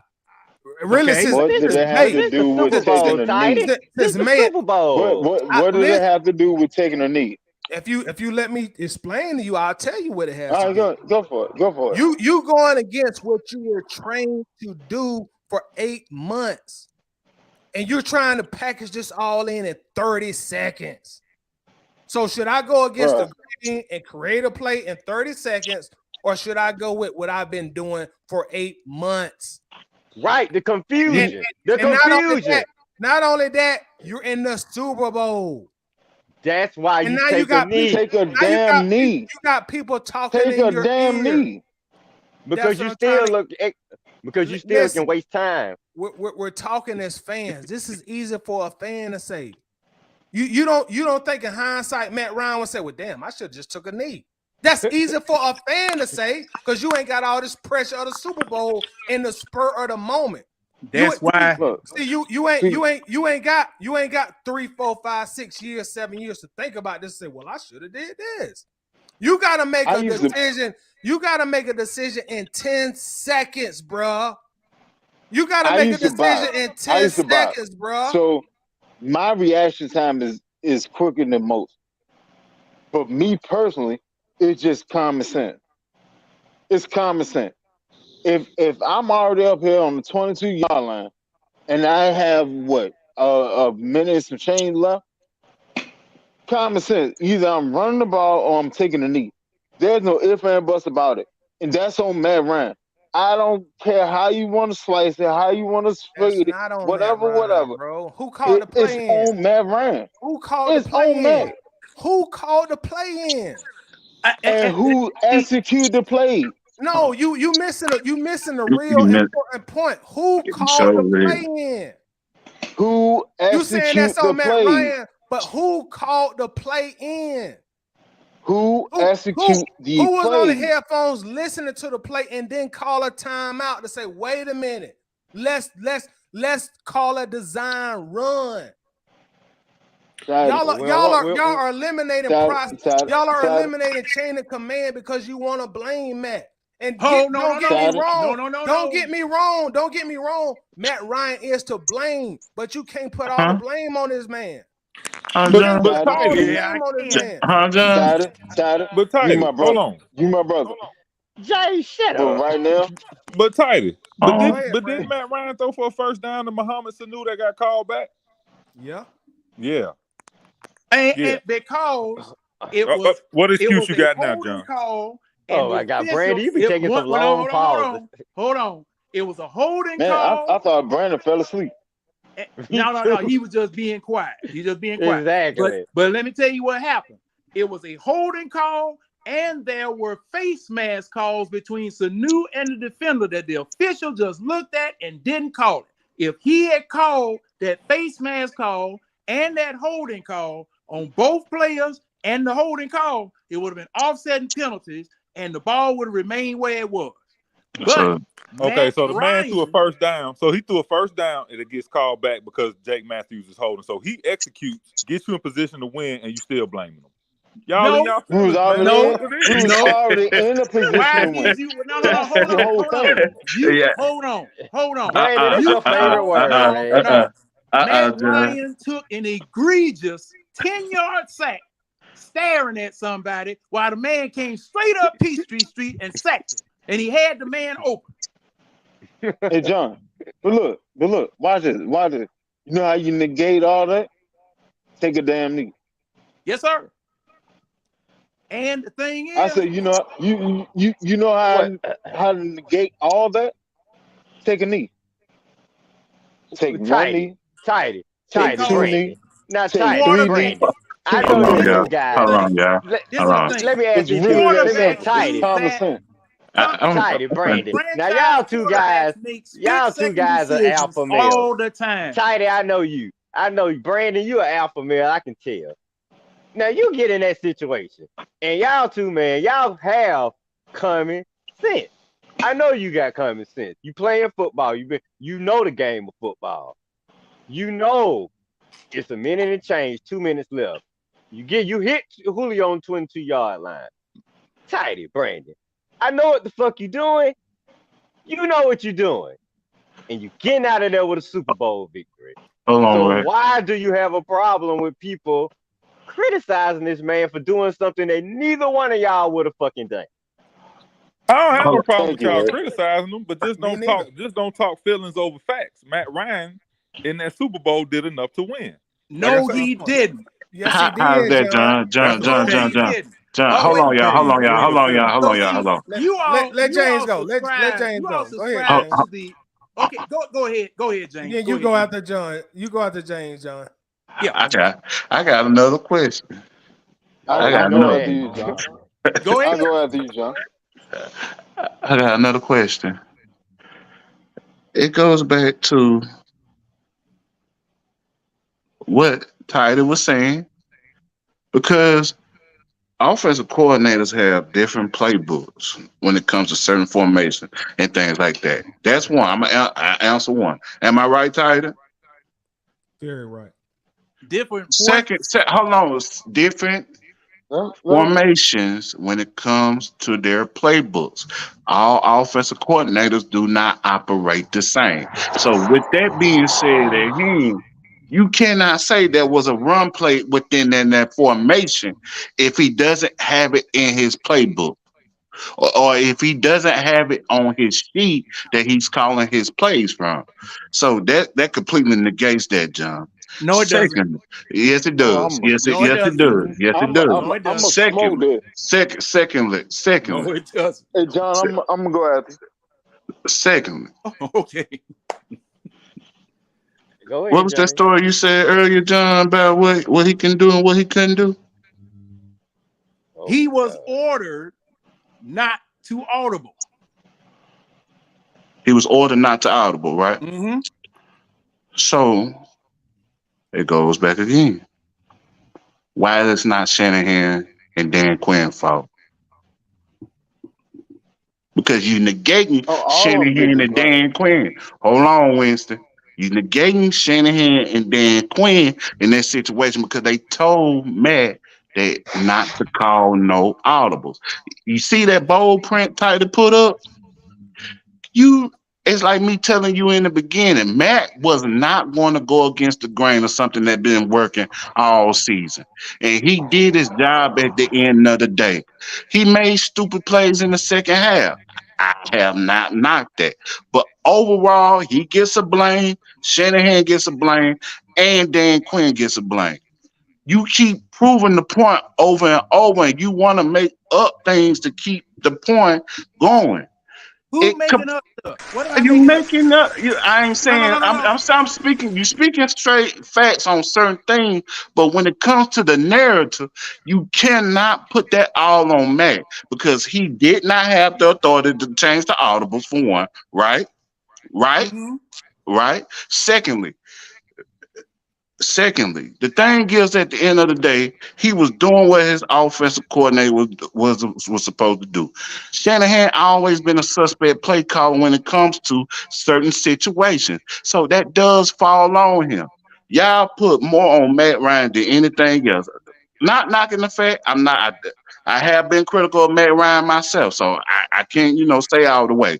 But when it comes to it, those coaches put him in that situation. He did what he had to do. He had more than enough yards to get that done in the Super Bowl. What else do you want this man to do within the situation, John? John, that cannot Are fall you on him asking at that me? point. You That ready for me to cannot fall respond? on him at that point when you have a suspect play caller in certain situations with Shanahan and also Dan Quinn not dropping his nuts to tell him a timeout to run the ball. All right, John, before you respond, one quick thing I want to add. I'm going to give it to you, John. I'm going to Y'all, pass the y'all mic to gotta you. be tired. Yeah, John next after this. Like, John, if you give Shanahan the credit for giving Matt the MVP and us going to the Super Bowl, why do you want Matt to go against his sensei in the most important moment of the Super Bowl? What is Whoa, Because now. the Sensei was Now, wrong. hold now. Nah. It's Ninja John, you Hey, got to answer hey, that, John. If you give him the hey. credit for him winning MVP, why do you criticize him for going against his sensei in critical moments of the Super Bowl? He was just doing what Mr. Miyagi told you. He Daniel's son. Then we got to ban another word on here, man. Mr. Miyagi showed him how We to had a play band quarterback. tatted. No, okay, hold on. Mr. Miyagi Go ahead, John. showed him how to go wax on, wax off. Okay, basic football is supposed to be up here. Basic football. Come on Basic now. football. Being able to Talk to him. improvise, being able to change on the fly, having permission and not letting anybody take that permission away from you because you are the franchise quarterback. There should have been a come to Jesus meeting from Matt Ryan with that offensive coordinator, with that head coach, say, look, I'm going to lead this team. Y'all give me the plays. When I get on the field, I will make the determination as to what we're going to run and what we're not going to run. Okay? Now, we did not know that Kyle Shanahan was a bad game caller until we got to our Super Bowl. Okay? That has been reinforced since San Francisco has gone to the Super Bowl, as well as the time that, they made it just to the NFC Championship game. All right? Now, the reason why I give Matt Ryan angst, you just showed a bold face print of what Matt Ryan said. Now, Matt Ryan also said, while he was stomping around on the sidelines, we should be running the ball. This is what was coming out of his own mouth on the sidelines before that fateful play when he got out there on the field. Now, he knew what it was that he needed to do. He knew, but still followed the instruction as a professional robotic instruction follower instead of being a quarterback with just him. And the thing is, as a franchise quarterback, that's why I put so much on him, because at the end of the day, at the end of the play, whatever is called is optional. You're on the field, you're in the situation, you already knew what it was that should have been going on, but you didn't say nothing to nobody except to Brian Finneran on the sideline. You mumbling to yourself on the sideline. Okay, why didn't you call up hey man, we need to run this ball? Call somebody, talk to somebody. But you John, were so talking on the sidelines about it. Why didn't your two head coaches call a timeout and figure this out? But see, I understand that. I understand it. Why didn't Matt call one? Why didn't Matt? Because the thing is, that's what your coaches are paid for. That's what you pay the quarterback for too. If you in confusion, but okay, Winston said the chain of command: head coach, offensive coordinator, quarterback. So why are we pinpointing the third in command and we're ignoring the top two in command? Because that's like you coming down on your supervisor and your manager and your CEO. They ain't doing nothing, but you want to come down on the supervisor. But yes, your manager and the CEO, they sitting up there getting checks. They watching stuff go bad, but you want to fuss at the supervisor. But tighty, you know that happened anyway. The supervisor is in charge of his area. Now, this is the way I used to manage. I'm not going to interfere with what you're doing. I might come by, look and see what's going on, and then I'm going to move on. Now, if I have a question about what's going on, I'm going to ask you the question. But I'm going to give you the authority to run your operation. Okay? Now, at the end of the day, when the operation jacked up or something happens, I got to come see you. I'm coming to see you, Mr. Supervisor, because if you had a problem or if something was going on or it was something that you needed me to help you with, I'm expecting you, Mr. Supervisor, to come to me. Hey, John, I got a problem. I need this. I need that. Whatever. Now, see, that's where I used to run. And see, quarterbacks on the field, just like Philadelphia in that Super Bowl the year after. Foles came over to the sideline and told the coach, "Hey, let's run Philly special." Coach said, "You want to run it? Yeah, go ahead." Just like that, went out there, they ran Philly special, got a touchdown. Okay, but John, now see, by your own admission, you've already admitted that Matt Ryan was telling the coach in the headphones, "We need to run the ball." No, I didn't say that. He was calling it on the sidelines, right? But then you say Kyle told him run the effing ball.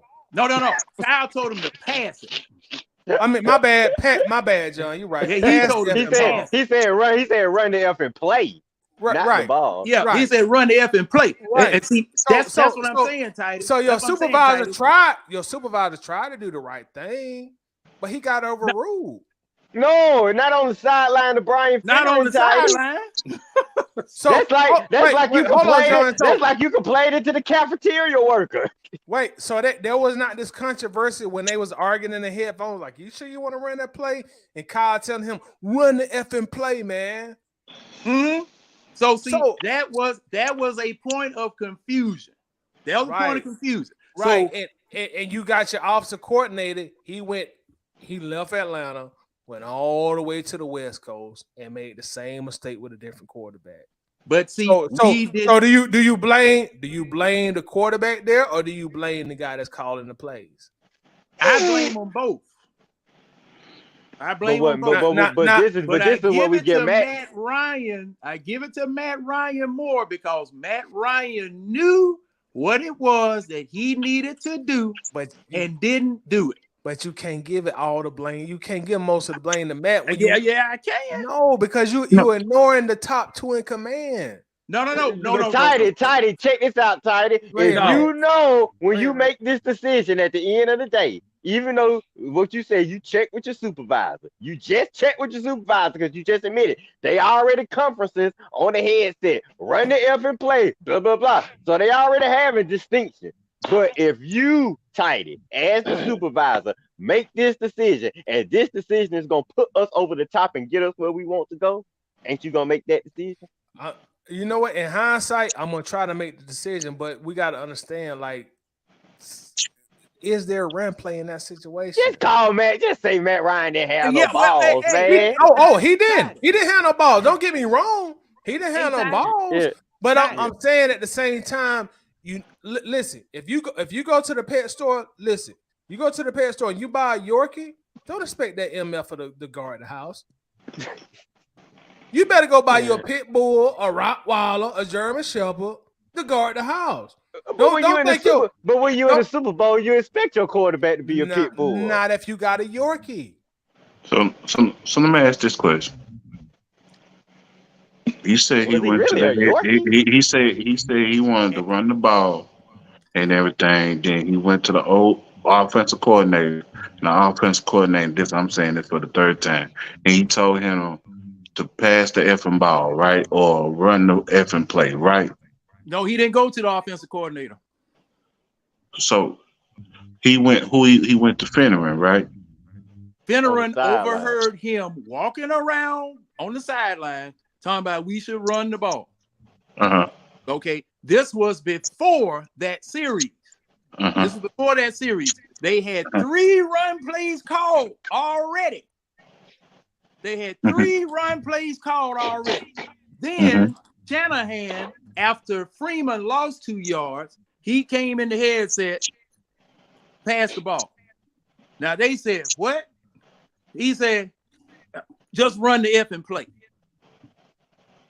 Now, if you Shanahan, and this is where I blame him, if you Shanahan was supposed to run 3 plays, y'all agreed on it, and then you changed your mind on the next play, that was time for a conversation. Because see, right now, your quarterback coach, LaFleur, and Matt Ryan, they confused. Because we agreed that we supposed to run this ball 3 times. All right. So now it's time for Matt Ryan to call the timeout. Because he's confused. Shanahan knows what he want to do. Okay. Shanahan knows what he want to do. See, so I said, that's where I put the blame on Matt Ryan. The thing is, Matt Ryan is confused now. Hold on, Winston. So let me ask you this. So you say he gets the blame, right?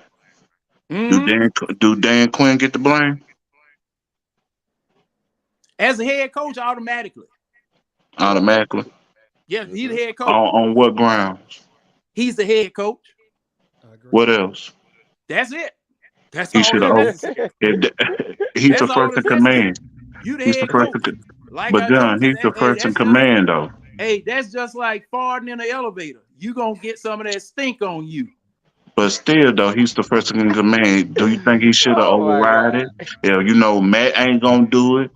Do you think he should have stepped in and took place of that because he's the head coach and he could overrule the offensive coordinator at that point? Is that your complete question? Absolutely, yes. He should have, and he didn't. Quinn ain't got no nothing. Oh! You asking me that? Or you asking Brandon coming out of nowhere for real. I'm asking you that. You that. Now, by virtue of the fact that Quinn is a head coach, automatically gets on him.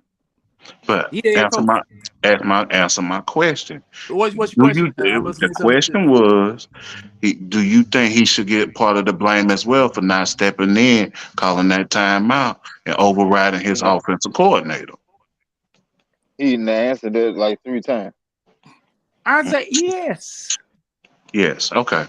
So with that being said at hand, Don't you think the blaming should be equal all the way around with Matt No, Ryan, no, offense coordinator Dan Quinn? No, you no, can't do that, John. See, that's where you no, being unfair at when you trying to blame the Look, quarterback for something no, that was really beyond his control. no, But what's no. his job You know though? what? You know what? Now let me say this. That's Quinn's And job. you brought it up. Matt Ryan ain't like that. You knew what you got with Matt Ryan. That's what y'all all been saying because of just like Tidy made that analogy about Chihuahua. What kind of dog? What is a Sizu? Yorkie. I ain't a saying a Sizu poodle or or a something. Yorkie or whatever it is, guarding the house.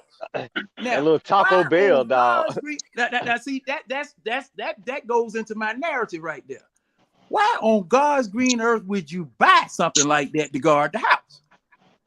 But that's We our found quarterback, out John. we found out we had a Yorkie. Yeah. But John, that's our I quarterback. thought we had at least a German I Shepherd know type. That's our quarterback. You look here, once you hey, play in Tidy. February, you can't go back and change the personnel. Trade You that line absolutely over. right. You can't sign on the quarterback. You That's our absolutely guy. right. You That's absolutely why right. we were We stuck are with him. stuck. We were stuck with the 10 man that don't have no heart. But hold on, John. That's crazy. Like And it was that man played proven. his ass off. But that man played his ass off in No, that he playoff didn't. run. Yeah, he did. No, he Yes, he didn't. did, Yeah, John. he did. No, he Yeah, didn't. think about it. He he did, did John. nothing Matt in the Ryan, second Matt half. Ryan Lord have almost had mercy, a Jesus, boy. He Matt did Ryan This is almost nothing had in a the second half. perfect passer rating in the But Super see, Bowl. okay, let me tell you about He that passer had a rating. No, bro. perfect I'm talking about the whole passer rating. playoff run. Seattle.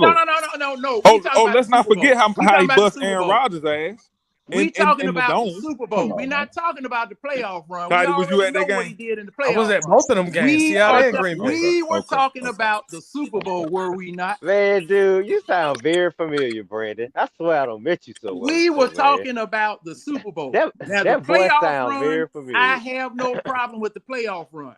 But a 158 passer rating in the first half was because he didn't throw any picks in the first half. But guess what, John? He threw 157.8. incomplete passes. No, he didn't. Incomplete passes, which were not He counted did not against throw him. an incomplete pass in the first half. guess what? Let me He make this had point. incompletions in the second half. Let That's me why make it this point. dropped from 157.6 to 144, whatever. No. Let me Or make this He point. had a 144.8. 158. He had a 158 in the Super Bowl. The Y'all highest you can arguing get is That 157.6. 144 was the playoffs. That's inconsequential. One- Tom Brady won a Super Bowl with a 157, 29.9 rating. Didn't throw any touchdowns, threw and he a had a better interception, and team. still won. His team carried him. Thank His you. team carried him. Thank you. And Well, then now, the but now, next hold on So now, then, hold on, hold Brandon. on. But we got to the Super Bowl Brandon, because of our well, offense. Brandon stuck that one in. Hold on, let Winston go. I Let gave Winston all go. y'all a chance. Right, I go gave Winston. Yeah, all that y'all a wins chance to Go go to Winston. though. talk y'all Go, shit. go Winston. Go. There's no way in hell you can sit there and compare what Brady did in his earlier years to win a Super Bowl No, to bro, that was what recent. he went. That was recent. That was recent when they played LA. When? When they played LA, Stop it. brother. When they beat When LA. they played the Rams, Yeah. Then did they not win? That's Did my he yeah, not point. that's make his the point. play? That's his Did point. hold up? But I see at no the end smoke. of I'll be the right back. day, at the end of the day, did he Mhm. not make the plays to win the game? Brother, if you throw the ball 40 Matt times. No, hold on, Matt listen. If you throw the Ryan ball, didn't do it. okay, but let It's me say, amazing, goddamn. I can't never fucking talk. you're not saying nothing, man. You just you in your feelings. Like you ain't saying nothing. You ain't I'm even not made in no my point. feelings. I'm trying to give you facts. You talking off of Man, you emotion ain't gave a fact because since you've been on here. you're You just hating. stop it. You a hater. Stop it. That's what you are. You're a Ryan You a Knight. Matt You Ryan are hater. a Brandon, Ryan Knight. I thought you You're were a gonna let him Ryan talk, Knight. Brandon. No, You sound like Brandon, one, Brandon. man, call a spade a spade. Brandon's a Ryan Knight, and anytime anybody's got Is something that to say supposed to hurt about my feelings? That's supposed to hurt my feelings or something? I could care less if it does hurt your feelings. Okay, well, you a Because at hater. the end of the day, You a hater. when I go Make your lay point, in the y'all. bed with We my ain't here old to lady, beat. I'm not gonna think about it. Make your point, Yeah, Winston. Go Winston, ahead. You go got ahead, it, Winston. Go ahead, Now, Winston. Brandon, let him talk now, even though he might be right. You a Ryan, right? Yeah, Go you ahead. definitely don't run that.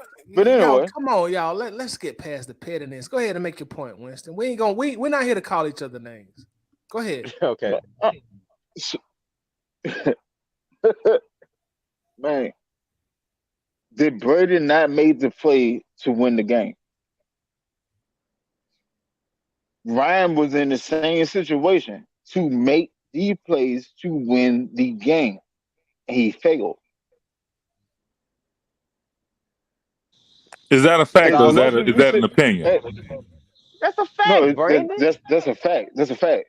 It's not a fact because I'm gonna tell you something. If you throw the ball 40 Oh times my and you God! throw a pick, you didn't do anything to win the game. If your quarterback How rating is many times? 29.9, Hold you on, didn't hold do on. anything to win the game. How many times did Matt Ryan throw the ball in the Super Bowl? I think 24. Since you know so I'm much. probably wrong, but about 24. No, he threw 28. He missed 2 passes. He was 26 for 28. No, he didn't have that. No, that's wrong. I'm pretty sure of it. No, that's wrong. I know that's wrong. He had more incompletions than that. But go ahead. But now, Brandon, but what we saying is At the most he had 3 incompletions. He was 17 for At the 20. most. All right, listen, Winston. He was 17 for 23, 284 yards, 2 touchdowns. He had 6 incompletions. But go ahead, keep going. But even better. All right. So he was 17 for 23, right? Put up 284, 2 touchdowns. But when it got down to crunch time, and your coach, and your offensive coordinator is sitting there saying, "Let's throw the fucking ball. Let's throw the ball." Could he not call a timeout? Seeing that he said that to Brian Fenneman beforehand, could he not call a timeout? Yes. We had plenty of them. Do you count intangibles in this Brandon, or are you just looking at numbers? Do you But count you want the man. Hold on. Exactly. You want the man to be a coach, be a player, be You game are the manager. You want the man quarterback to do of every an job. You NFL want the man to team. do every job. No, Why he just can't play? That's crazy. Why No, the we head don't. coach can't Why manage is there the always so Don't many? even Why is start there that. always so many excuses for him? All right, Don't hold on. He even couldn't start call. that. Let's give Brandon an opportunity to rebut. Go ahead, Brandon. Go ahead. Like you said earlier, the man is a quarterback. He ain't the coach. He ain't the offensive coordinator. He ain't none of that. He the quarterback. If Tom Brady can win a Super Bowl with a 29.9 QBR, throwing a pick and no touchdowns and throwing the ball 40 times, Matt Ryan should be able to win a Super Bowl throwing 2 touchdowns, almost 300 yards. You So in your did he feelings win? about it So because did so because so of the did name. You hold up. keep So talking over me, bro. did You he keep win it? talking over me. I let you talk, man. Chill. You didn't, but go ahead. I appreciate it, man. Like I said, Matt Ryan did enough to win that Super Bowl. Y'all are No, in he your didn't. feelings because of what you feel like he ain't did. But you can't name a quarterback that have done more for the Atlanta Falcons, period. In the Oh, wait a Super minute, you Bowl or saying in the regular season, period. You changing the So topic like now. I say, You you in your changing the feelings. topic. Why them? You Why changing these the topic goalposts now. You running? moving the Why these goalpost. goalposts You going moving the from place goalpost. to place? Yeah, exactly. You I'm moving the seeing You goalposts. moving the goalposts just moving goalpost. all over the place. Exactly. I'm trying to kick this field goal, but them goalposts keep doggone moving and tilting and For going in real. and out. I can't And see.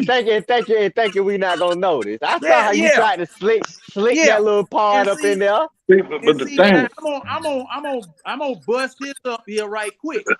Go ahead, Jay. Every game has its own personality. What one person does in exactly. one Super Bowl does not have a bearing on what somebody else does in another.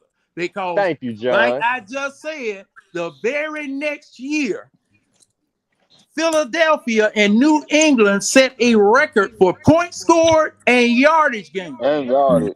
Yes. Okay, so the thing is, and then when you do that, you look at the Falcons defense. The Falcons held New England to fewer yards than Philadelphia did. And Philadelphia was the number 4 defense in the league at the end of the season. So thing is that you don't know what it is you're going to have to do in order to win a Super Bowl. That goes for anybody and everybody. I tell you what you're gonna have to do. You're gonna have to have some coaching. Look, Did Dan Quinn do some coaching? And see, the thing is that you can't sit there and say we had bad coaching when the How you coaching can't got say us to the that? Super Bowl. Come on, you can't say can't say that, Winston. The coaching literally got us to the Super Bowl. Bullshit. Come on, bro. Look, Kyle Shanahan. Wait a minute. How did the coaching not get us to the Super Bowl? Matt Ryan was in Kyle Shanahan's system for 2 years. Come on, His man. first year, he looked like trash. You talking about him making up stuff. You Come just on, saying man. something and cussing folks when they don't y'all would agree. do anything to defend this man. Y'all would do anything to defend this man instead of putting accountability on his back. No. And the thing is, I do not hate Matt Ryan. Yes, you do. You're not real about it. I don't either. I don't hate Wait a minute, Brandon. If the man say you don't hate him. He is.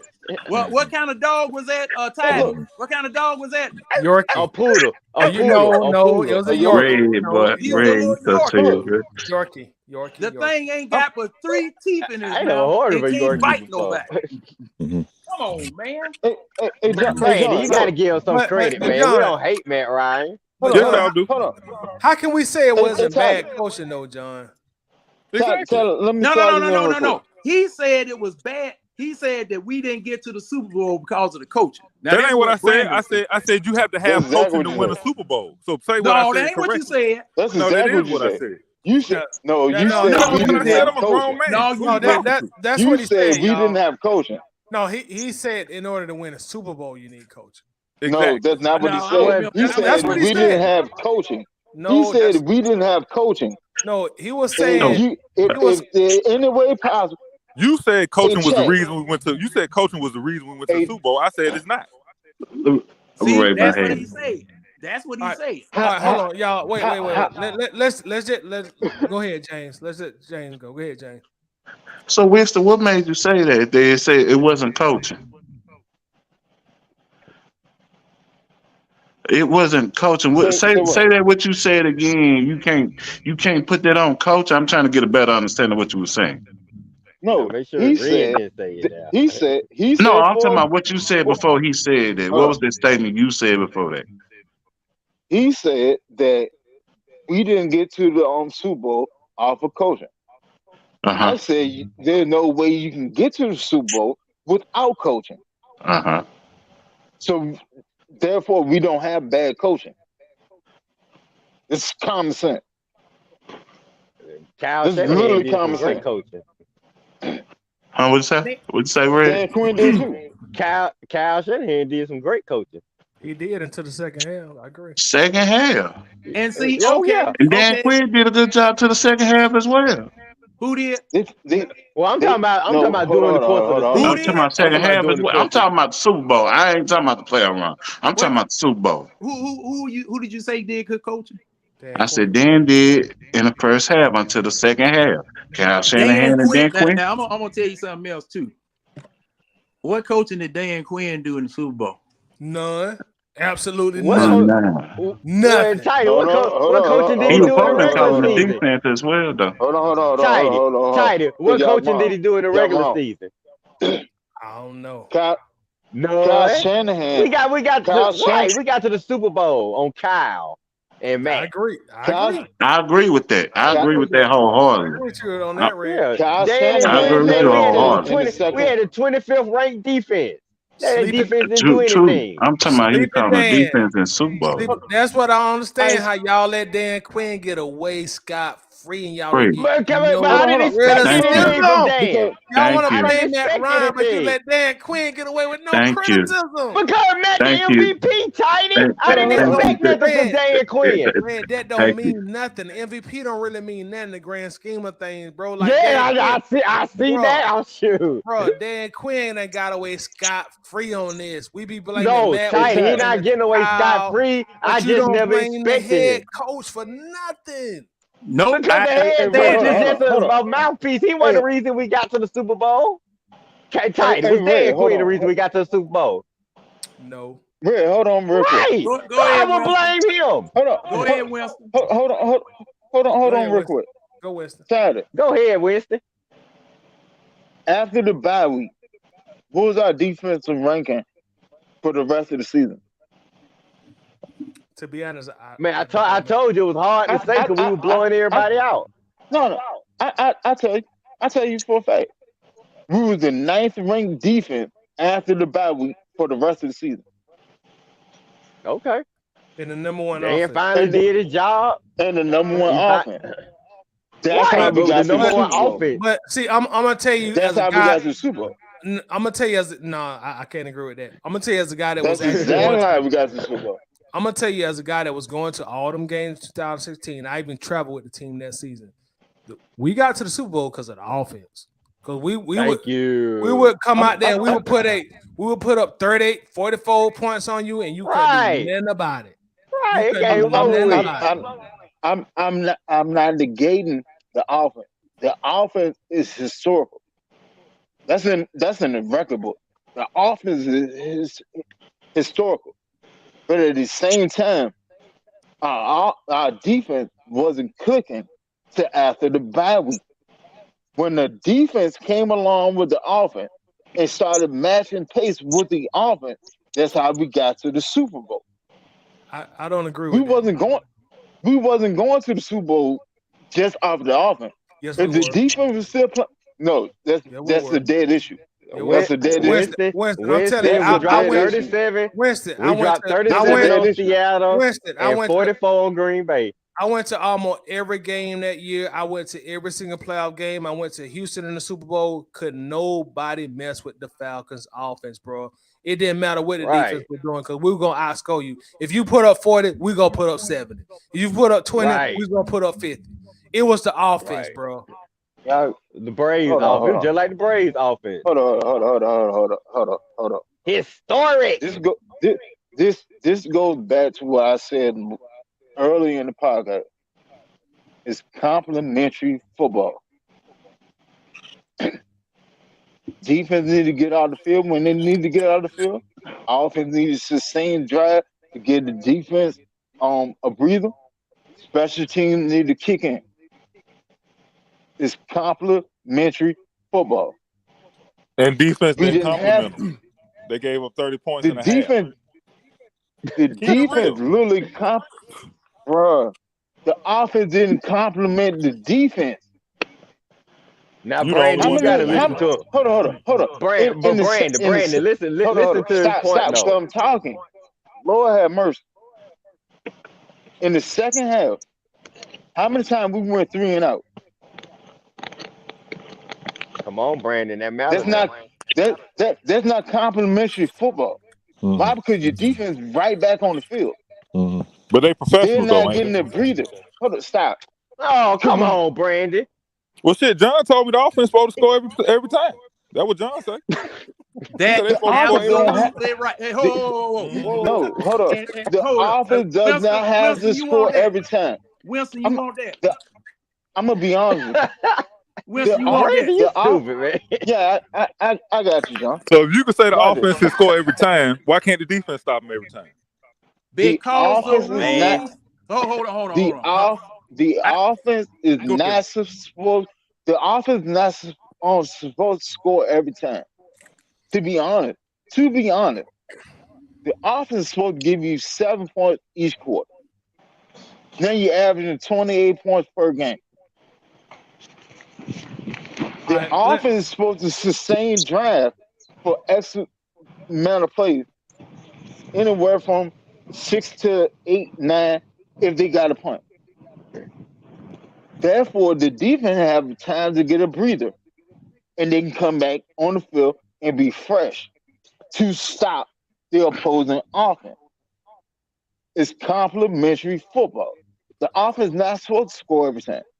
The offense, their main job is not to go 3 and out. Hang one touchdown every quarter. There's 28 points a game. This is a top-ranked offense, easily. All right, just for clarity, since we're doing offense versus defense, week 17 against New Orleans, the defense gave up 32 points. The divisional playoff game, the defense gave up 20. Conference playoff game, they gave up 21. Super Bowl, of course, they gave up 28. So really, the offense was carrying the team because in week 17 against New Orleans, we put up 38. The divisional playoff game against Seattle, we put up 36.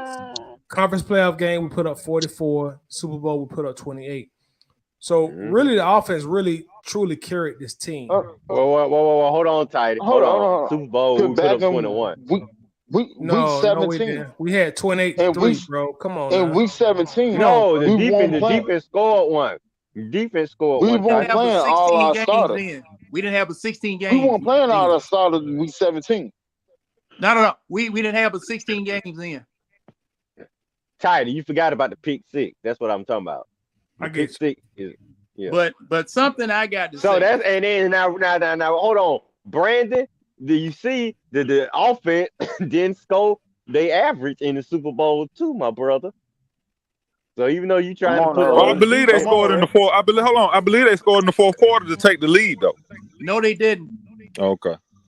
What? Okay. Now, Brandon, don't you think the offense should have been executing the play clock? I mean, they snapping the ball with 15 But where's the seconds on the where's the coaching, Ray?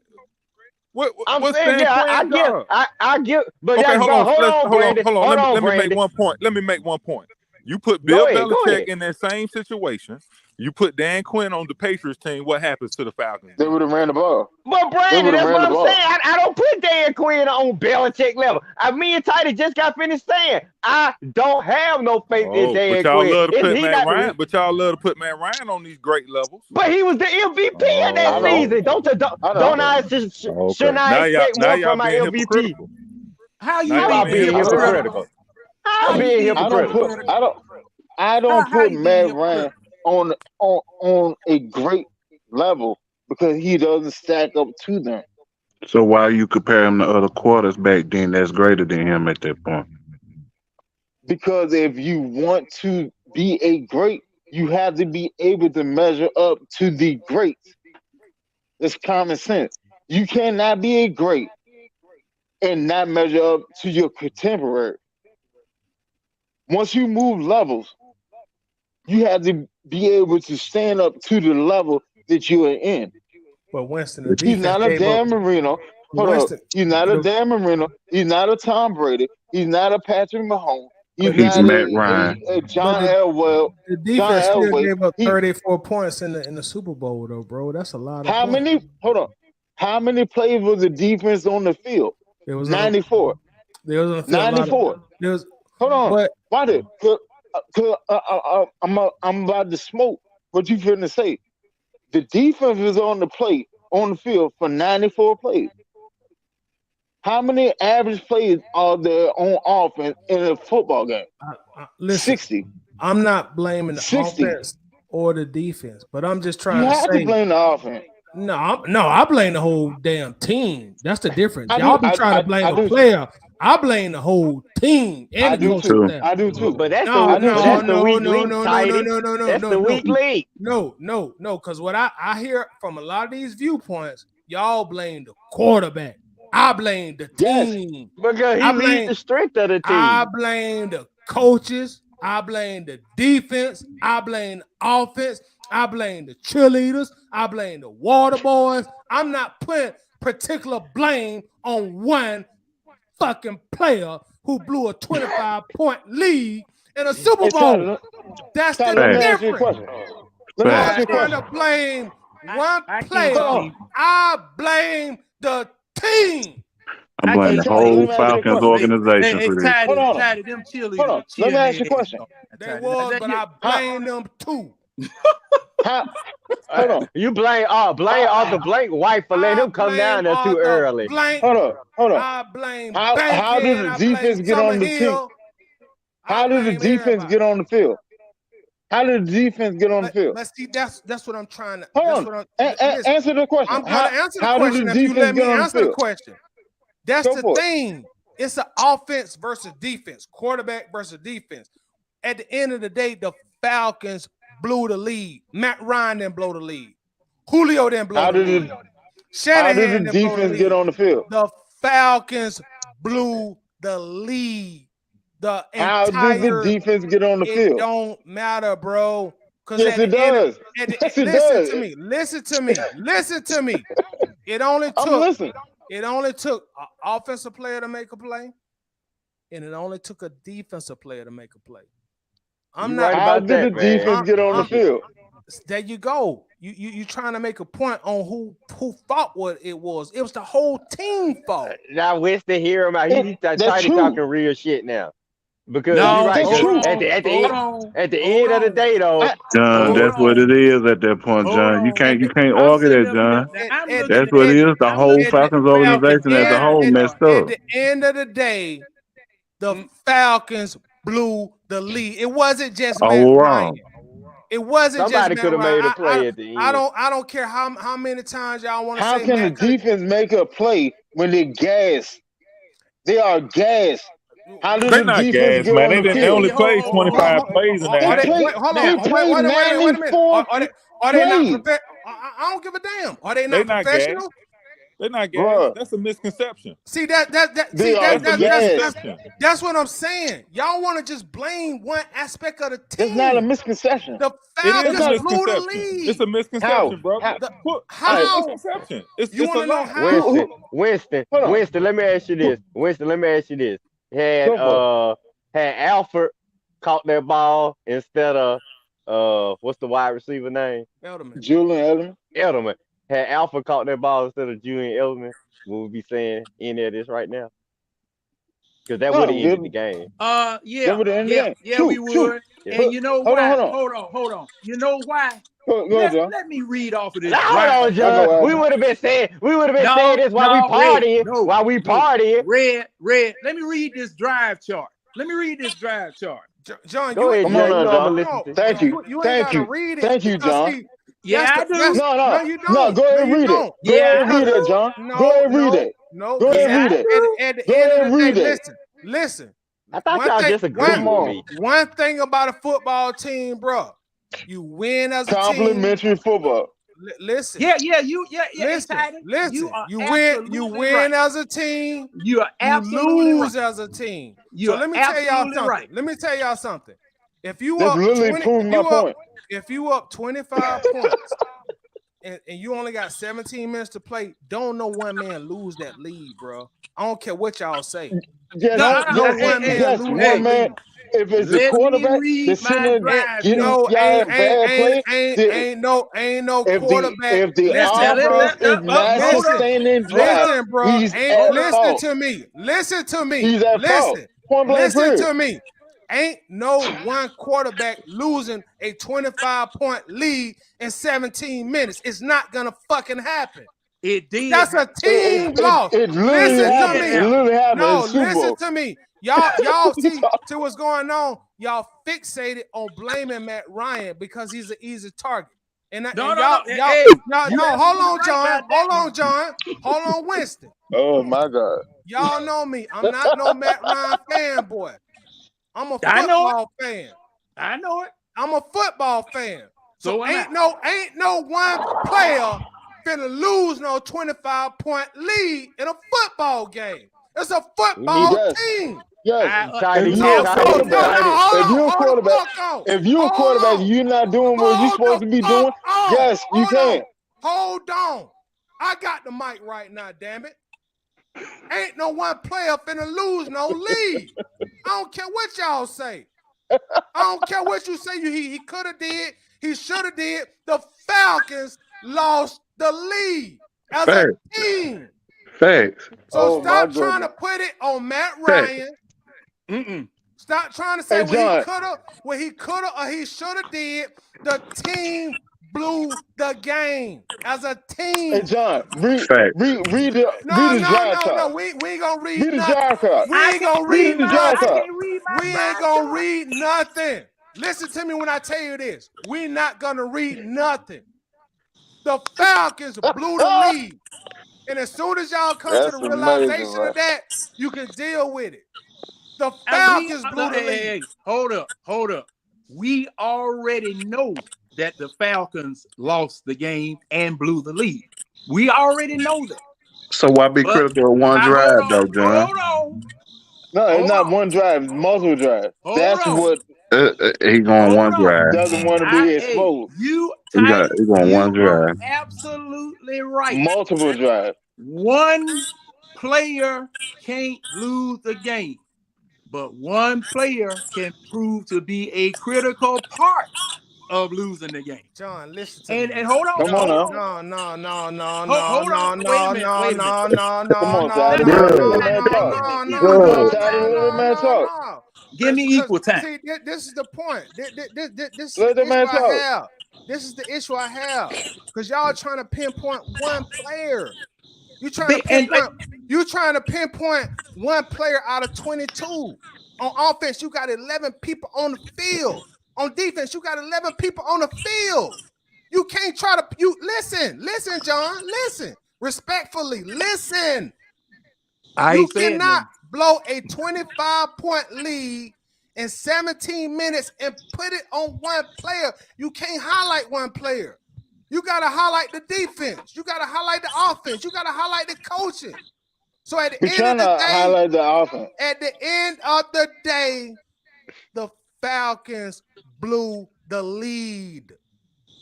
But we're trying to highlight the offense. You won't let him read out the drive chart. That's what you're going to stand on. It don't make no difference, Winston. How many times have we highlighted the drive chart, bro? No, we haven't. We never talked about it. I haven't read anything. Are y'all smoking weed? We have went through that. Wait a minute. We have went through that. I hadn't read this. We have went through that. Listen, we have went through that thousands of times, bro. And I'm bringing it back. But and it's called complimentary football. I'm not debating. Complimentary football. Listen, Winston. If your offense is not moving like it's supposed to, I'm not debating complimentary football. Y'all trying to find let him read the drive chart. When you read the drive chart, then when you realize when you stop passing blame, when the trauma subsides, and you realize the Falcons blew the lead, you will understand that it ain't no drive chart. It ain't no such and such should have did this. The Falcons blew the game, bro. But we allowed them. Hold on. We allowed them to get. We allowed them to get two 2-point conversions. We couldn't convert on third downs. Because the defense was on the field too long. They was not fresh. Let him read the drive chart. Hold on. I don't need to read the drive chart, bro. Do you think I? You don't have to. John will do it. John is going to read it. Listen. Y'all are trying to talk to me like I just became a Falcons fan. Y'all don't think I know the drive chart already? No, hold on, Toddy. I'm not reading the drive chart. I don't need to hear no drive charts. At the end of the day, the Falcons blew the lead. The Falcons are the team. Toddy, this is what I'm going to say about that. There are other pundits, not me, not Winston, not other people, that give Matt Ryan that blame for losing that game. And it's their opinion. It's their opinion. Now, I'm speaking from me, okay? But in reading a lot of the people's responses and a lot of the people's feelings after that Super Bowl, they are holding Matt Ryan solely responsible for not winning that game. And we just had a discussion. All of us here, about him qualifying for the Hall of Fame. And those people. John, let me finish. John, how are you gonna blame? Listen, John. Well, see, listen, John. Listen, John. Listen. Take the name off the back of the jersey. Let's start there. Take Matt Ryan off the jersey. How are you gonna possibly blame one player on a team for losing a 25-point lead in 17 minutes? If it was that Tom wasn't what he was Brady, doing. He was talking. Matt Shaw, if it was Eli Manning, if it was Tom Brady, whoever. All right, let me name on the uniform. This is what I'm saying. I'm not the only one. John, do you remember? Do you remember that the game? Houston Texans. They had that playoff game. I forget who they lost to, but it was kind of like 28-3. Do you hear? What year was that?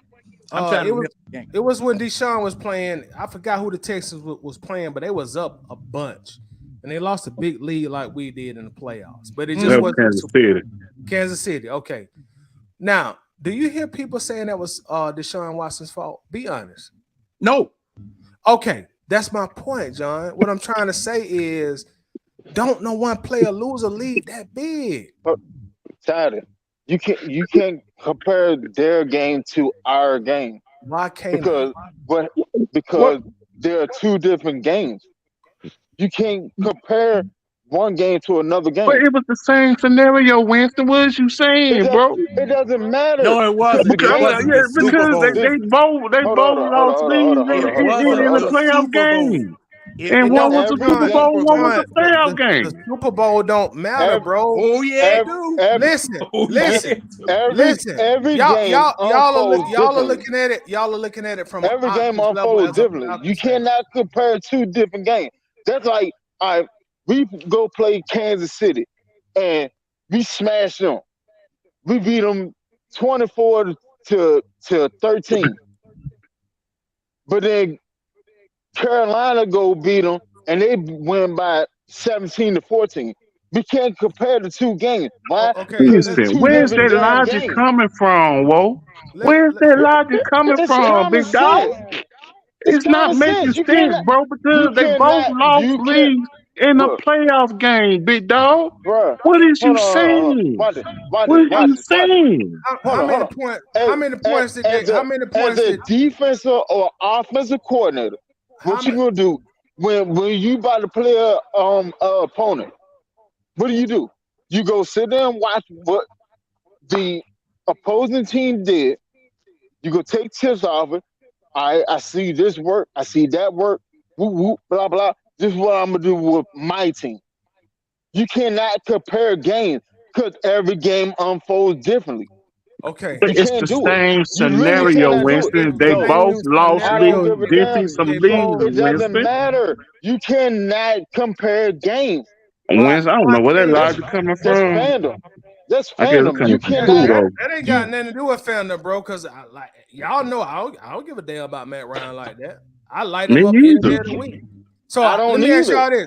Okay, well let me ask you this. I still got Matt Ryan is the best Falcon to ever play for the Falcons. Okay, how many points did Houston lose? Like what was the lead blown by? It was close to ours. How many points did they lose by? I don't know. What? No, I'm saying like what was the lead? How much were they up by? What I'm trying to say. What year was that? What year? I don't remember the game. I don't remember the game, so I can't speak on it. James, it was a playoff game. I'm trying to remember. Let me pull it up. Now hold on, Tidy. I'm not in this scenario with it. Why you ain't? I've been sitting back chilling. I just been listening to y'all two. Okay. Now let me bring up something. Okay, hold on. Here we go. Hold on. Just a second. He got some. Hold on. We got action. Houston Texans was up. They was up 24-0. Mm-hmm. So it was essentially the same situation. 25 point lead. Don't nobody blame that loss solely on Deshaun Watson. Nobody does, bro. No. Nobody does. Hold on. You know what year was that? What year was that? I don't remember the year, but I just Googled it. I don't remember the year, but I just Googled it. This is where your misconception is going on. Ain't nobody sitting there solely blaming Matt Ryan. Yes, y'all are. Right. You are. No, you are. Ain't nobody. No. Yes, you are. Because you won't talk about no. Yes, you are, Winston. I'm gonna tell you why. Because you won't talk about no other aspect of the game that does not include the quarterback. You only. Listen, Winston. When I don't care if you talking. I don't care if you talking. I'm talking. Crazy. I'm talking. You on my platform. I'm talking. When you talk about that game, you only talk about what the offense did. You don't talk about what the defense did. You don't talk about what the coaches did. It's called complimentary football. I get that, Winston. But so if the offense is not complimenting the defense, then it's not complimentary football. That's my point. That's common sense shit. You want to So blame. therefore, You just no, want I to want to blame blame one all. I aspect want of to the blame team. everything, but at the same time, the offense let the goddamn defense down. Okay, let me Think ask you about this. it. Then. Oh, You hold right. on. You right. You right. I'm not arguing. You right. You right. So No, what happened? you you're right. You're right. you I'm got- not arguing. You're right. You're right. You Hold are right. You right, big dog. You right. You right. You right. You right. Question. What happened in that Houston Kansas City game? I don't know. I ain't watch it. That's my I point. didn't care about it. That's my AFC. point. That's my point. Thank you. That's my point. Now, that's exactly my point. Now, that's my point. You don't care. You didn't watch it. That is my exact point. Don't What nobody the hell blame. they got to do with the Falcons? I'm gonna tell you what it ain't What got do they nothing got to do with the Falcons? It got something to do with football. Let me tell you something, bro. I'm a football fan as well as a Falcons fan, bro. I am too. Right. So why don't 100%. nobody blame Deshaun for that game? I'm pretty sure there are people that blame Deshaun for the game too. No, they don't. Don't sit there and just jump out the page and say he can get no blame over them losing a goddamn 23-point lead, a 24-point lead. He gets some blame. 24-point lead. But what I'm trying Obviously, to say, so therefore Matt Ryan gets some blame too, right? He does get some blame. Off of what you just said. Said he gets some blame. So Matt Ryan gets some blame too. Yes. What I'm trying to say, all right, so, Winston, listen. What I'm trying to say, there's not a one player in a football game that is solely to blame for you losing a 24 or 25-point lead. That's a total team failure. That's a team failure. Understand that. I get that. Johnny, that's a total team failure, bro. I don't know why you shaking your head because that is a total team failure. You want to know why I say that? So why you say that, John? Okay, let's go back in time to the Buffalo Bills Houston Oilers game, where Houston was killing Buffalo, killing them. Frank Wright come in there. They come all the way back because Houston didn't score no more. Houston didn't score no more. Now, there were people, including Buddy Ryan, that wanted to strangle. Matter of fact, that's when Buddy Ryan punched Kevin Kilbride on the sideline. Y'all remember that? I do. Okay. And there were some people wanted to run Warren Moon out of town because they blamed him for it. Okay. Now, Buddy Ryan turned out to be one of those coaches that couldn't stand offense because he was doing the same thing up there with the Bears when they went on their Super Bowl run. Okay. So there are times when quarterbacks, and it's not just me, this is what I keep trying to tell y'all. It's not just me talking about Matt Ryan the way that I'm talking about it. Okay. And holding the quarterback responsible for not doing certain things to win the game.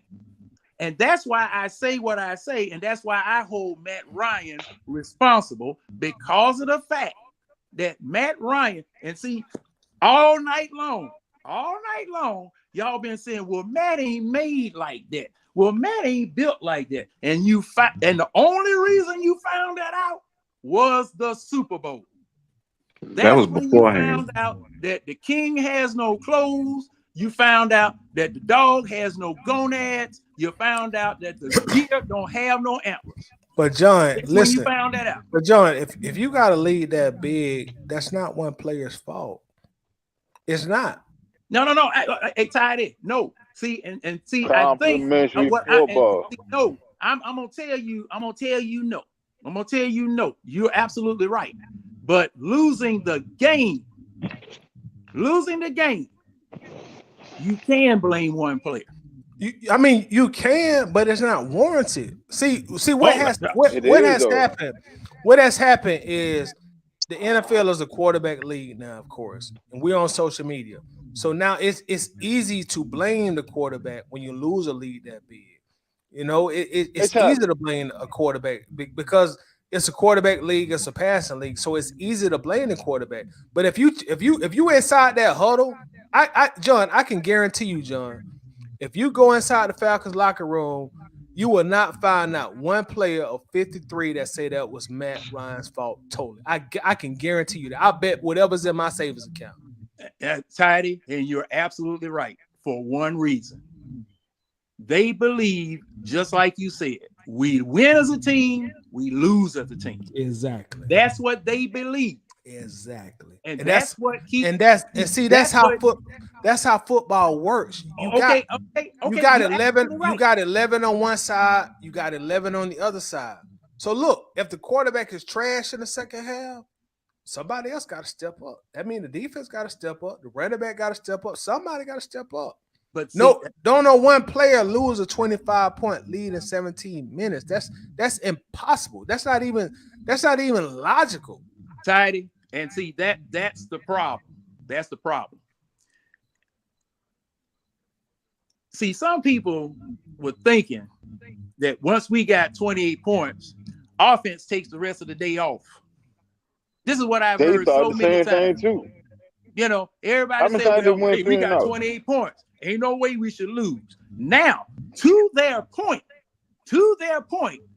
no one has ever lost that type of lead in a Super Bowl, to their point. But to shut the offense down by design or by ineptness, that will get you killed every time. And the thing is, and this is why I put the blame, a lot of it, on Matt Ryan. You are the field general. You had an opportunity. You had the final opportunity. Now, hey, we lost that 28-point lead. Well, I'm gonna say this. We lost that, what was it? 21-point lead. We lost a 21-point lead. Okay. 25-point lead. No. What I'm saying is that, okay. Well, I'm calling it before the last series, before New England got the ball back and went downfield and scored. Okay. We lost a 21-point lead because we didn't score another point. You maintain leads by both defense and by offense. You keep scoring. I don't care if your quarterback rating is 192.8. That scoreboard up there says you got the ball. Your job is to score and keep scoring. Every time you go on that field, you're supposed to keep scoring. All right? Now, when you fail to do that 5 times straight, punt, fumble, punt, you letting them in. You let them in. Exactly. That's not complimentary football. You don't have to score every time. But listen, John, that's not solely the quarterback's fault, bro. Oh, bro, the quarterback playing defense at this point. I swear. That's not solely the quarterback's fault. Let me ask you this, John. Let me ask you this, John. When we ran the ball on first down and Freeman lost 2 yards, you blame the quarterback on that? So how's that solely his fault that the lead was lost? Because of what he did on second down. So you're taking 2% of the game and blaming it on one person. Then what he did in the previous series. How many 3 and outs did we have in the second half? We had way too many. What I'm trying to get y'all to understand is, like, listen. That's what I'm saying. That's not complimentary football. Let me finish, Winston. You literally just said we had 2 minutes. Let me finish, Winston. Let me finish, please. That shit crazy. Let me finish. What I'm trying to get y'all to understand, like, look, if you want to blame Matt Ryan, that's totally fine. I blame Matt Ryan for that game, but you can't solely blame Matt Ryan. You can't look at the fact. I'm not solely blaming. That's what I'm getting from this conversation, because you're not blaming no other aspect of this team. I am, because John, you had a defense that gave up like 300 yards in the second half of Tom Brady. The defense was on the field for 94 plays. It don't matter. Listen, Winston, I don't care if they were on the field for 300 plays.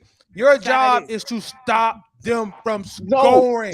That's a Madden mindset. I don't play I'm Madden. sorry. I don't even. Hold on. Wait a minute. Wait a minute. I don't either. Wait a minute. Wait a minute. I'm after you, Title, when you get Wait a to. minute. Wait a minute. Let me tell you something, bro. I haven't bought Madden in 2 years, so don't try me like that. I ain't bought Madden in 2 years.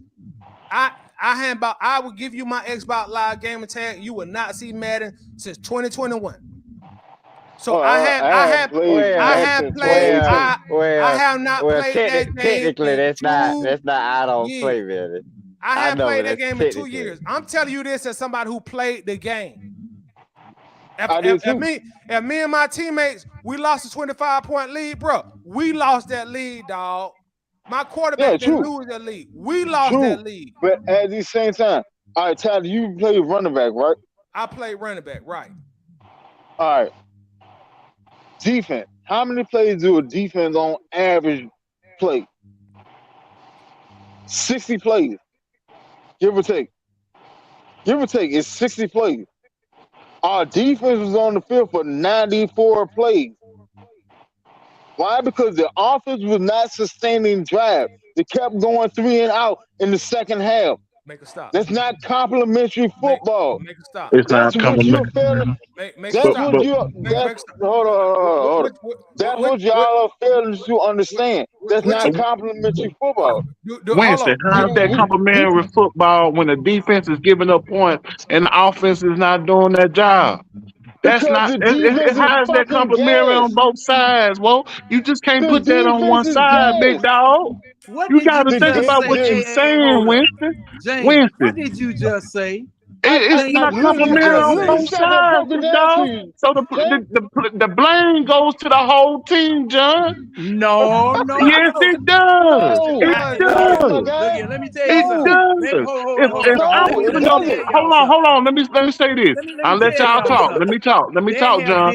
John, let me talk, big dog. Blanket parties that we have Go had. ahead, John. There have been Go ahead, John. blanket parties Hold that on, we have John. held Hold on, in the John. locker room for somebody not doing their job. John, let me talk, John. I got you, big dog. I'm gonna let you go after me. I promise you. The thing is, at the end of the John, I'm gonna day, go there's after you. 22 people on the field. If none of them are doing their job, it's the whole team that needs to be blamed for that. There's no ifs, ands, or buts about it. You just cannot put one thing on a quarterback, dog. That doesn't make sense. That's Hey, Tidy. illogical, Now, big dog. That is illogical. Where's y'all getting this from? Tidy. Now, God, hold up. dog. I'm usually the calm one. But when I'm hearing nonsense, bro, that's just nonsense. It is. It's 22 people that has to do a job. Each person has a position. If they're not doing their job at the end of the day, I'm just saying, bro. John, How's give that, me 2 Winston? seconds. How's Give me that 2 seconds real complimentary quick. football, bro? John, give me Bro, 2 seconds. I'm just saying, Give me hold 2 on. seconds, John. I'm gonna say this. I'm I'ma gonna say smoke this his for a boot. given fact. I'ma smoke I'm gonna his say this boot. for a I given fact. promise. Based on your logic for the last 3 to 4 seasons. Who's I'm saying I'm talking to Winston. I'm talking to Winston. I said, based on that logic, you going back, you could go 3 or 4 seasons where the offense was hitting, the defense wasn't hitting. From your logic. But overall, with that being said, at hand, they're not doing their job at the end of the day, bro. 22 people allowed that to happen, not just the quarterback. You had an offensive coordinator that allowed it to happen.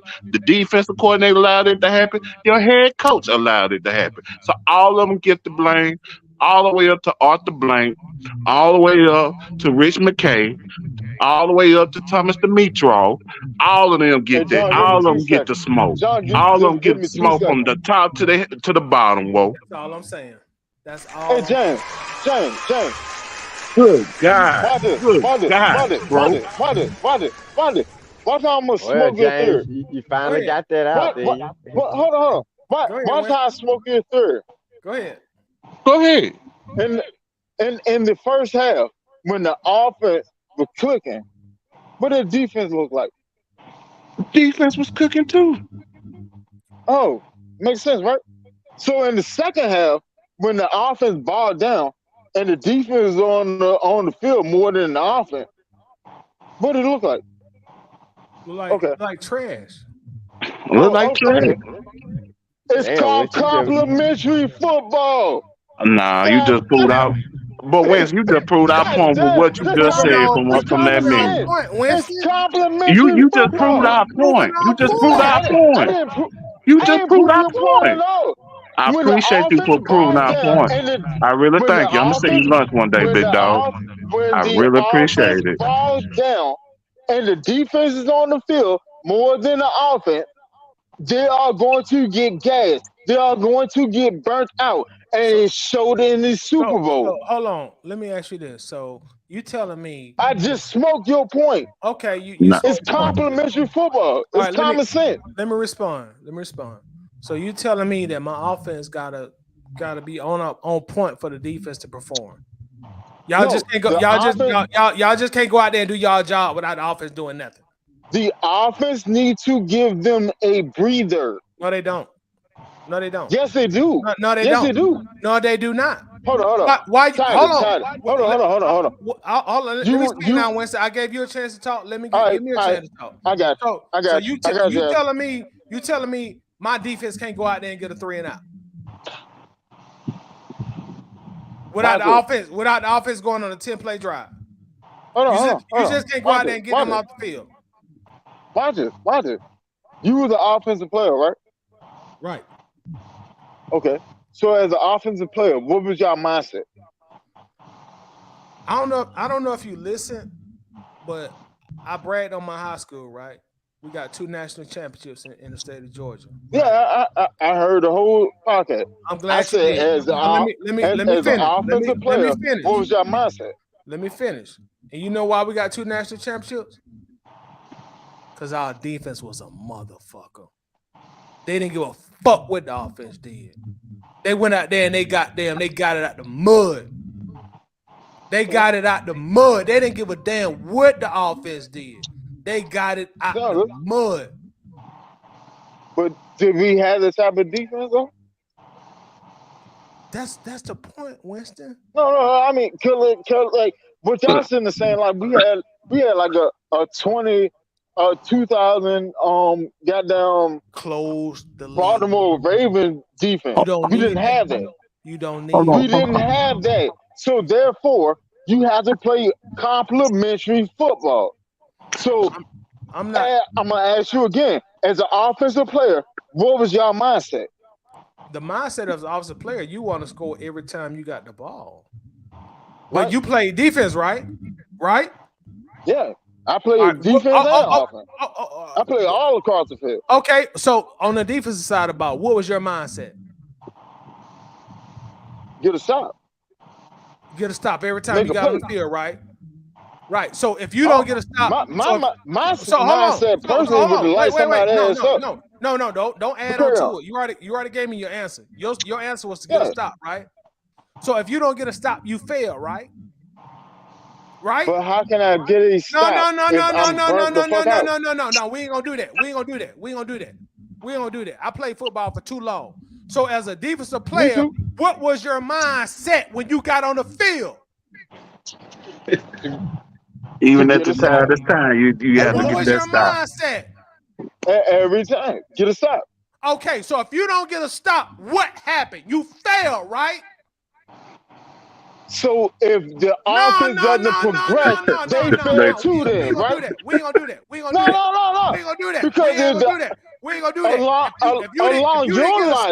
Along your logic, if the offense doesn't progress, then they fail too. If you didn't get a stop, stop, man. Come on, you moving the goalpost. You moving the goalpost. Like I say, you moving the goalpost. Hey, like I told you, my school got 2 national championships. That is moving. We got like 7 or 8 if the offense is not moving and I'm not progressing. moving the goalposts, bro. Like if I'm an offensive player, let me tell you something. As an offensive player, we don't score, we fail. You understand that, bro? We fail. As a defensive player, if we don't stop them, we fail too. Okay, then. So that's my point, complimentary football. That's not complimentary football, big dog. If the defense is out on the field for 94 plays, we had a total of what? 40-something plays on offense? Winston. That's not complimentary football. I don't give a damn how you slice it. Winston, let me tell you something, bro. Let me tell you something. If you on a field and you got 94 defensive plays, that means you're not stopping the offense, right? Right? Because they are gas. I don't give a damn about. No. See, now you going to some beta male. Hold on. I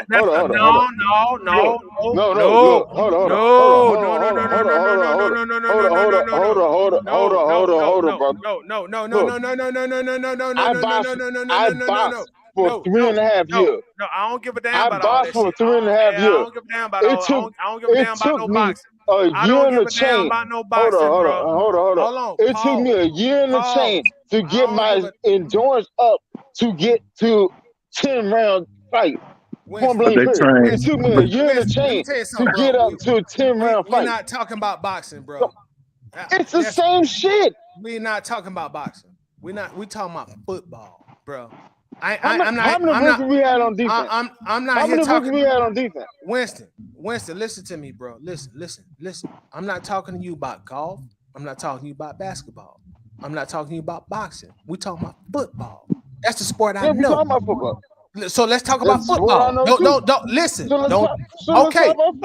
Okay. Don't talk to me about no boxing, okay? That's not the sport I know. Now, if we want to do a boxing podcast, we'll do that next week sometime. Let's talk about football. Well, we can do it. Okay. Now, with that said, if you as a defender, take the Falcons out the equation. If you on the field for 94 fucking plays, you done failed somewhere along the way because you can't get off the field on third down, right? All right. So let me ask you this question: how the hell do the defense get on the field for 94 plays? Because they can't get out the field and the offense ain't producing no drive. No, because the offense ain't fucking producing. Thank you. You didn't listen. I know. I heard you. Okay. I took exactly what you said. You said you see what I'm doing? Stop, and the offense didn't produce. That was the last thing you said. It's a team failure, bro. That's what I'm trying to get you to understand. You trying to blame it on the offense, and it's a team failure, bro. The team failed, not the offense or the defense. The team failed. The coaches failed. The players failed. Front office, all the way up to the top, to the bottom. Hold up on that car wash, gentlemen. Before you start climbing Jacob's ladder. Cause see, look, no, that's a rope you doing, Ty. You doing a rope. Yeah, man. But hold up. Before you start climbing Jacob's ladder, James. Now, how is Arthur Blank responsible for that loss? Now, he got some stink on him because he happened to be in the elevator when somebody fought him. Okay? Same thing with Rich McKay, same thing with Dimitrov. Okay? But your players who they hired, their coaches who they hired, they are responsible for this. Now, it's a team. Let me ask you this question. What side of the ball is the money-making side of the ball? That don't matter. Between the offense and the defense. Which side of the ball is the money-making side of the ball? John, it don't matter. Everybody yes, it does. Hold on. Yes, it does. No, it don't. Let me tell you why it don't matter. Okay. Explain that, Ty. Explain. I'm gonna explain it to you. Because at the end of the day, whether you the quarterback, whether you the defensive end or you center, you got a job to do, bro. It don't matter if you make $20 million a year or if you make $200,000 a year. You got a job to do at the end of the day. You got a job to do. So if you're not doing your job, you're not producing. So it don't matter who making the most money. When you talk about no. I didn't say most money. I said the money making side of the ball. That it's the same thing, though, John. If you're gonna bring, yes, it is. If you're gonna bring, and the reason why I say it's not, you cannot by rule score playing defense. I agree with that. But the people who put the points on the board is the offense. But that don't matter. What I'm yes, it does. No, it don't. What why I'm trying to doesn't say. It matter, Toddy? if it's the offense or the defense. If both in the second half, at the end of the day, y'all, the Falcons did not produce on defense or on offense. Now, if y'all want to blame But Matt the Ryan, defense, if y'all want to blame Matt Ryan, I'm all for that. But you better blame the defense. You better blame the coaching too. You Now, just better not bring. You just better not blame I Matt Ryan blame by them all. himself. I I'm blame blaming them Matt all. Ryan But at by the himself. same time, Why are we the debating him, offense Winston? bogged down. Why are we debating if you blame them all? Because that's what I do. I'm blaming them all. Now, if you want to blame Matt Ryan, I'm gonna blame Matt Ryan, but you better blame the defense But and the Kyle Shanahan. offense No, bogged down. no. And literally the What stats thing? that was still to improve the stats that was still to improve it, you wouldn't let John read out. Why does he have to read out stuff that I already know? They're just digging a Because stab in the wound. because Yeah, a but lot of people because a lot of you people in the exposed chat it, don't Tiny. You know it. lifted your shirt. No, You they're just exposed digging a it. stab in the wound, Yeah, bro. a lot of people in the chat don't know it. Winston, They don't know the draft chart. Winston, listen to me when I tell you this, bro. Listen to me as a brother. Trust me. Anybody that's on this chat at 3 a.m., they know everything about that Super Bowl, dog. You ain't telling them nothing new. Cuz. It's 5:30. That's my point. That's my point. You think you gonna read off some stat that they don't already know? You think you gonna read Some off of something them new to don't. Now, them? to Winston's point, some of them don't. John, trust me. If anybody in this chat right now, they know everything in and out about that Super Bowl. They know about Edelman's catch. They know that greatest. They know that. Listen to me in the chat. John. What about listen, the people who gonna view this John, tomorrow? Listen to me. Anybody, listen. Any Falcons fan know everything there is about that Super Bowl, bro. We ain't giving them no new information, dog. Everybody know everything about that Super Bowl. So okay. Now I give you one better. Ask the chat. Oh, if they won on the draft chart, put a one in the chart in the chat. If they don't want it, put a 2. It's 5:30, Whoa. We could do that stuff. There you got Wallace right there saying, "Yes, I do know." Okay, tell Wallace to tell me how many doggone yards did we get when Matt Ryan fumbled? How many? Okay, John, let me ask you this: how many yards did we allow in the second half on defense? Let me look. There you go. Wait a minute. Now, hold up, Toddy. Now that ain't how many plays did we wait, on defense in the second half? It ain't fair. I can't read off of my chart, but you want me to go look up something for you. Exactly. What kind of stuff is this? If you want them to look at offenses, if you want them to look at offenses, no. I'm talking to Wallace Smith, not you. I'm talking to Wallace Smith. Man, he trust said, me. "Yes, I do." All right, Wallace know everything about this team. Trust me. No, he gonna have to look it up because he can't remember. Wallace know everything about this team. He gonna have to look it up. How many times we went 3 and out in the second half? That man might not know what time it is. Oh, Wallace know everything about this team. Anybody watching at this time, they know everything about Wallace this team. Wallace is very knowledgeable about the Falcons. But hey, Wallace, how many times we went 3 and out in the second half? Too damn many. And I blame the offense all for that.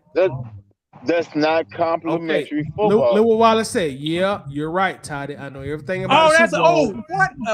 Wait, hold on, John.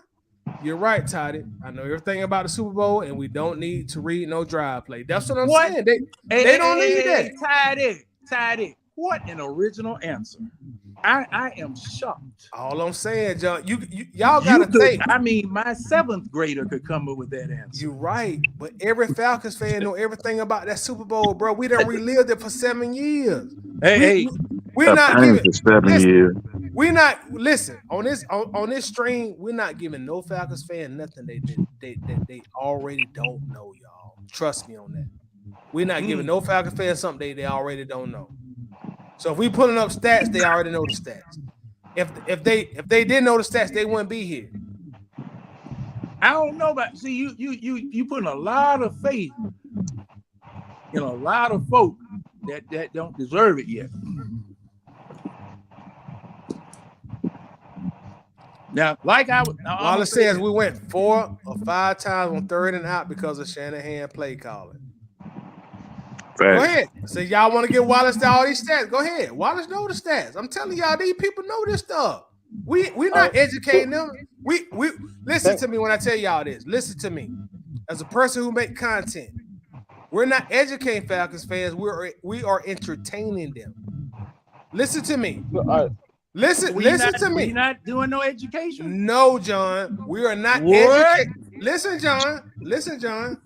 We are not educating. We are entertaining them. There's a difference. I thought I was doing a little Edgemo. No, you're not. You are entertaining them.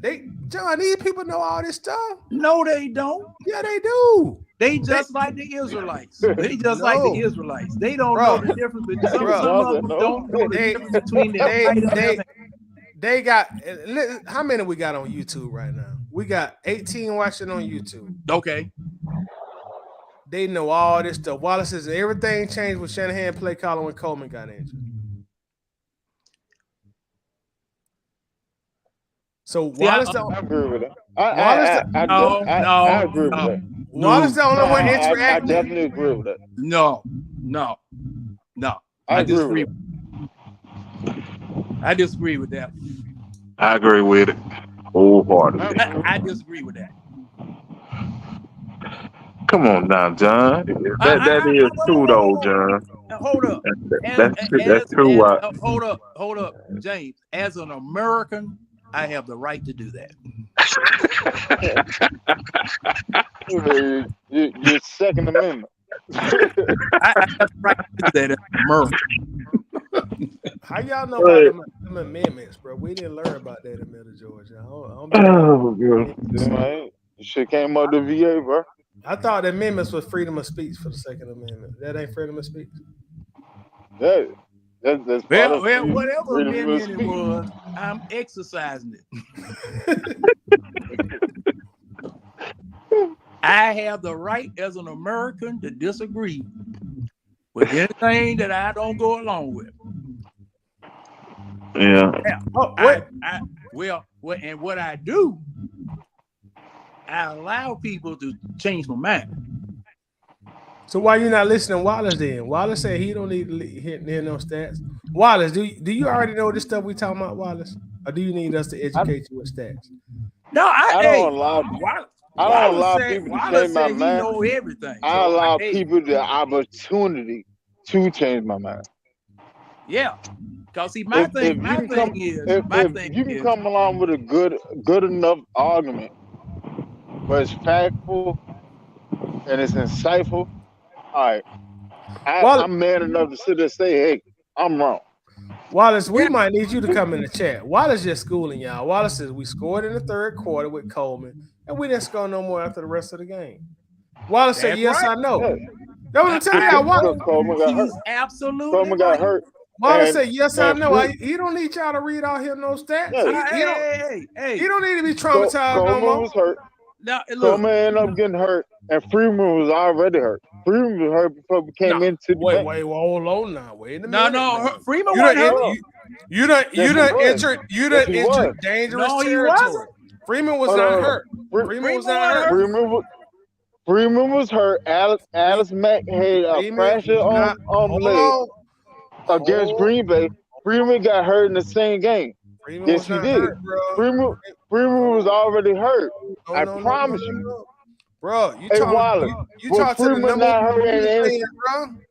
Freeman was not hurt. Freeman got hurt in the NFC Championship game against Green Bay. Freeman was healthy, bro.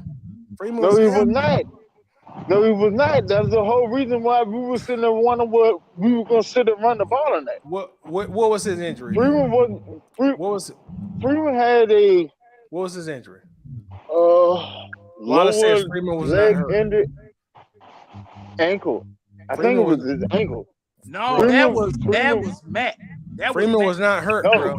No, not Khalil Mack, but Alice Mack. Alice Mack fractured his fibula. Listen, I want to say his fibula. Winston, listen to me as a brother. No, yeah, he did. Listen to me That's the number one Freeman fan on the internet. Devontae was not hurt, bro. He was not. He was 100%. And see what happened. What happened was that in the beginning, Alex Mack, they said he had an ankle injury. But as the weeks went along, they finally told it and said that he had a broken fibula. Yeah. So Alex Mack was the one that had the ankle. And but then, Freeman wasn't hurt. Not that I remember. Freeman was hurt. I look at it. You might be. I'm gonna look at it. But from what I remember, Freeman wasn't hurt. The only way I can Google it is if I log off here, off of the chat, go Google it and then log back in. Freeman was hurt. Freeman was not hurt, bro. I'm telling you, Freeman was not hurt. Hey, John, look it up. Yeah, I'm looking. Devontae was not hurt. That man was hurt. Cause that was the whole thing. We were sitting there wondering what are we gonna be able to run the ball? Freeman was not hurt. Freeman was healthy. And then Freeman took and popped off on the first run for like what 40-something yards, 30-something, 40-something yards. First play of the Super Bowl. We were like, he good. Let me see if I can find the injury report. Hold on. Freeman was hurt though. Don't look at the injury report. Google it. Google was Devontae Freeman injured before the Super Bowl, or did Devontae Freeman was injured in the NFC Championship game? But hold on, Devontae Freeman injured NFC Championship game. Yeah, NFC before the Super Bowl.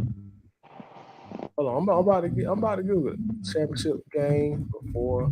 I want to say it was like his ankle or foot, something like that. See, what you're doing is you're confusing the 2017 season. He was not hurt in 16, bro. Freeman was healthy. Freeman was asking for more money. He was not hurt. Even though he was asking for money, hell, Julio would be hurt all the time and ask for money. Listen, you talk to the number one Freeman fan on the internet, bro. He was not hurt. Trust me on this one, cuz. I know Devontae. He was not hurt. Give me 2 seconds. I'll be No, right back. see, I don't. I Googled was Freeman hurt in 2016 Super Bowl, and I don't see anything. He wasn't hurt. Freeman was fully healthy, bro. Freeman had like 150 yards. How's he hurt? Give me 2 seconds. You're gonna be searching a long time. No, that I don't see that. Devontae was fully healthy, bro. And because the thing was, he started talking about a contract during Super Bowl week. Right. That's why he was healthy, because he was talking about getting paid. Yeah, he was talking about a contract extension during Super Bowl week. Right. Brandon Levy says Freeman was never on the injury report. It was this. You don't have to be on the injury report to be hurt. Bro, he was not hurt, bro. I'm telling you, it was Julio, Mack, and Freeman. Freeman was not hurt, bro. Freeman was ready to ball. Did you watch the Super Bowl? Did you not see what Devontae did the first time? on the Super Bowl and fought 4 niggas while I was in prison. What makes you think Freeman was hurt, bro? Hold on. Devontae was fully healthy. That's where we messed up at. We stopped giving him the ball. That's what it was. It was the fucking hip, the hip pointer. No, Devontae. You saw where you see that? He got a hip pointer in October, and it flared back up. Not Devontae. But he ain't put it on it because he got a hip pointer in October 30, 2016, and it flared back up in the postseason. Not Devontae. Devontae Freeman in 2016, he started all 16 games and started all 3 games in the postseason. Where are you getting? You're not hearing what I'm saying. He got a hip on it in October 30th, 2016. And it flared back up in the postseason. That's why he came out the NFC championship game. That's why we were sitting and wondering, was he going to play in the Super Bowl? No, we never wondered. I knew that nigga was hurt. We never wondered with that. Well, that didn't. Okay, now the way that the Falcons and the Patriots and other folk be hiding stuff, I wouldn't count it. I wouldn't discount it. I'm gonna say that. But as far as him making it on the injury report, as far as people that were injured, we never saw that. We never saw that. Now, I know Alex Mack. Listen, you got to think about it. The NFC Championship game and the Super Bowl is 2 weeks in between. Yeah, you don't have to put out your list till earlier that week. They had him as a hip strain in 2016. He had a hip corner. No, it's listed as a hip strain. That's what I'm reading this right now. Hold on. I'm sending it. So you found it tied in October, whatever. I found it, but you got to understand, everybody is dealing with a little something at that point in time. So he was a little hurt. No, he was never hurt. He wasn't hurt. Trust me, he was not hurt. Well, hurt enough to get on an injury report. He was never on the injury report. Yeah, that's what I mean. He was not hurt enough to get on an injury report, or whatever his issue was. He didn't get on the injury report. But see, thing is about Alex Mack. Now, we didn't know until Super Bowl week that Alex Mack had a broken fibula. Okay, all they were saying was that he had an ankle injury. All right, a sore ankle, or what do they usually say? High ankle sprain or something of that nature, and that was all we knew. All right, now I do blame, and now that we talking about that, I do blame that offensive line coach sitting up there keeping Alex Mack in that game all through the fourth quarter. Because you could have put somebody else up in there, because the way that Alex Mack fell when Matt Ryan, when that man pushed him into the backfield, I think it was Hightower, they pushed him in the backfield on that 10-yard sack and knocked him over. Somebody else should have been in the game. I'll say that. I'll definitely say that. But I still got to look at Brandon Levy. Look, Brandon. You are the coach. Son, get out of here. You go in. You got to do things for your players' own good sometimes, especially on that offensive line. Shoot, man. Brandon says Thomas Davis played with a broken arm in the Carolina Super Bowl. Okay, now I want somebody to explain to me a broken leg and a broken arm. Which one would you play with? I played a broken arm before a broken leg. With the broken arm. If I don't have to run the ball or catch the ball, I'm gonna play with a broken arm. What about that broken fibula? Cause look. See, that's what I'm saying. Alex Mack is a warrior for that. He's a warrior for that. All the more reason why we should have won the damn Super Bowl. That man went out there with a broken damn leg and gave us everything we had, everything he had, and we still tricked it up.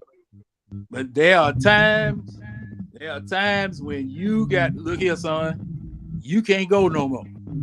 You can't go no more. Come on out of here.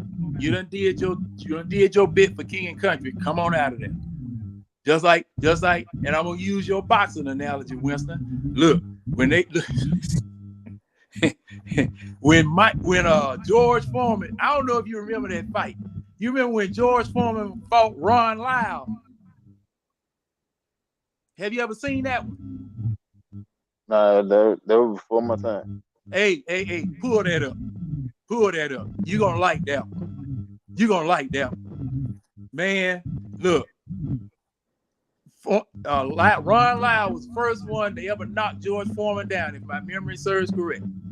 And I mean, them jokers were back. I mean, they were back. George Foreman got knocked down. Ron Lyle got knocked down. Then George Foreman pinned him over there in the corner, just went to work. And then he stood off. Ron Lyle just fell to the ground. Man, towels were coming from everywhere. they were throwing towels from the stand. They said George Foreman was literally the hardest hitter ever. Oh, man, man. You have you ever looked at any of his fights? Yeah, I watched plenty of his fights. Man, look. See, like when I was boxing, like before I started boxing and stuff, like I was studying Mike Tyson, Ali, Sugar Shane Leonard, Mosley. Sugar Ray Leonard. I didn't really care too much for Mosley. Mm-hmm. It wasn't as explosive. He's a technical boxer. You know what I'm saying? Mosley is a technical boxer. I was more on explosive because that's how I move. Me personally, I just move more explosive. So I follow fighters that move the way I do. Roy Jones. Roy Jones to me is my GOAT. Roy Jones Jr. is the GOAT. That man whipped ass from welterweight all the way up and caught a belt to heavyweight and caught a belt in all classes, all the way up to heavyweight. That's my GOAT. Can't nobody else say that. Point blank period. Nobody else can sit there and say that it went from that weight class all the way up to the top and caught a belt on everyone. So that's my GOAT. I know a lot of people say Ali is the GOAT. All right, that's cool, but you were fighting in the same weight class. You never changed. You didn't go lower or whatever. You just stayed where you were comfortable at. See, like, to me, it's all about the competition. If I'm sitting there whipping everybody's ass in this weight class ain't for me no more. I done did everything I can do it. Give me more competition. So I'm going to put on more weight and move up. Like right now, I walk around at 200 pounds, but my boxing weight is 174. I walk around at 200 because that's just my comfortable weight. But I cut weight quickly. Oh, yeah. I see you out there running all over the city at 2 o'clock in the morning, sitting up here intimidating folks. Well, I ain't telling nobody. Yeah, shoot. You stay in your lane, I'm in my lane, we good to go. No, but I'm out here walking tonight because, man, I'm on the weather. Like, oh, yeah. He did say you got to burn a flu out. Yeah. Put it on the jacket and I'm sitting there trying to sweat it out. Yeah. I think Tyler raised my temperature up a little bit. I sweat a little bit more. That might have helped. Now, hey, is there any more business we need to discuss tonight? We gonna shut this down. I think we can shut it down. All right, it's 5:52 in the morning, and Brandon and everybody else that came in here tonight, come on back, cause I ain't through with you. I ain't through. All right, y'all. So we're gonna go ahead and shut it down, man. I want to thank everybody that came through, from Brandon to Stroud to, of course, John, of course, Winston, James, Red, Mark, and everybody, man. We normally always do this on Friday nights. Waffle House crew, the original crew. You know what I'm saying? So I want to thank everybody. As long as there's an interest, we'll try to do this every Friday, 11:45 p.m.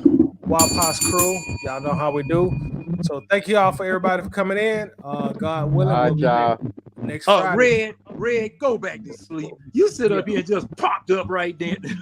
Heard us get ready. I've been listening to it the whole time. Yeah, he been out of here, man. He been also Red. Let them know they can find you on YouTube, bro. You know what I'm saying? Because I saw the last episode, so let them know they can find you on YouTube. Okay, the Red and Rev show on YouTube, everybody. Eric Rose on Facebook. No, Red Rose on Facebook. So y'all make sure to check out Red on YouTube, man. And thank y'all everybody for the support. You know it'd be crazy in here, but hey, that's the life as a Falcons fan. Thank you everybody. Thank you everybody who hanging in right now. Thank you, John. Thank you, Red. Thank you, Winston. Thank you, Dang. Y'all be good. Peace out. That's what